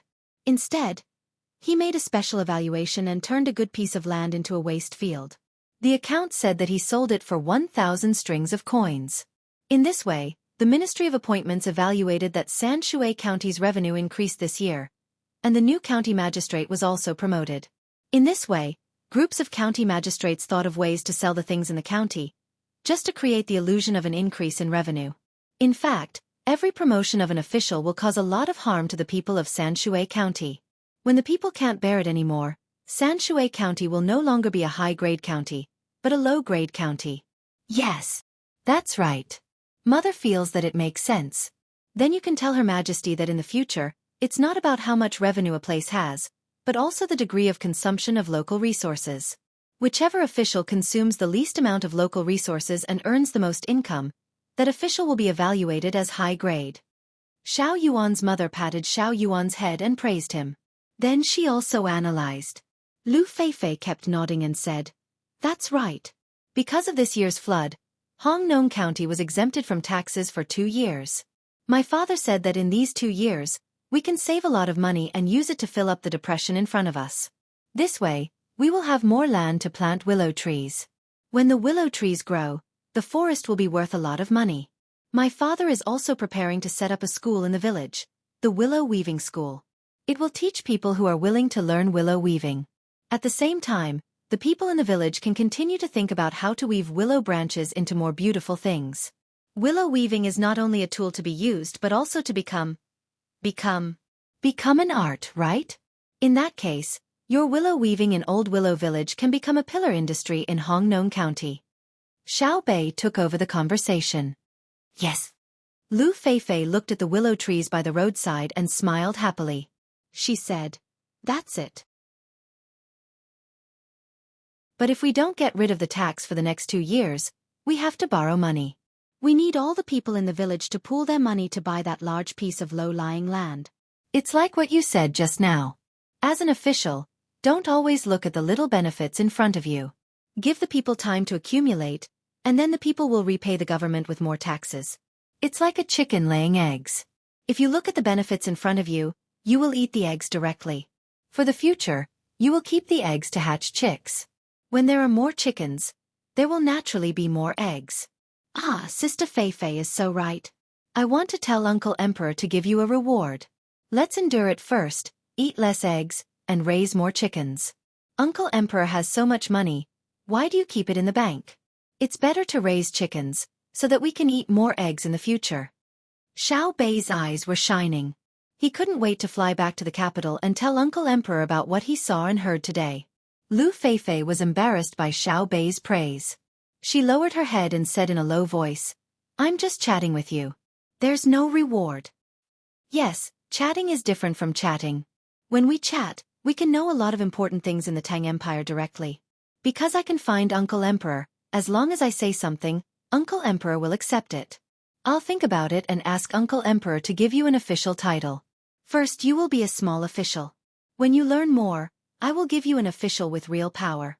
Otherwise, if you do something wrong at the beginning, it will cause losses. Yes, just do it. Anyway, Uncle Emperor has a lot of officials. When Xiao Bei was talking, he decided to give Lu Feifei an official title. As for what it was and what grade it was, Xiao Bei didn't know now. He had to see Uncle Emperor to ask clearly. Lu Feifei was shocked. At the same time, she couldn't believe that she was going to be an official. She was still a child, so she became nervous at once. I don't know how to be an official. I don't know anything. Xiao Bei, I'm scared. Don't let me be an official, okay? If you don't know how to be an official, you can be an official. I guess some officials are worse than you. They only know how to take the imperial examinations. When it comes to practical work, they are confused and leave it to others. Anyone can be an official like this. Listen to me. If you don't know how to do it, I'll teach you. If you don't know how to do it, you can ask my brother and sister. Xiao Bei continued to persuade her. Lu Feifei didn't refuse this time. Instead, she opened her eyes wide and looked at the things outside moving in the opposite direction as the carriage moved. She was imagining what she would do when she became an official in the future. Lu Feifei didn't wake up from her fantasy until she heard all kinds of noises coming from the market in front of Old Willow Village. She smiled and said, "If I become an official, I will fix the market first. At least, I will fix the drainage ditch. I can't pour water on the ground casually. Yes, I will do such a small thing first. I don't know how to do big things."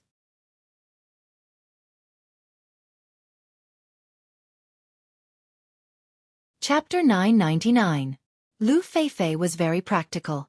She didn't plan to do anything big. She just wanted to solve some small problems. In fact, she knew that the ditch was not difficult to dig. She could dig it out quickly with a shovel and pick and then lead it to the river. The difficult part was how to make everyone obey. Without an official, there was nothing she could do if they didn't listen. Xiao Bei blinked and came up with an idea.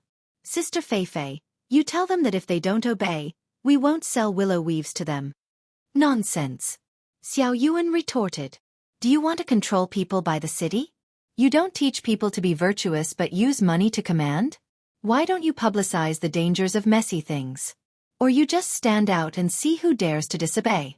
If we directly order the guards to arrest them, the censorate won't dare to impeach us, right? Mother is here. Don't scold me." Xiao Bei looked at Xiao Yuan with his big eyes. Just as Xiao Yuan was about to speak, his mother scolded him. "Don't scold Xiao Bei. If you have an idea, just say it. I say just give her an official. We can make our own official seal and official uniform. But the imperial seal can't be copied. We can make it up later. We can just say yes. They won't ask." Xiao Yuan felt that he had no status and said in a fit of pique. Xiao Bei smiled at Xiao Yuan. Then listened to Xiao Yuan. "Let's do it first. We can also make the imperial seal. I'll send a message right away and ask Uncle Emperor for authorization. Yes, we can't wait to go back to the capital. Someone, send a signal to my brother in the capital. Tell my brother to ask for authorization from Uncle Emperor. I want to ask for an official position for Sister Fei Fei. I don't know what kind of position it should be, but it has to be one who can manage the area around Old Willow Village. Rank 7. Send it there as fast as you can. Xiaobei shouted outside and said to the servant girl in the inner courtyard in the car, "Let's make the clothes first. Once the message comes, our clothes will be ready. Show the efficiency of our family." Now they were busy. Xiaobei and his people didn't get off the car. They could see the market from afar. The team stopped and the cook started to cook. The tailor was measuring Lu Feifei's size. The person in charge of the radio adjusted the frequency and took the most urgent route. Xiao Hai got out of the car and stood outside to look at the market with a pair of binoculars. After thinking for a while, he said, "Raise our flag. We're already here. There's no need to keep a low profile." Immediately, someone began to raise the flag. Along the way, they did not hang any signs. From a distance, they could not see the embroidered pattern in front of everyone's chests. It was impossible to guess who made up this vast and mighty team. The main thing was that he was afraid that when he passed by Hong Nong, the officials inside would hear the news and stop working and run out to welcome him. The people in the market also saw the long line of people coming over. Just as they were wondering which large caravan it was, a large flag with 9 rice seedlings surrounding a bonfire floated up. The bustling market instantly fell silent. These banners were far too familiar. They were unique to the Great Tang, and it was very easy to tell which banners represented whom. "They're here, they're here. Xiao Bei and the others are here." A child from Old Willow Village was picking candy in the market. After seeing the flag, he gave up on the candy and the money. He ran toward the bridge with both arms and shouted at the top of his lungs. The candy seller looked at the money and then looked at the candy. He said to a dough maker next to him, "Help me take a look. I'll send the candy over. Don't let people think that I took his money for nothing." A person selling liangpi carefully kicked a cucumber, but that had just been thrown to the ground to the back of the cart. A person selling cabbages that had been stored for winter also picked and put the best-looking cabbages neatly in front of him. The people in the market stopped shouting. The shoppers stood motionless, and the sellers began to clean up. No one asked them to do so, but they felt that it should be so. Then, the crowd waited. When the team came over, no one went forward to welcome them. Until the villager of Old Willow Village led a group of people across the bridge, the market remained silent. The villager looked around and said to the people behind him, "Wait here. I'll go." After saying that, the old man tidied his clothes, raised his head and puffed out his chest, and walked unhurriedly toward the team. Xiao Bei and the others were ready to eat. They asked the chef to make a lot of food. There were already more than 1,500 people in their team, so they might as well make more. They even brought along the people from Old Willow Village and the people in the market. The flags that were raised did not belong to the 2 mistresses of the family. Xiao Bei and the others did not want others to know that their mother had followed them. At this moment, she was waiting for news from the capital. She was still using her family's intelligence network. The speed of transmission was slow in her opinion. Her brother and sister had said that there was a place where no matter how far away it was, if one side wanted to talk to the other side, it would be done in the blink of an eye. The villager of Old Willow Village, Old Man Lu, moved over. The people in the team were doing their own things. Only a maidservant came over. "Third Grandpa, why did you come personally?" The young ladies and young masters said that they would invite you when the meal was ready. Hearing the maidservant's words, a smile appeared on the old man's face. Regardless of whether the maidservant would really invite him, the words coming from the maidservant's mouth made him feel comfortable. "It's not like I can't walk." "Ah, where are Xiao Bei and the others? Take me to see them. In the blink of an eye, it should be half a year. Let me see how much taller they have grown." The old man's eyes looked at the biggest carriage in the middle. The maidservant came over to help him walk there. When they were 20 steps away from the carriage, someone had already told the people in the carriage the news of the village chief's arrival. Xiao Bei was the first to push open the door and jump out. She opened her arms and ran to the old man's side. She grabbed the old man's clothes with both hands and said happily, "Third Grandpa, I'm here again. Did you miss me?" Old Man Lu was overjoyed. He picked Xiao Bei up and kissed her hard. He said, "Yes, yes. Even if I didn't miss myself, I would still miss you guys. You're really heavy. We missed third grandpa too. When we came, Sister Feifei said that every family in our village had built a house. I wished I could grow a pair of wings and fly to that place so that I could see it earlier. I know that if third grandpa was not the village chief, it would take at least half a year to build a house. Xiao Bei hugged Old Man Lu's neck with one hand and said, "Your little mouth is as sweet as honey." Ha ha ha. Old Man Lu finally knew why the current emperor doted on Xiao Bei and the others so much. Apart from her brother and sister being powerful, she herself was not bad. She was pretty and had a sweet mouth. She gave people the feeling that she was his own daughter. Xiao Bei also laughed and said, "Third grandpa, you can choose today. What do you want to eat? I'll ask someone to make it for you. We have to have the ingredients we brought." At this time, the other 8 children also ran over. Li Jun and his sister Pan also followed outside and looked around curiously. The mistresses of the 2 families also came down one after another. Old Man Lu immediately put Xiao Bei down and walked a few steps forward. He was about to salute them when Jiang Wang clan reached out and stopped him. "Uncle Lu, there's no need to be so polite. We just came to take a look." When Old Man Lu saw that the 2 of them were wearing ordinary clothes and heard what they said, he didn't pretend to be polite.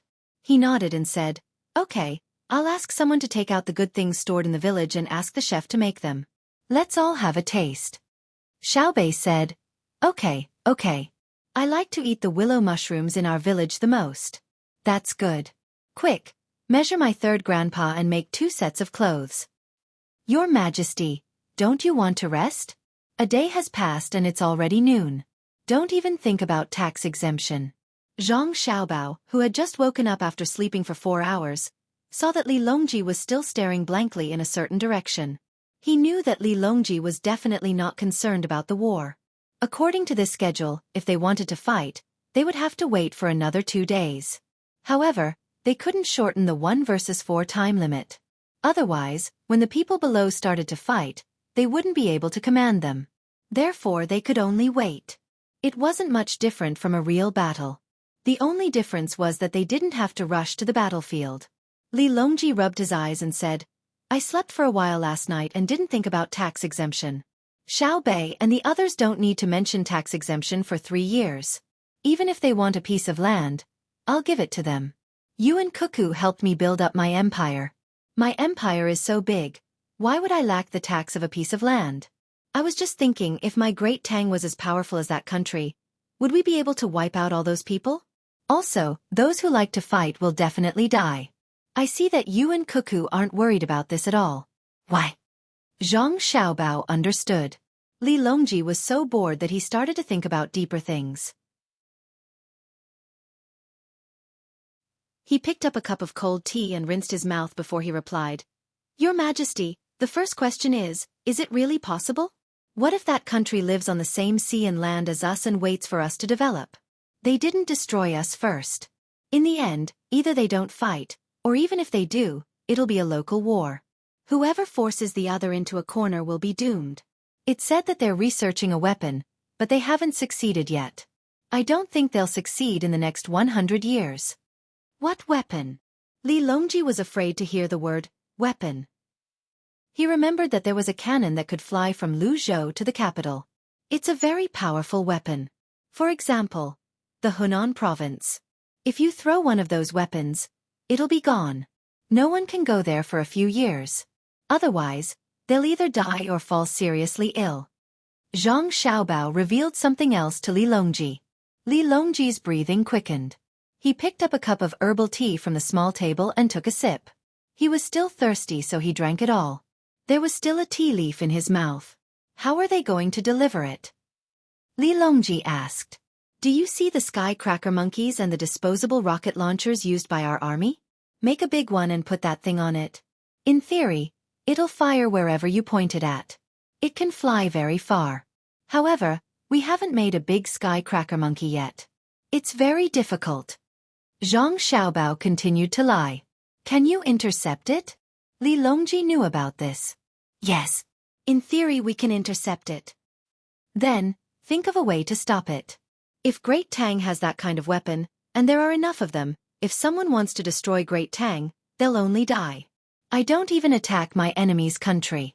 If I attack my own country, who can they stop me? Suicide? Mutual destruction. If there are enough of them, we'll detonate them all at once. No matter where they are, as long as they're standing on this land and the sky above them, they'll die with us. As for your Majesty's second question, it's very simple. A warmonger is a sure way to die. The first question is that war is a war of population and resources. If you keep fighting, your country won't be able to develop. The second question is that in the end, all the countries in the world will oppose you. Your Majesty, you don't have to worry about the first question. I'll control it well. I'll plunder as I fight. The second question will depend on the method used. In war, it's not necessary to use cannons. There are many methods we can use, such as using 2 peaches to kill 3 soldiers or driving a tiger to devour a wolf. Zhang Xiaobao wasn't worried at all. At the very least, he wouldn't use nuclear weapons while he was still alive. As for whether he could make it, that would depend on the speed of technological development. He didn't care about the second question either. In this world, the current Great Tang could be defeated unless something unexpected happened, such as an earthquake, a typhoon, or continuous rain or snow. Li Longji thought about it for a moment before nodding. If that's the case, I'm relieved. You guys can continue fighting and try to minimize the casualties. I'll take out money and have the commoners give birth to more children.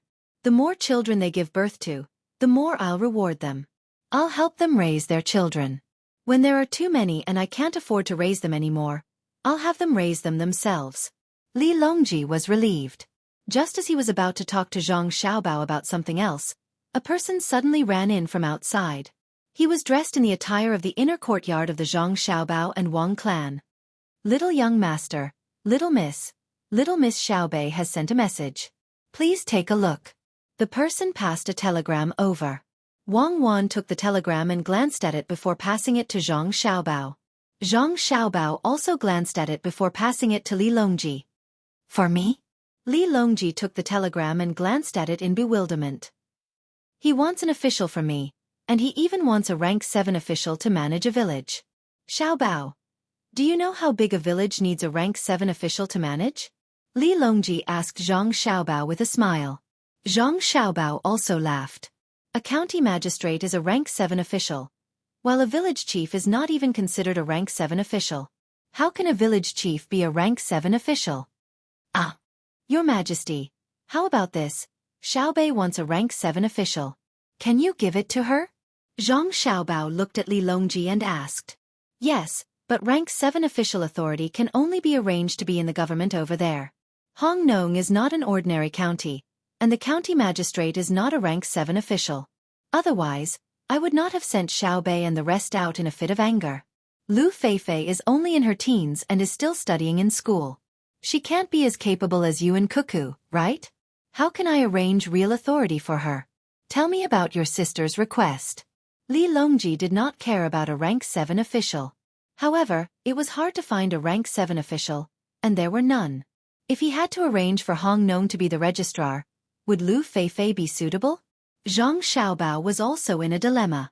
This sister of his, it was not easy to get an official position. At this time, Wang Wan said, Xiaobao, why don't we put her in charge of the agriculture temple? Old Willow Village has a lot of willow trees, and there is empty space around it. We can plant willow trees there. Let the agriculture temple come up with a plan, and Lu Feifei can be the messenger. With willow trees as station guards, we will have a rank 7 official. Li Longji clapped his hands. That's right. Lu Feifei, go and be station guard Lu. You will be directly under the agriculture temple. You will help to study the characteristics and use of various willow trees, and also the mutual promotion and suppression of other species. Rank 7. Rank 7 official. Come, Xiaobao, call your people here and use your family's intelligence network. Propose that Lu Feifei of Old Willow Village, Hongnong County, Guizhou, Hunan Province, Old Willow Village, Hongnong County, Guizhou, Hunan Province, Lu Feifei will be station guard Lu under the agriculture temple. All matters will be delegated by the agriculture temple, rank 7 official. The other side will send a telegram to the various levels, and the capital will send a document over. At that time, it will be really confirmed, and it will be recorded in the Ministry of Personnel in the Agriculture Temple. The local yamen will not care. They are directly under the Agriculture Temple, and under the direct control of the central government. Although the rank is not high, and the position is not high, the power is great. They can go directly to the capital if they have something to do. Why don't other local officials have a try? When the news reached Xiaobei's team in Old Willow Village, the food had just been prepared. Xiaobei asked people in the village and the people in the market to eat together. It was lively. Lu Feifei's mood was not stable, and she was always absent-minded. When others talked to her, she would suddenly wake up. Old man Lu looked at her and found that something was wrong. He pulled Lu Feifei over and asked, "Feifei, what's wrong with you? Are you still thinking about your brother?" "No." Lu Feifei shook her head. Xiaobei said that the other side has arranged everything. I am. Sister Feifei is afraid that I can't get the position she asked for. Don't worry, Uncle Emperor will give it to her. It is just a 7th grade official with real power, and it is not a big deal. If he really doesn't give it to me, I will resign from my patrol and retire to my hometown. Xiaobei could think the same as Lu Feifei, and comforted her loudly. When the people heard her say that she would retire to her hometown, they laughed heartily. How old was she? She was already a skeleton? But as soon as they laughed, they suddenly realized what she said before. Wasn't it just a 7th grade official with real power? Now they could not laugh. If a 7th grade official with real power was not a big deal, what would be considered a big deal? Old man Lu's reaction was the most direct. He jumped up and looked at Xiaobei in disbelief, asking in a trembling voice, "Xiaobei, did you really ask for a 7th grade official for Feifei?" "Yes, a 7th grade official, and it has to be able to manage things." An 8th grade official does not sound good. A 6th grade official can be the county magistrate of Hongnong. It is not easy for me to ask Uncle Emperor to do something for me. Later, Uncle Emperor may not ask me to do anything. No matter how low the official position is, I will compensate for it. Xiaobei explained very seriously why it was a 7th grade official instead of a 6th grade official or an 8th grade official. As soon as he finished speaking, the team's radio station received the appointment, and the person in charge came over to whisper to Xiaobei. "Well, Uncle Emperor scolded me. He said that next time when I ask for an official position, I should pay attention to the place and the grade. Don't ask for one that doesn't exist. Isn't this cheating? Hee. Congratulations, Sister Feifei. From now on, you are Station Supervisor Lu under the jurisdiction of the Agriculture Temple in Old Willow Village, Hongnong County, Guizhou, Hunan Province. You are a 7th grade official. Come, give something to Sister Feifei." Xiaobei shook his head and clapped his hands to congratulate her. The family took Lu Feifei to the carriage. When Lu Feifei came out again, her clothes were changed. It was a green robe with a small flower on it. If one smelled it carefully, one could smell the smell of cloth. A group of people had just rushed out and had not rinsed it yet. Lu Feifei also held a small official's seal in her hand. It was carved out of jade and had not been inlaid with copper, but it was still too much. The official document will be issued in the future. Now, Sister Feifei, you are an official. You can use your seal for now. Don't think about whether it's beyond the limit. It's Uncle Emperor's fault for not giving it to you. If someone asks, you can tell them that it's an ordinary stone. That means you don't recognize it as jade. I'll also give you a silver fish pouch." Xiaobei knew everything, but he insisted on teaching Lu Feifei to play dumb.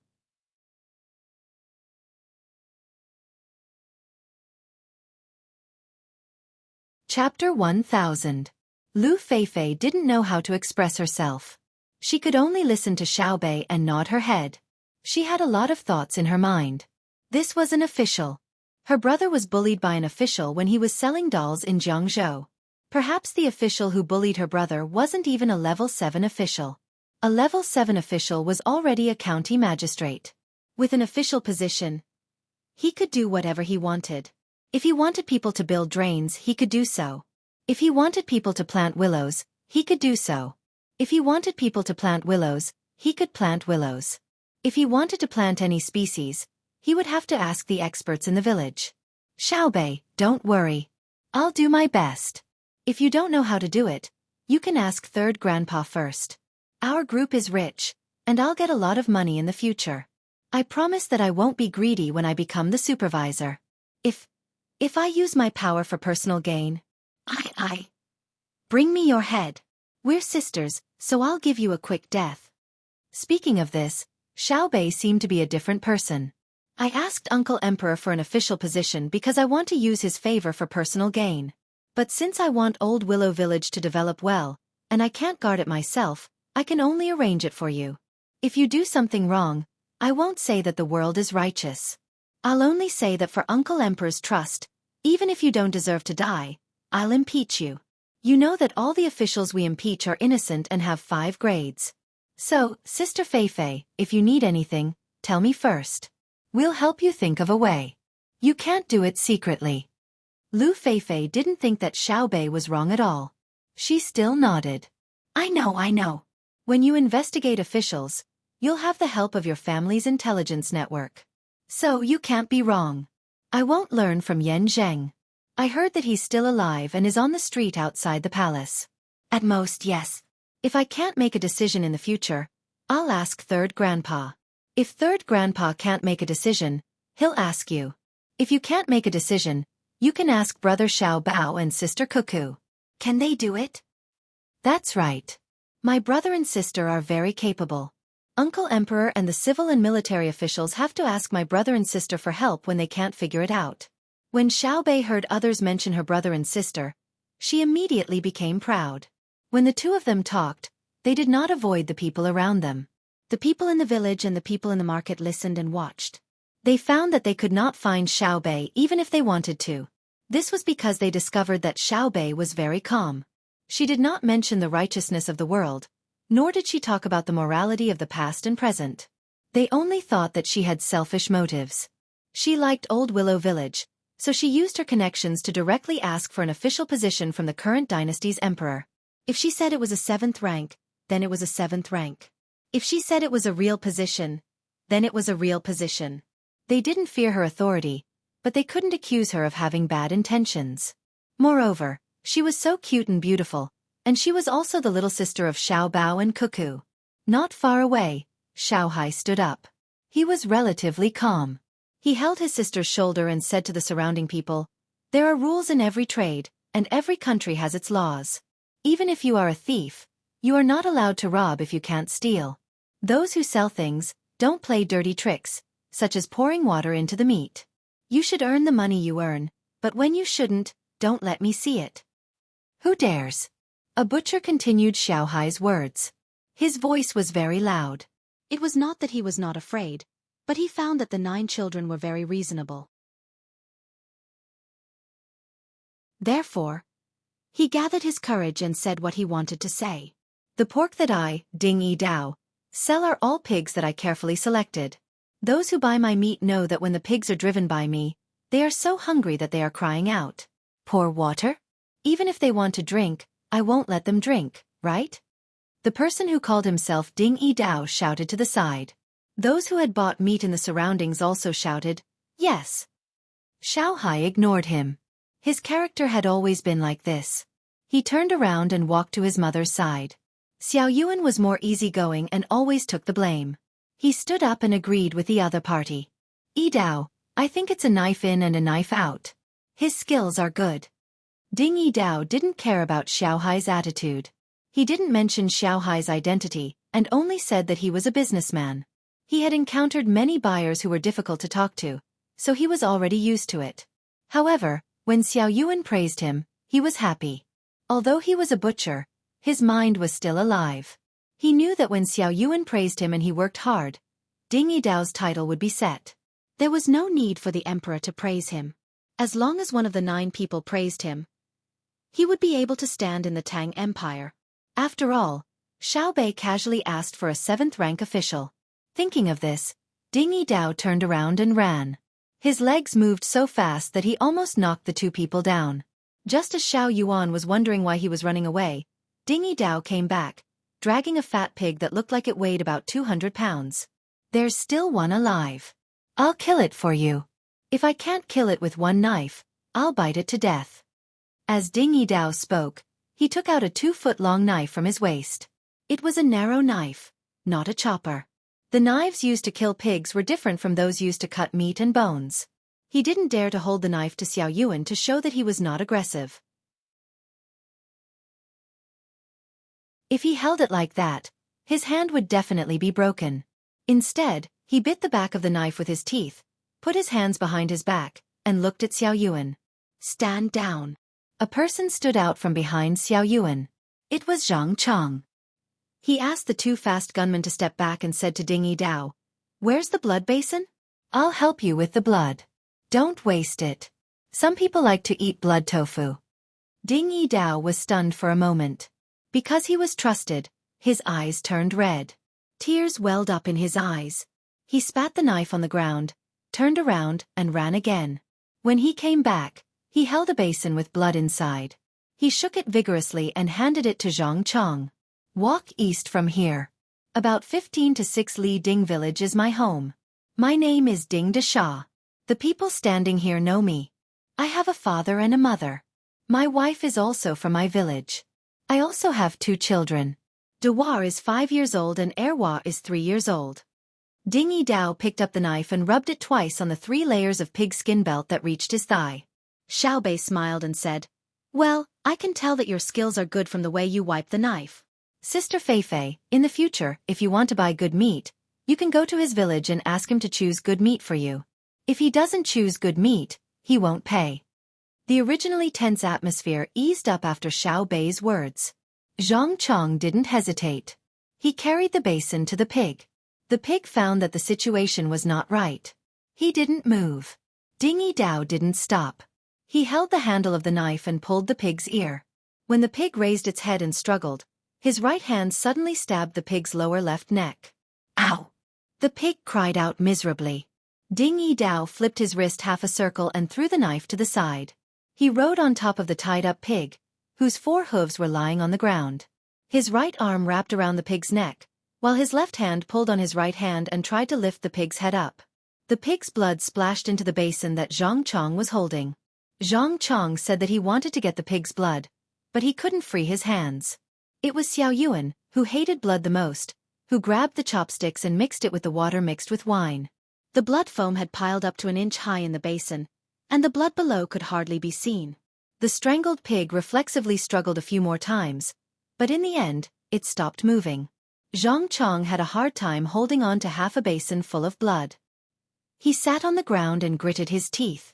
"Okay, remove the pig's hair." Ding Yidao loosened his hand and shouted to the people next to him. A person who looked like his disciple took the pig and pulled it to the side. "It's so fishy." Xiaobei came over and sniffed. She looked scared. "It's too cruel. I'm afraid of seeing blood. The pig is so pitiful." Xiao Yuan, who was splashed with blood, threw away the chopsticks. "Okay, don't pretend. Are you afraid of pig's blood? Haven't you seen human blood? Ding Yidao is really a knife." The pig only struggled twice. Unfortunately, its heart was broken. "How can it be the same? I eat pigs, not humans. When I eat pigs, I think of the scene when I kill pigs. I'm the most soft-hearted, right?" Xiaobei seemed to be saying to Xiao Yuan, but also seemed to be calling on the people around to support her. However, no one said anything because they all thought of Yan Zheng. After almost 3 seconds, the people in the inner courtyard near the Zhang Chong and Wang families suddenly shouted, "Yes!" See, many people agree. Regardless of whether it's true or not, I'm happy to hear it. Xiaobei said with a smile. She didn't have high expectations. Of course, the happiest person was Ding Yidao. The 3 treasures of the Zhang Chong and Wang families were so close to him just now and even helped him. He had to brag about this trust when he returned to the village. He would brag about it every day, and for a year, others would crowd around him to listen. Lu Feifei, who had just become a shangguan, saw that the killing was over. She carefully came over and looked at the blood in the basin. She asked puzzledly, "Can't we just cut the blood vessels? There's no need to use such a long knife." Ding Yidao rubbed his hands on his body and answered, "Okay, but pigs live a long life. When we kill animals, we pay particular attention to one cut. We kill as fast as we can. 1 cut to kill a chicken, 1 cut to kill a pig, 1 cut to kill a cow, 1 cut to kill a cow, 1 cut to kill a chicken, 1 cut to kill a pig, 1 cut to kill a cow.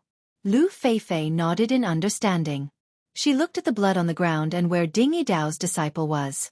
She pursed her lips and worried. Ding Yidao's disciple was there to remove the pig's hair. There was a stove made of mud and a big pot boiling water. The dead pig was placed on a wooden board.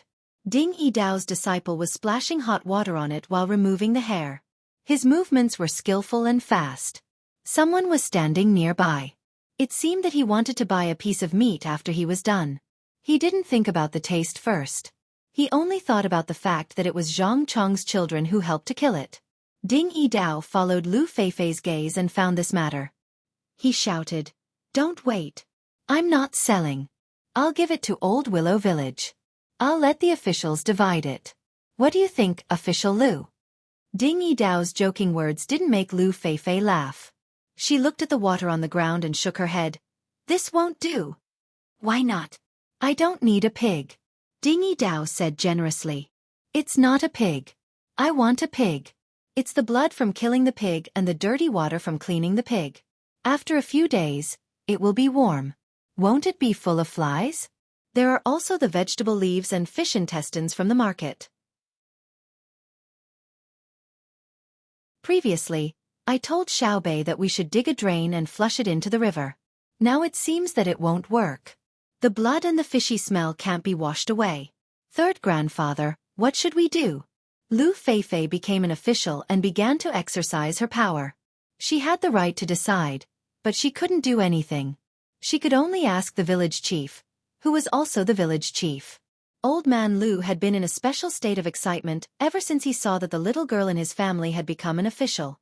The Lu family of Old Willow Village had first produced him, a person who could get money from the government every year, and now they had produced a 7th-rank official. There were many children who did business with Xiaobei.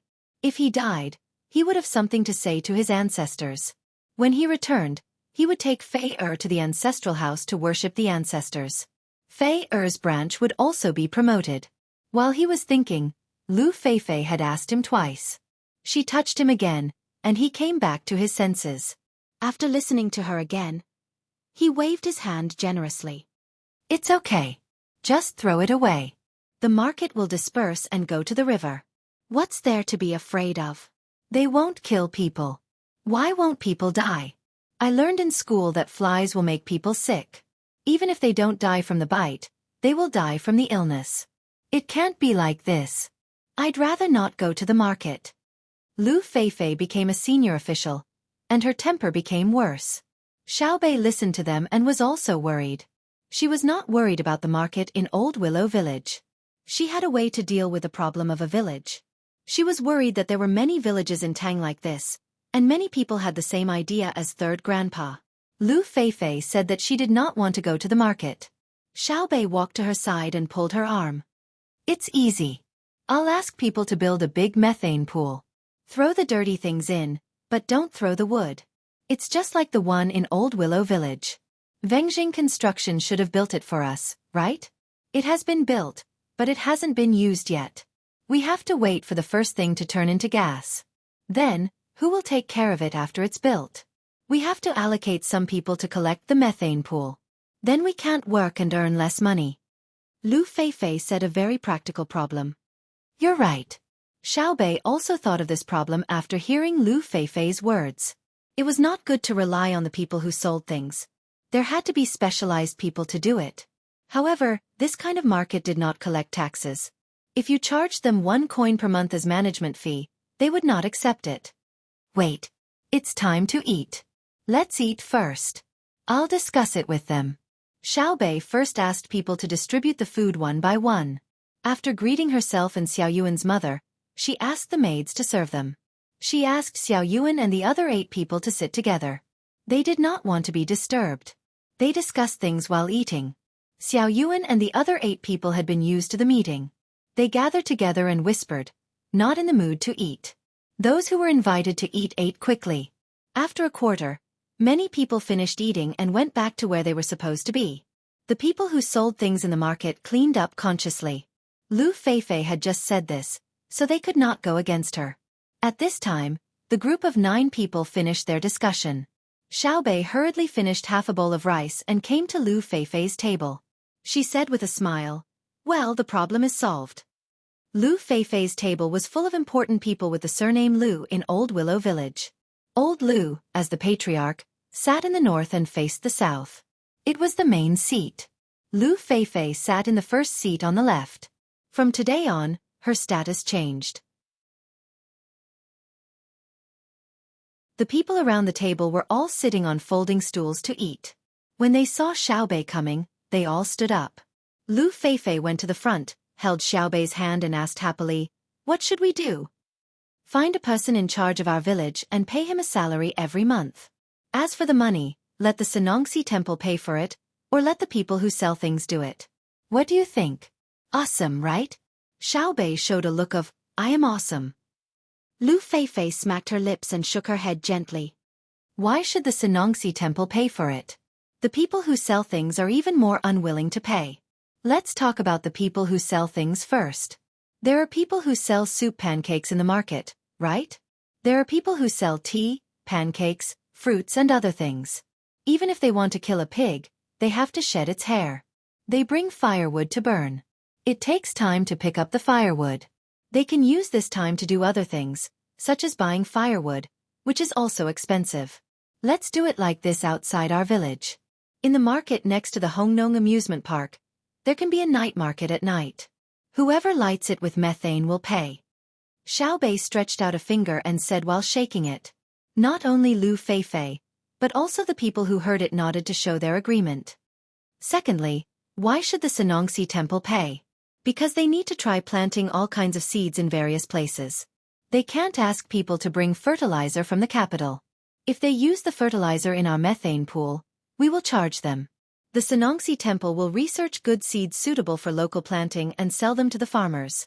The farmers will increase their food supply and earn more money. Isn't this a good idea? When Xiaobei mentioned the second point, the number of fingers on his finger increased from 1 to 2. The people who heard it were all stunned. It should have been a difficult problem to deal with, but after hearing Xiaobei's words, they felt it was a good deal.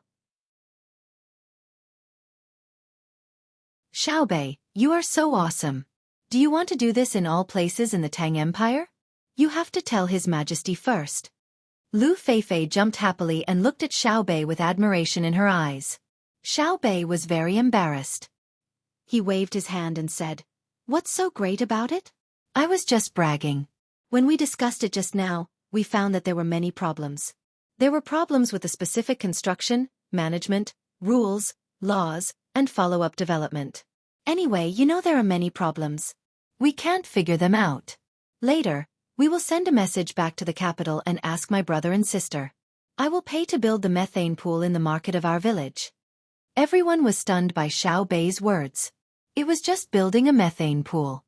Why did it become so troublesome in Xiaobei's words? Zhang Xiaobao and Wang Wan also felt it was troublesome. Xiaobei sent the message to them. When they saw what was written on the paper, they immediately had a headache.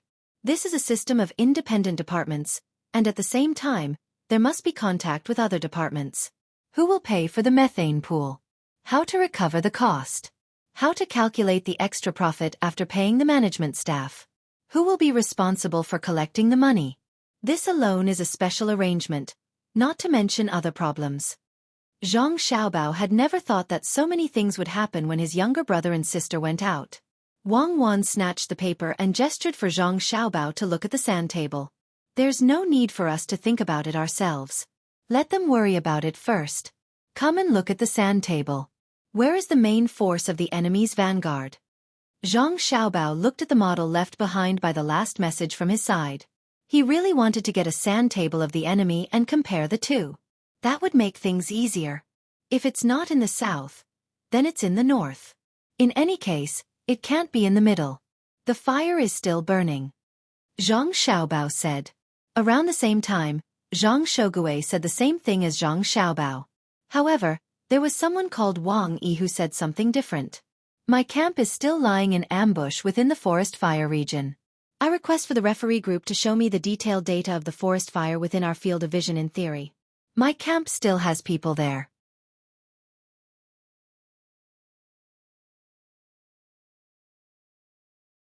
Chapter 1001. Wang Wan was also looking at the sand table. At this time, her central army model had already arrived near Mount Huangshan. She frowned slightly and remained motionless in thought. Li Longji and his group were still in her room. After arriving, Li Longji did not want to leave. He had sent over a few official documents, all of which were handed over to Gao Li-shi for approval. In his words it was, "Don't bother me with small matters. You can discuss the important matters with your son and daughter-in-law." Zhang Xiaobao also did not bother with his sister's matter. This kind of problem involved an entire department, so it was impossible to casually come up with a solution. As for his younger siblings carrying out their plan in Old Willow Village, he would let them do it. If they did well, he would summarize his experience and see if he could replicate it in other places. If they did not do well, at most they would lose some money. For this small amount of money, it would be enough if his younger siblings ate one less abalone or one less bowl of shark's fin. At this time, Zhang Xiaobao's eyes were fixed on the Jiangnan East Road. Fuyang County was a good place. It was surrounded by mountains. The mountains were not tall, but they were connected. There was not much water, but it was a good place to develop tourism. But at this time, this place was lacking a sliver of comfort and had an indescribable strangeness. It just so happened that it was at the edge of the forest fire. Today, it was blowing west wind, so the fire had not reached here yet. Zhang Xiaobao felt that this was normal. In theory, Fuyang County could not have so many north winds. It was a coastal area. If it was always blowing north winds, wouldn't it become the climate of Sichuan, Shaanxi, Mongolia, and the northeast? The big dice also had to be played with the highest probability. In the current season, if one were to play a hailstorm, the first to be dealt with would be the referees. What if it was Guizhou? Zhang Xiaobao was looking at this place because it was his logistics team. Logically speaking, a regiment of people should have arrived at this place. This regiment's weapons were slightly inferior, but they were definitely not arranged to provide logistics for the vanguard. Instead, they were arranged to be in this position as an infant. The logistics team's banner was that they were an independent regiment of the main force. They surpassed the number of normal regiments, reaching 2,000 people. Zhang Xiaobao was trying to guess whether Zhang Shogui's vanguard had placed its main force on the south or the faint force on the south. Logically speaking, the adventurous Zhang Shogui should have placed his forces on the north, where transporting artillery and supplies was more difficult. The adventurous and opportunistic Zhang Shogui had a high chance of catching the enemy off guard. But he was also worried that Zhang Shogui's subordinates would dissuade him. If he changed his mind, the regiment he had arranged would be easily wiped out. If Zhang Shogui couldn't do it, then there was no need for him to follow Wang Wan in the military selection. He would just go to Zhang Shogui's room, drag him out, and give him a beating. Damn it, with such good weapons and support equipment, your main vanguard can't even take care of a logistics team that uses cold weapons? To die, to live is to waste food. Zhang Xiaobao was now waiting. According to the 1:4 ratio, the other side should have sent someone over. The army was not on a tour.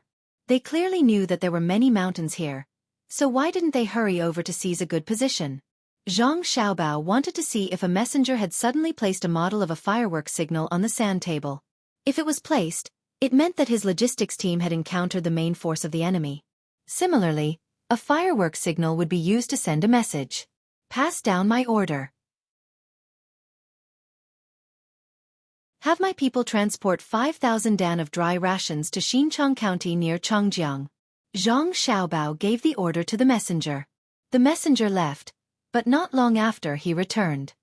Young master, the judges are asking you, your 50,000 logistics team is busy. Where are you going to find people to transport the dry rations? My tribe is all dead? Take all the boys above the age of 10 from my tribe and send them to transport the rations. If they really don't allow me to transport them, ask the judges if the great Tang general's team needs to transport artillery and supplies from the mainland. My motherfucker country is about to fall. So why would I care who the logistics team is? Ask His Majesty, if the enemy attacks the periphery of the capital, who can hold weapons in the capital? Will they pick up the weapons and fight for their lives or stay at home and wait for the enemy to rush in to rob and rape? Ask the judges to randomly grab 100 people outside the Farong Garden. If that's really the case, how will they choose? Go and ask. Zhang Xiaobao turned to look at the messenger and said. Li Longji stopped thinking at this time and raised his head. If that's really the case, I'll stand on the Vermilion Bird Avenue and fight with the people of Chong and until the end. Your Majesty, you can't do that. If that's really the case, you can fly in a hot air balloon. When you fly to the north of Hebei province, you'll be safe. That's where Xiao Bao and Cuckoo live, so the defense won't be bad. Gao Li quickly dissuaded him. Li Longji didn't insist at this moment because he himself couldn't think of what choice he would make when that time came. Would he follow the people in the city or go far away? Things hadn't happened yet, so he couldn't test his own humanity. Then he asked Zhang Xiaobao, what will you and Cuckoo decide at that time? Fight first and run when we find that we can't win. If we don't have other places to reorganize the army, Cuckoo and I have to die for our country. If the north of Hebei province isn't occupied, Cuckoo and I will naturally take you with us. It's not that Cuckoo and I are cowards. We're not afraid of death, and we've never been afraid. When I'm needed to die, I can die for a child. When she's needed to die, she can die alone for a duty. But we definitely won't follow Xiang Yu's example. We'll leave because from our current position, our lives don't completely belong to us. When Zhang Xiaobao answered, he didn't look at Li Longji, but at Wang Wan. Wang Wan smiled sweetly and nodded. She agreed with Zhang Xiaobao's words because they had already done it once and had no regrets. Li Longji was speechless for a moment. He felt that Zhang Xiaobao and Wang Wan were very contradictory. Since they were going to run, why did they have to say that they weren't afraid of death? But he still nodded to the messenger, indicating that Zhang Xiaobao's words were correct.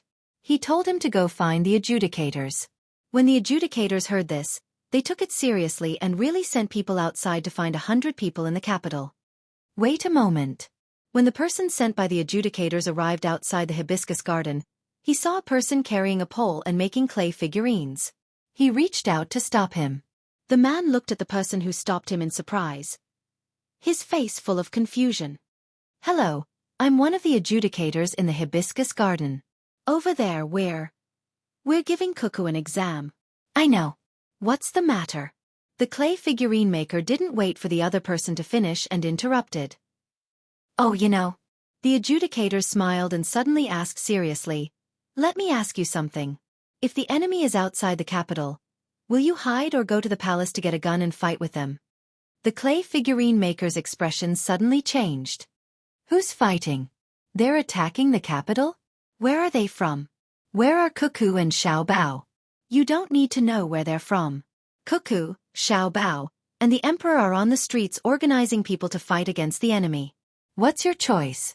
The adjudicators asked. The clay figurine maker threw the pole aside. They're really fighting?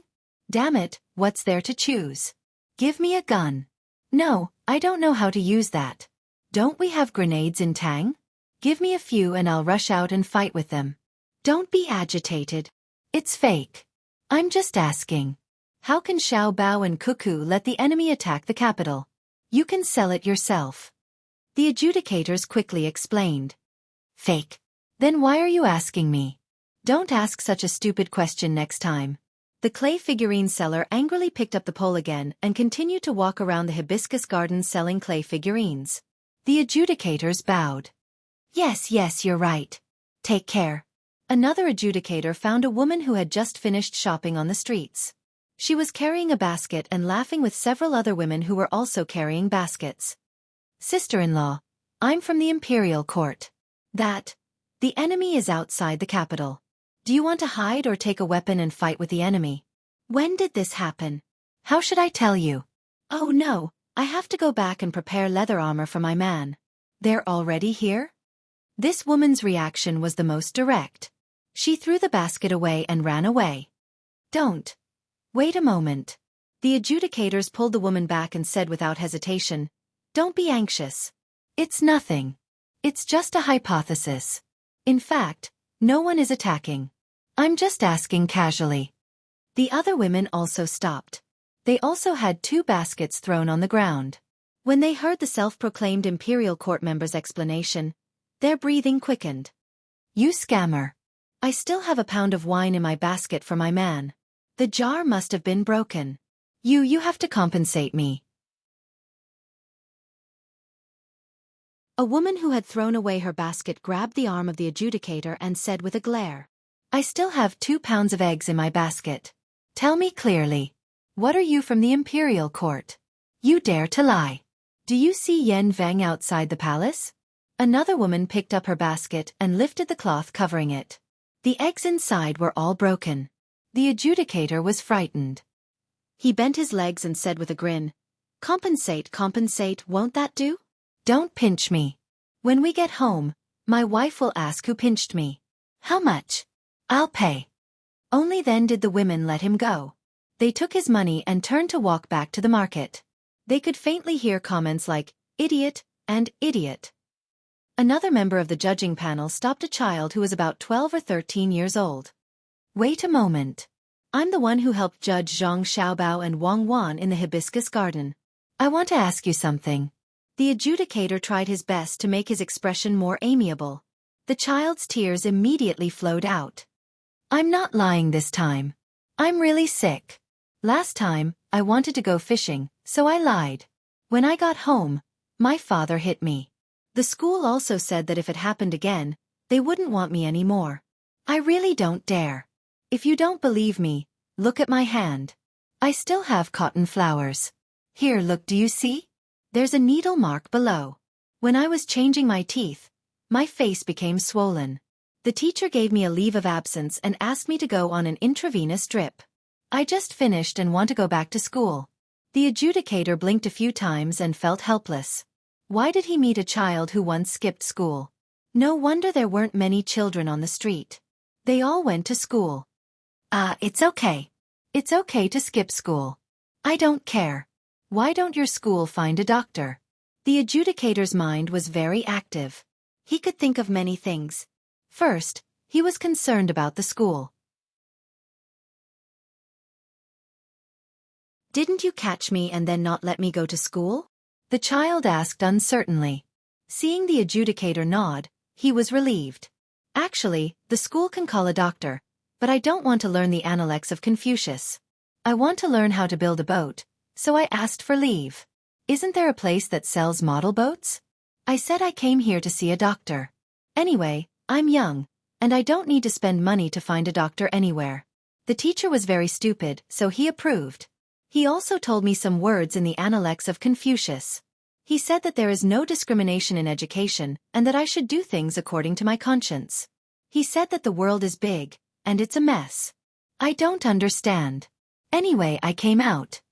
The adjudicator took a deep breath, touched the child's head, and said, Yes, you met a stupid teacher.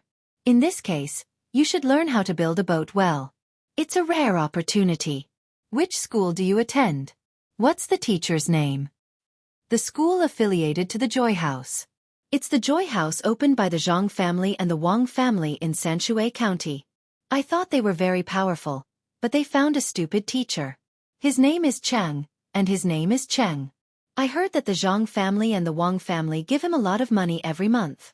Is it not worth it? If I have a chance to meet brother Xiao Bao and sister Cuckoo, I'll tell them to change teachers.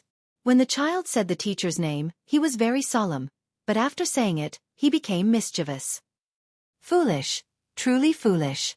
If he was teaching little young master Xiao Bao, little lady Wan Wan, or even little Bei, little Yuan, and the others, he would definitely not be scolded. Little young master and little lady would respect him very much. The adjudicator's face didn't look good. Obviously, he was angry. The child didn't fail to see it. He said, There's something even more stupid. The teacher actually said that when the weather is warmer, he will ask people to dig a pool in the school for boats. He will let everyone learn how to build boats and see who can do it better. Doesn't he know that I like boats? If that's the case, isn't he providing a chance for me, a child who doesn't like to study, to play? Right. Yes. The people of the Zhang family and the Wang family are really extraordinary. Even the teacher of the school affiliated to the Joy residence can do this. They are really famous. The referees looked at the child with a hint of disgust. Then they let out a long sigh. All right, I admit that I'm not as broad-minded as your teacher. You're still a child. I shouldn't treat you like an adult and ask for things from you. Now, let me ask you something. If the enemy is outside the capital and is about to enter, Will you continue to go to the clinic or help to deliver ammunition? The child didn't understand what the other side said at all. He only responded to the latter part of the sentence. They're coming to the capital? Then what's the point of looking at the illness? If they really come in, won't they bully me to death? How can the Tang Empire be insulted by others? Do they have boats? I'm very good at swimming. I'll jump into the canal and sink their boats. If they don't have boats, I'll bite a knife and hide along the riverbank. If someone doesn't pay attention, I'll climb up and cut his neck. I'm very good at fighting. My classmates in the school all know that. Really, do you believe me? I believe you. I believe that you are a good child. But if you want to build a boat, you can't build it just by looking. You have to learn the skills. You have to know the balance of the boat and calculate the displacement. We can either not build a boat or build the best one. At least in the school, we can't let other people's boats surpass ours, right? When the pool is dug out and you lose, how shameful will it be? The referees thought about many things in an instant and said these words in the end. The child bowed his head and thought for a moment. Then he turned around and walked back. After walking a dozen steps, he turned back and said, I'm going back to the school. There are teachers teaching other things. I have to learn well. When fighting, I have to rush to the front. Goodbye. The child waved his hand and ran away. The adjudicator also waved his hand with a smile on his face.